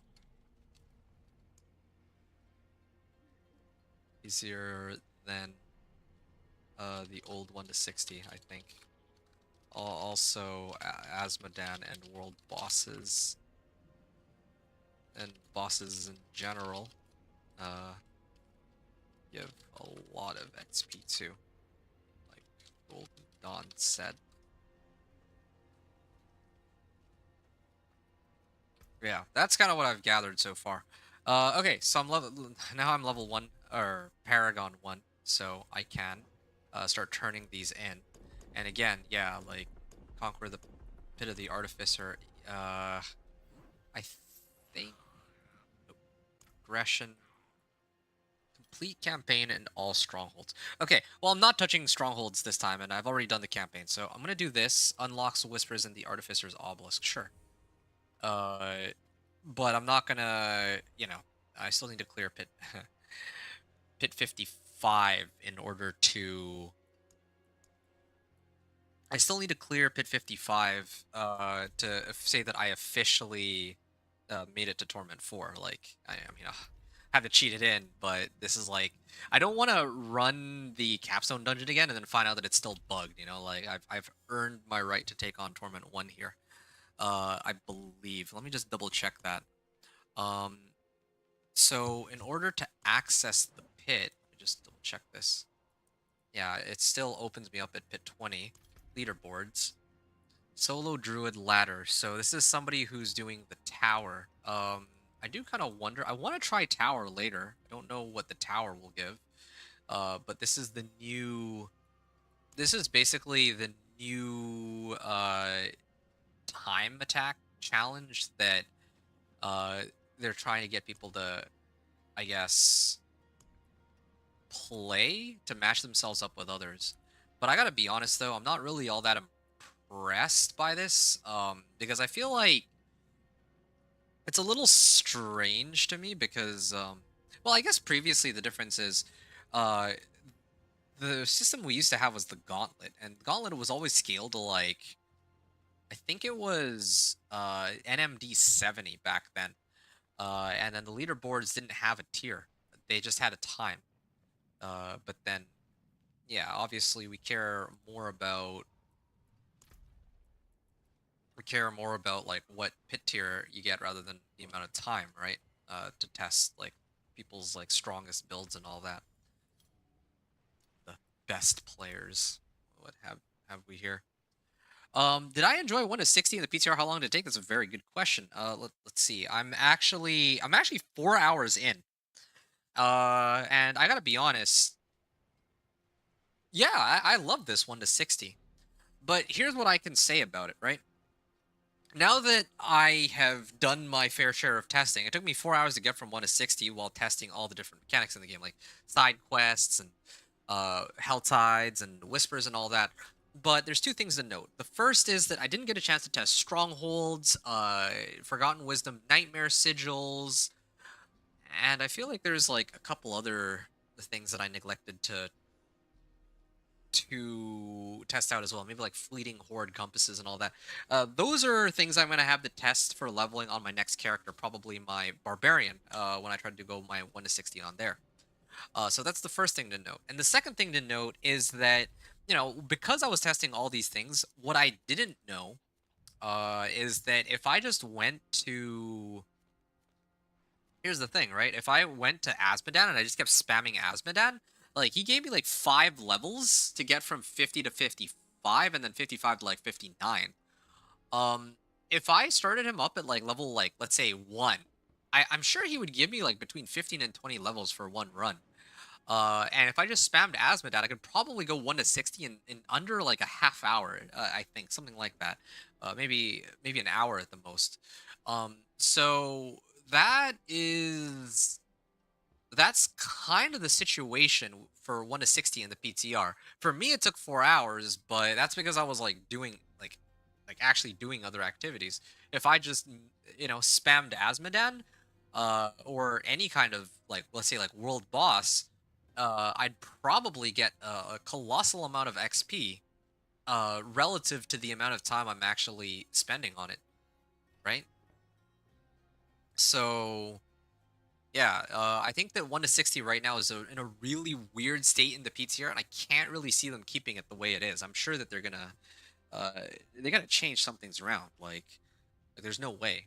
Like there's actually no reason to do any other activity aside from Asmodan right now or bosses, because like I mean even like Vessel of Hatred campaign leveling is pointless now. I used to be able to run it, to get 1 to 60 in maybe like 4 hours or something, right? as a comparable method to, you know, me doing Rispers and Helltides, that makes a lot of sense. But compared to Asmodan, that's a little strange. And I gotta try Strongholds too, because if Strongholds also can give like 7 or 8 levels per clear, like Asmodan can, then well, yeah, there it completely shifts the whole leveling dynamic.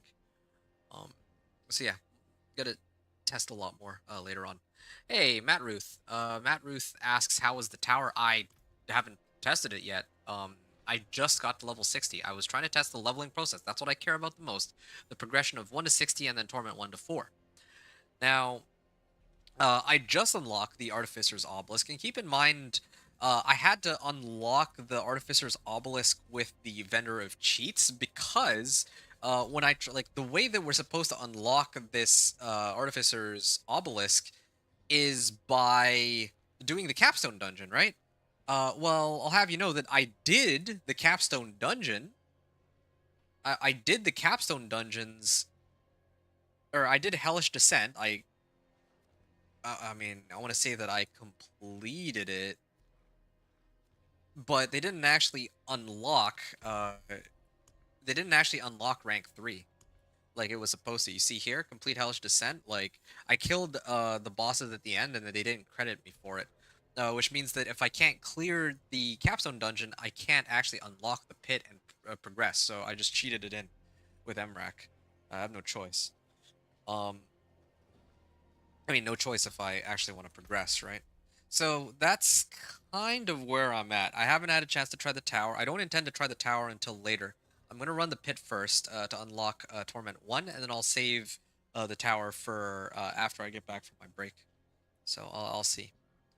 Okay, so now that I'm level 60, it's time that I actually turned in some of these rewards. Uh, I should probably, well, I guess I can't really hold off on skill points. Maybe I can, actually. Guess I don't really need the skill points, at least not on this character, but maybe on other characters I could use them. Ranking cash. Excellent fight. 6 million gold gloves. Alright, willpower, max life, vulnerable damage, and shadow resistance. Yeah, that's looking pretty good. So I'd probably throw that on. Yeah, sure. And what's my armor stat at now? Yeah, it's still only at 45%, right?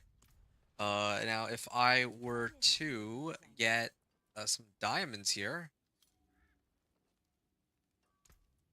yeah, sure, I'll get one more.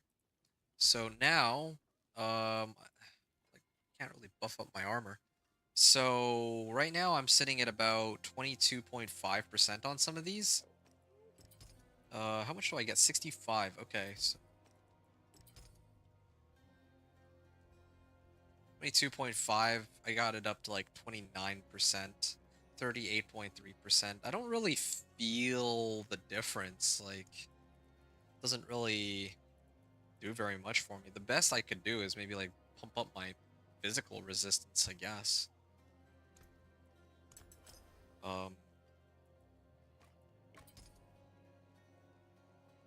45. 38.3. Whoa. That is actually a very big difference. If I use single like gems that are just for one resistance. Yeah, but then I lose out on resistances everywhere else is the problem. Alright. Well, that's that. I can actually start switching up my gear now. At least I don't need 750s across the board anymore to really function. Yeah, I mean, how many obols do I have? I have 562 obols. No. I'm gonna go back to the den. And I'm actually going to start up the bartering. And seeing what I can get out of all that. Oh, I can actually get this. Uh, resource aspects, pale marks, and field of languish. Card control effect.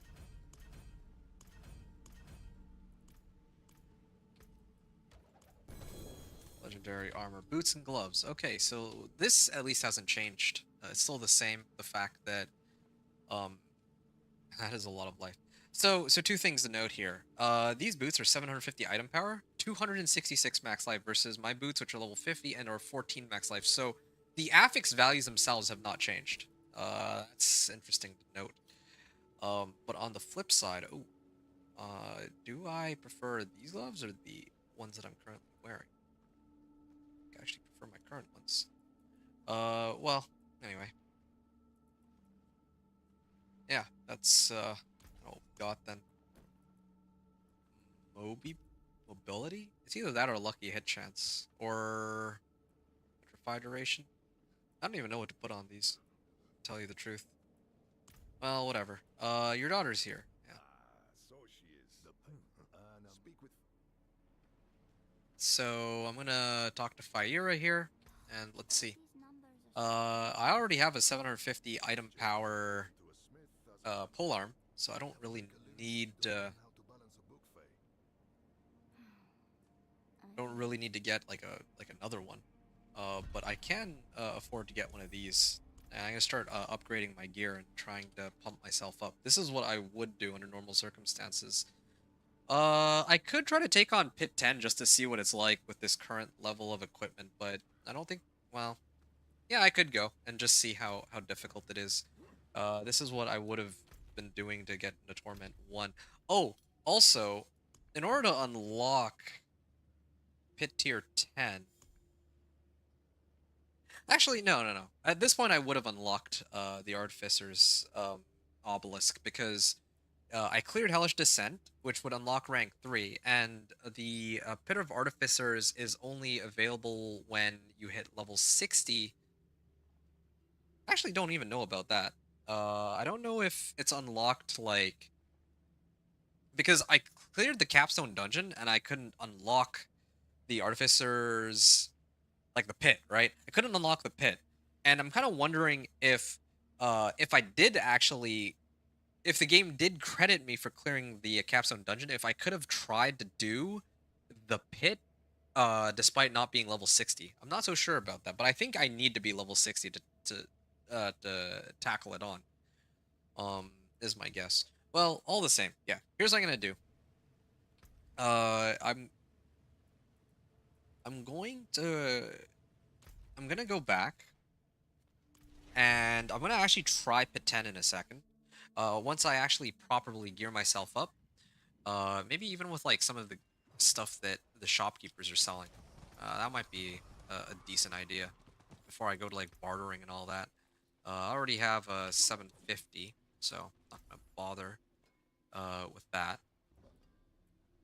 Sure, why not? Um, 89 life on kill. Well, this one has max life. Yeah. Sure. What is this? I'm gonna salvage a Spirit Bond aspect, so that'll unlock it for good.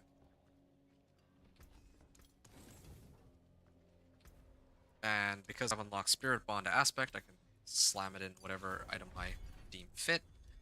Okay, so 725. I'll put this on. I think this is okay for now. So this is like... This isn't even like the best of gear that I can get right now. This is just what I have. Oh, I have this Ancestral boots. I totally forgot about these. I'd like to throw those on, but I'll maybe save those for a little later.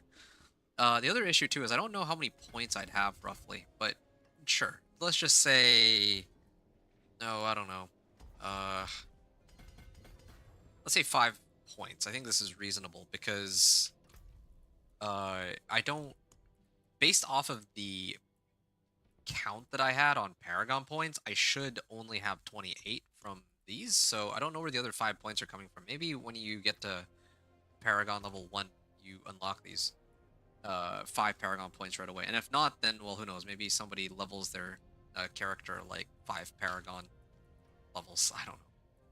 So, max life. I don't think I really need max life anymore. I think I'll go for crit damage now. I think it's about that time. I have wariness, pack leader, overload. These are all fine. Yeah, I feel like this is okay. Oh, except for the pole arm. I take it back. Earlier I said I didn't really need to get a different pole arm, but I actually do. Because the other pole arm was actually 750 and mine's is 730. That makes a pretty decent difference, I'd say. That's the only thing that I need 750. Okay, restock supply for free. Maybe I could have done the resource cache. Okay, so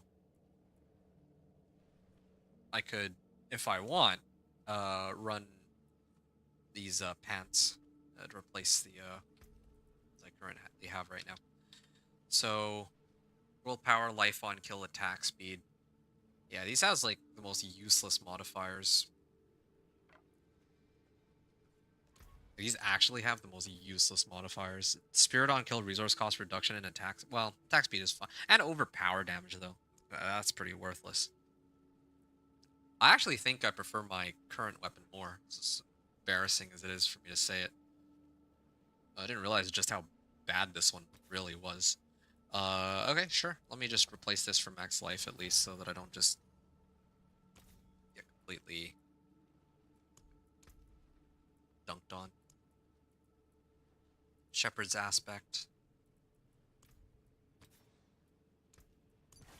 Alright, there.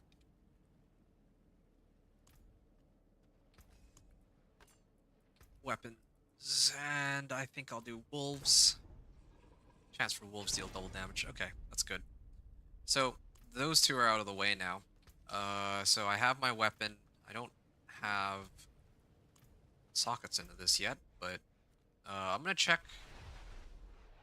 I'm gonna check to see if they've adjusted anything for jewelry when it comes to on weapons, because otherwise I don't think I care too much. Well, actually, maybe I could use a bit of extra damage. I don't really have that many like damage modifiers after all. Vulnerable, overpower, crit strike, ultimate, damage over time. It's still the same. Life on kill is basic damage, and my own. My crit chance is 31%, and I don't really have a way to apply vulnerable right now, so I think I'll just go with. If anything, I would just do 2 of these. Add socket. I think it should be fine. It's not that expensive. 2 of these, and then I'm gonna put on a whole bunch of additive damage modifiers, and I'm gonna try to take it on. I think this is like the bare minimum of what I would need. That is a lot of veiled crystals. Do I have damage on this? I do, actually. Oh, yeah, I gotta be careful about that. If I try to upgrade an item, jewelry that is already legendary, then it actually costs more. In fact, yeah. Oh, I just realized, too, this ring. If I put this on, then, I get alpha aspect. Okay, hold on. I just want to see if it's even possible to tackle this on. Complete season rank 2 and complete the original campaign. What? I'm so confused. I just... Wait, what? Progression... Okay, unlocks Whispers and the Artificer's Obelisk. They won't even let me keep the, Artificer, like this thing open. Okay, there we go. The Pit Tier 10. Alright, let me, attempt this and see what happens. Let's start with that. I'm not even really running any elixirs and incense. I should. I wonder what the elixirs and incense do now, actually. Very curious. I also like that we don't really... There's no materials for it anymore. Draw Belial. Oh, okay. I can still one-shot these guys. They're still very easy to kill here. Even without having all the upgrades that I would have been a lot more comfortable having. And I feel a lot squishier, too. Previously, going into this, I was like... effectively immortal. But apparently that's not the case. Also, yeah, this is taking a while. Betraying Eyes. Yeah, I don't know why this is taking so long compared to... Yeah, I'm gonna be able to clear this, but it's not like I'm gonna be able to dog walk it. Yeah, I don't like that I'm so behind. Yeah, okay, I'm like well ahead of the curve. That's what I wanted to know. But If I upgrade everything into 750s, I could probably clear this. And this is like a first character's progression, so it's pretty reasonable to assume that I can get access to all this too. But yeah, that's good to know. Same thing with the Paragon points. I'm a little skeptical on how that's supposed to work. But again, like I think it's fair to just have 5 Paragon points. It's no big deal. This is where I'm supposed to start opening up Paragon points, but that's not until a fair bit later. Fleet Artificers um, hit there. Complete the following seasonal tasks. So this would be the next. Well, I would need to do these, or I'd want to do these. I'd want the Paragon point. But actually, no, the fastest way to progress through the game in its current state is to just keep leveling. Just spam world bosses and then get Paragon points that way. Like, why would we need to run the season journey for like 1 Paragon point when one world boss can already give you like 29 Paragon points? That makes no sense. But anyway, okay, sure. Uh, Rich scrap, refined materials. Oh, yeah, here. So we can actually convert our lesser materials into veiled crystals and our veiled crystals into any of these other ones now. So that's a that's a good change. I'm glad that they let us do that. They seem to overhaul that whole system, though, as it stands. Angel breath, all stats by 60. That hasn't changed. Life, that hasn't changed. Increases resistance to all elements by 5%. So this is what I am genuinely curious about. Like, if I pop this right now, does it even really do anything? Like, does it? Because so far I haven't actually. Anytime I activate this, it doesn't do anything. Nah, whatever. I'll just pop it with the other ones later. Redamine buzz. Uh, Spiral Morning, and I noticed that I also don't have nearly as many herbs as I'm accustomed to having, probably because I've progressed through the game so quickly in comparison to how it normally goes. Alright, well, yeah, that's kind of what it's looking like right now.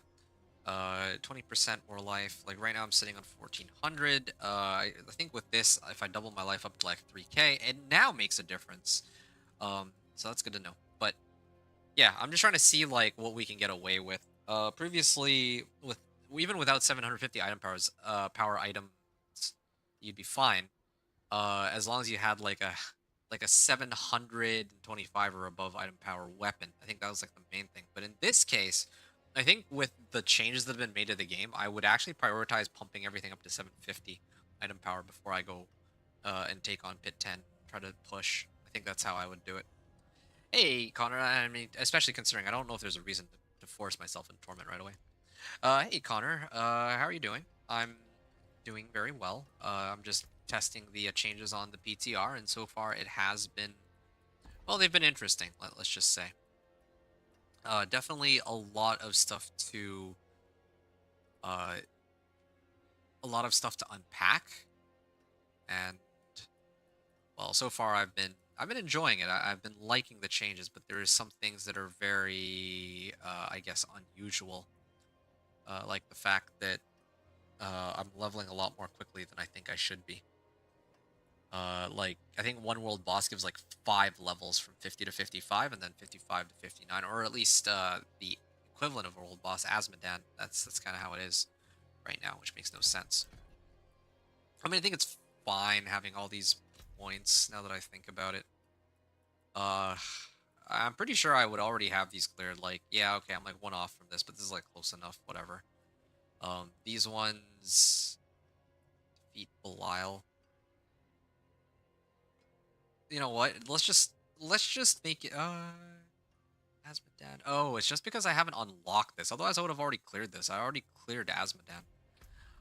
Yeah, okay. Let's just assume that I have all my skill points. I think that's reasonable. I probably would put all my skill points into these anyway. A Resonance, Natural Disaster, and Defiance. And I need Storm's Companion to really make those work, but that's usually where they belong as it stands. So, whatever. In fact, I might as well just toss them now.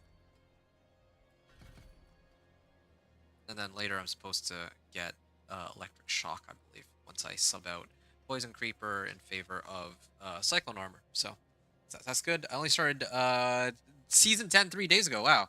You haven't had a chance to play, so you're really behind. Okay. That's good to know. Yeah, Season 10's actually, I would say that it's a good season, but it's probably the season that I played the least in recent. memory, just because like I was able to get through it pretty quickly. So you're starting a little late, but that actually works out in your favor because there's like so much like you can catch up very quickly because again, there's not really anything too crazy that they've done that would, you know, where you'd be like really behind. Oh, crit chance. Uh, all like all resistances would be helpful too, but what? Let's ignore that for now. 340 life per 5. I feel like I'm okay. I can skip that in favor of max life. Yeah, max life is most important right now. Uh, yeah, what can I sub this out for? Hoping for armor or something. Good. Physical resistance, why not? So yeah, physical resistance is still the most important. I don't know what to do about armor though. Like I feel like armor is such a it's kind of an awkward stat because 3 minutes. All right. I also try to do world boss. World boss would give me a whole bunch of Paragon points. I might actually do a world boss. Yeah, in a little bit. But I'm gonna go to the den first. Yeah, I'm Paragon level. Well, I mean that doesn't really look good for the video though. I think I'm gonna skip this world boss actually. Okay. And yeah, I have 84 of these. Staff. Alright. Defensive. Yeah, like 10 to 15 life at this point is like nothing. I think even armor is not very helpful here either. I might have to just hold off on trying to adjust anything on this. I also noticed they got rid of dodge chance as an available modifier too, from the recipes.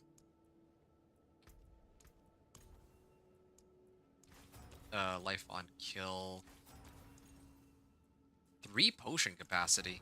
Now that is quite interesting. Wait, what? I selected 3 potion capacity and then it rolled into 1. Okay, well, it's interesting. Have a decent bit of gold, so life on kill. Ah, why not? Sure. I was hoping for, I don't know, armor or resistance to all elements, but this will have to do. This is better than what I had before, so whatever. 725, 750. Okay, so I've already re-rolled these. What about my boots? Okay, my boots are good too. Weapons fine. I have now jewelry. Ah, yes. And then this ring.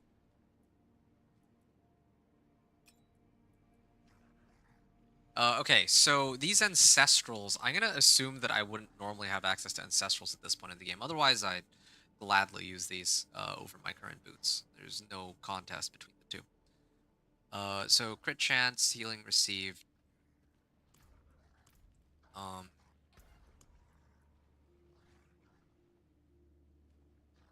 I think I will temper.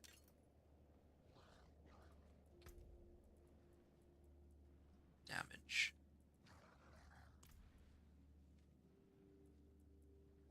Oh no, I don't have enough. I don't have enough materials. Not enough abstruse sigils. It's okay. I don't need to roll anything on these anyway, I guess. Yeah, I don't really need to. Alright. Let's see. Get rid of healing received. Willpower, yeah, sure. Willpower, max life. Whatever else have we here? Healing received. Same thing. Willpower. Sure. Okay. I think that's really about it. I don't know if there's anything else I need to adjust. Everything is close to the right item power. Now I just need to socket everything and then put whatever I deem fit. And I guess I'll get going. Problem is I don't understand the blue armor. You mean the chaos uniques? The chaos uniques, well, what's there to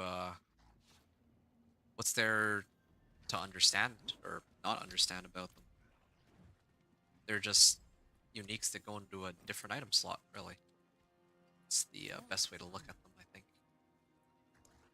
Okay, I'm gonna get 2 sapphires here. Wait, no, I already have these. What other runes can I use? Okay, not very useful. The other ones.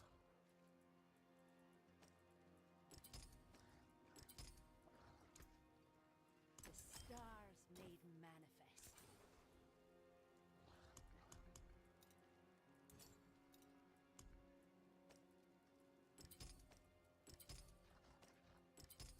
Okay, these all go in. And, oh, there is one other thing I am neglecting, though. I still have these, and I gotta put, well, yeah, I gotta put these somewhere. Okay, and then add a socket here, abstruse sigils, whatever, sure. Color and brilliance.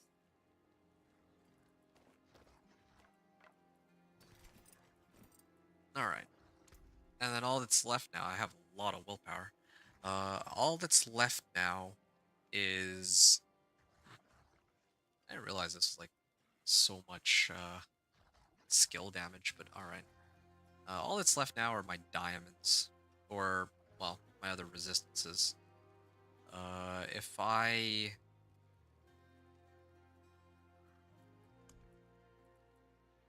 For example, if I tried to do 450 physical resistance, yeah, I only got like 7% out of it for physical resistance, so I think I'm just gonna do diamonds. Diamonds across the board. This is... I think what'll work out best for me. Here you are. So 25.5, and then if I put these in, I'm up to 31.5, so I got like 6% out of those. Yeah, there we go. About 8% resistances. You're missing a good amount of gems that would actually boost me up some damage a lot, but I'm kind of soft capped. You don't do enough damage to hard con to get better gear. Well, where are you now, Connor? What's your, like, what level are you? Or what Paragon level are you? And what kind of content are you trying to take on? And then now if I wanted, I could actually throw on Tempers, but I don't think I really need them, so I'm just going to hold off on that for the time being.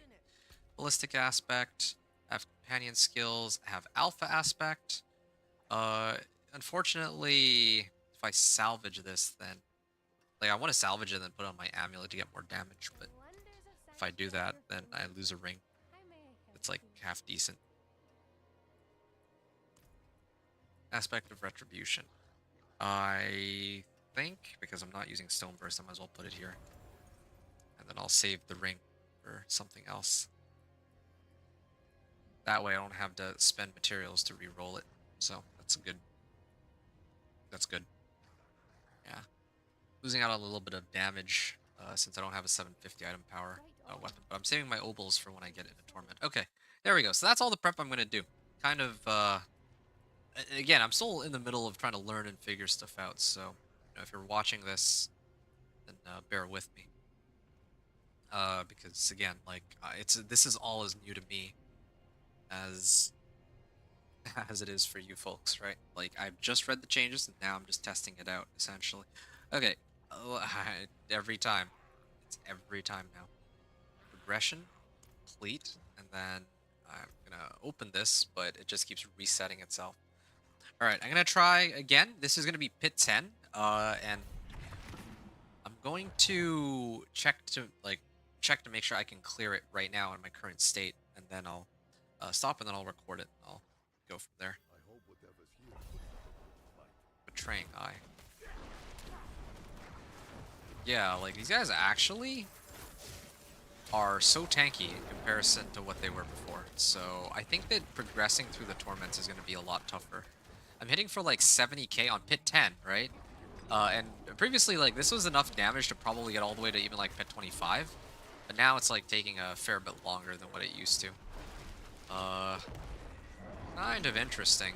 So getting to level 60 is the easy part, but now getting to, like, Torment might take a fair bit longer if you're gonna try to push right from the get-go. Like, I probably need to get more Paragon points. If I made to, like, Paragon 30 by doing, like, a world boss or two, um, then I think that would be a lot faster than trying to force myself into Torment right now. Yeah.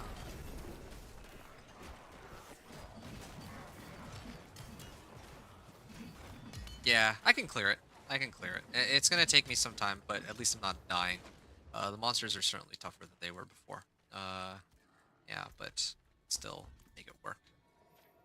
And I gotta take on the boss, and I unlock Pit.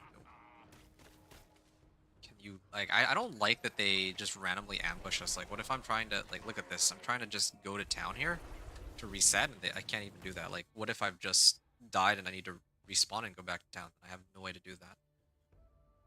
Paragon 109. Oh, okay. I have random gear on with the assets I need, but no gems whatsoever. Uh, you have no gems? You can't even run like flawless, like chip gems or something? That would still be a big help. Like, what, 9% or 18%? Like, just little boosts here and there. You wrote, I have no keys to do hordes either, and pits aren't dropping you what you need. Okay, now that is tough luck. You have no keys to do hordes. Yeah, well. Usually I just grind on Torment 1 and it's okay. Like, usually if you can't clear Torment 1 even, that there's something seriously wrong. Like, at least in in the current season.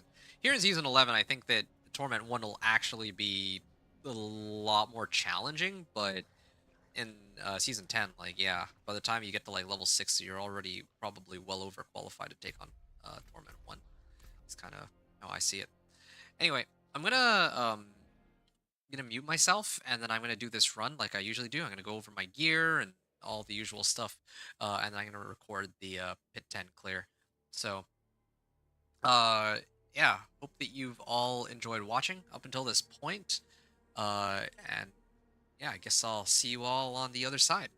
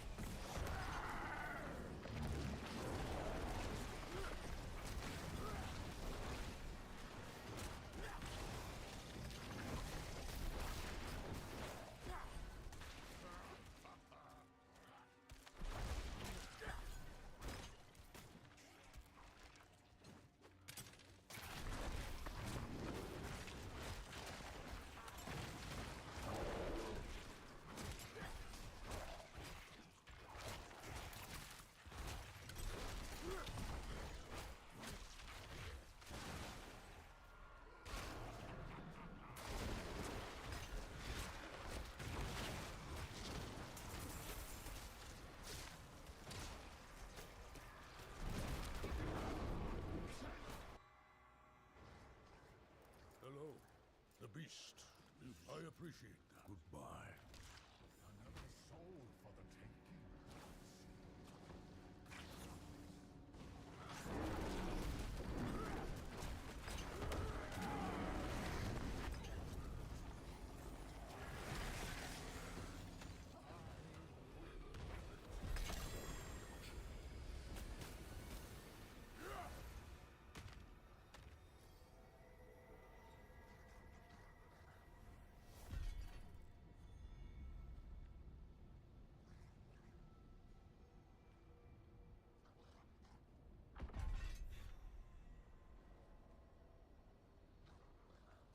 Okay, perfect. That takes us pretty much right up to the 5 hour mark. I will at this point be taking a breather.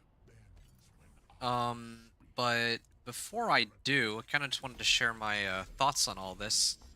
And I also need to go into the Heavenly Forge and see what's up with that because they said that, oh yeah, you have a chance to do something with the Heavenly Forge. So I'm gonna go there and quickly see if I can upgrade one of my items. Maybe I'll upgrade my Ancestral Legendary.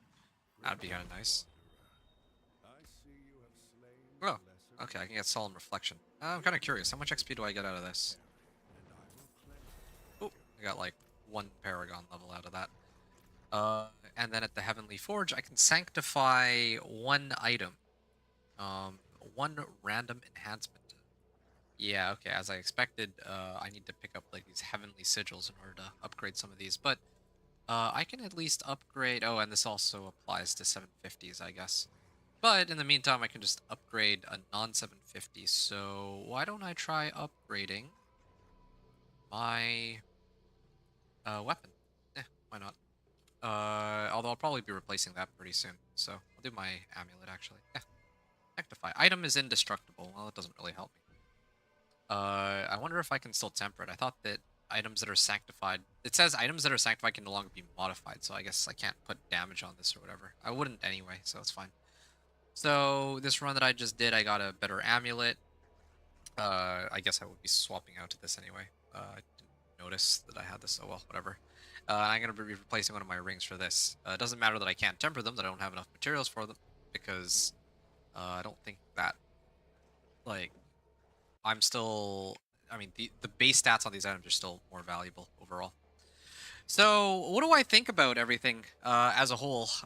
So far, I find the changes very intriguing. I also noticed that during the pit run, I did hit a couple -9 like trillion or billion or whatever that value was. So there's definitely some bugs going on with the damage calculations because I think they've readjusted the way combat works. Right? I don't know what triggered it, but yeah, I'm hitting for infinite damage sometimes. And I remember some people were citing something similar with their Dance of Knives rogues.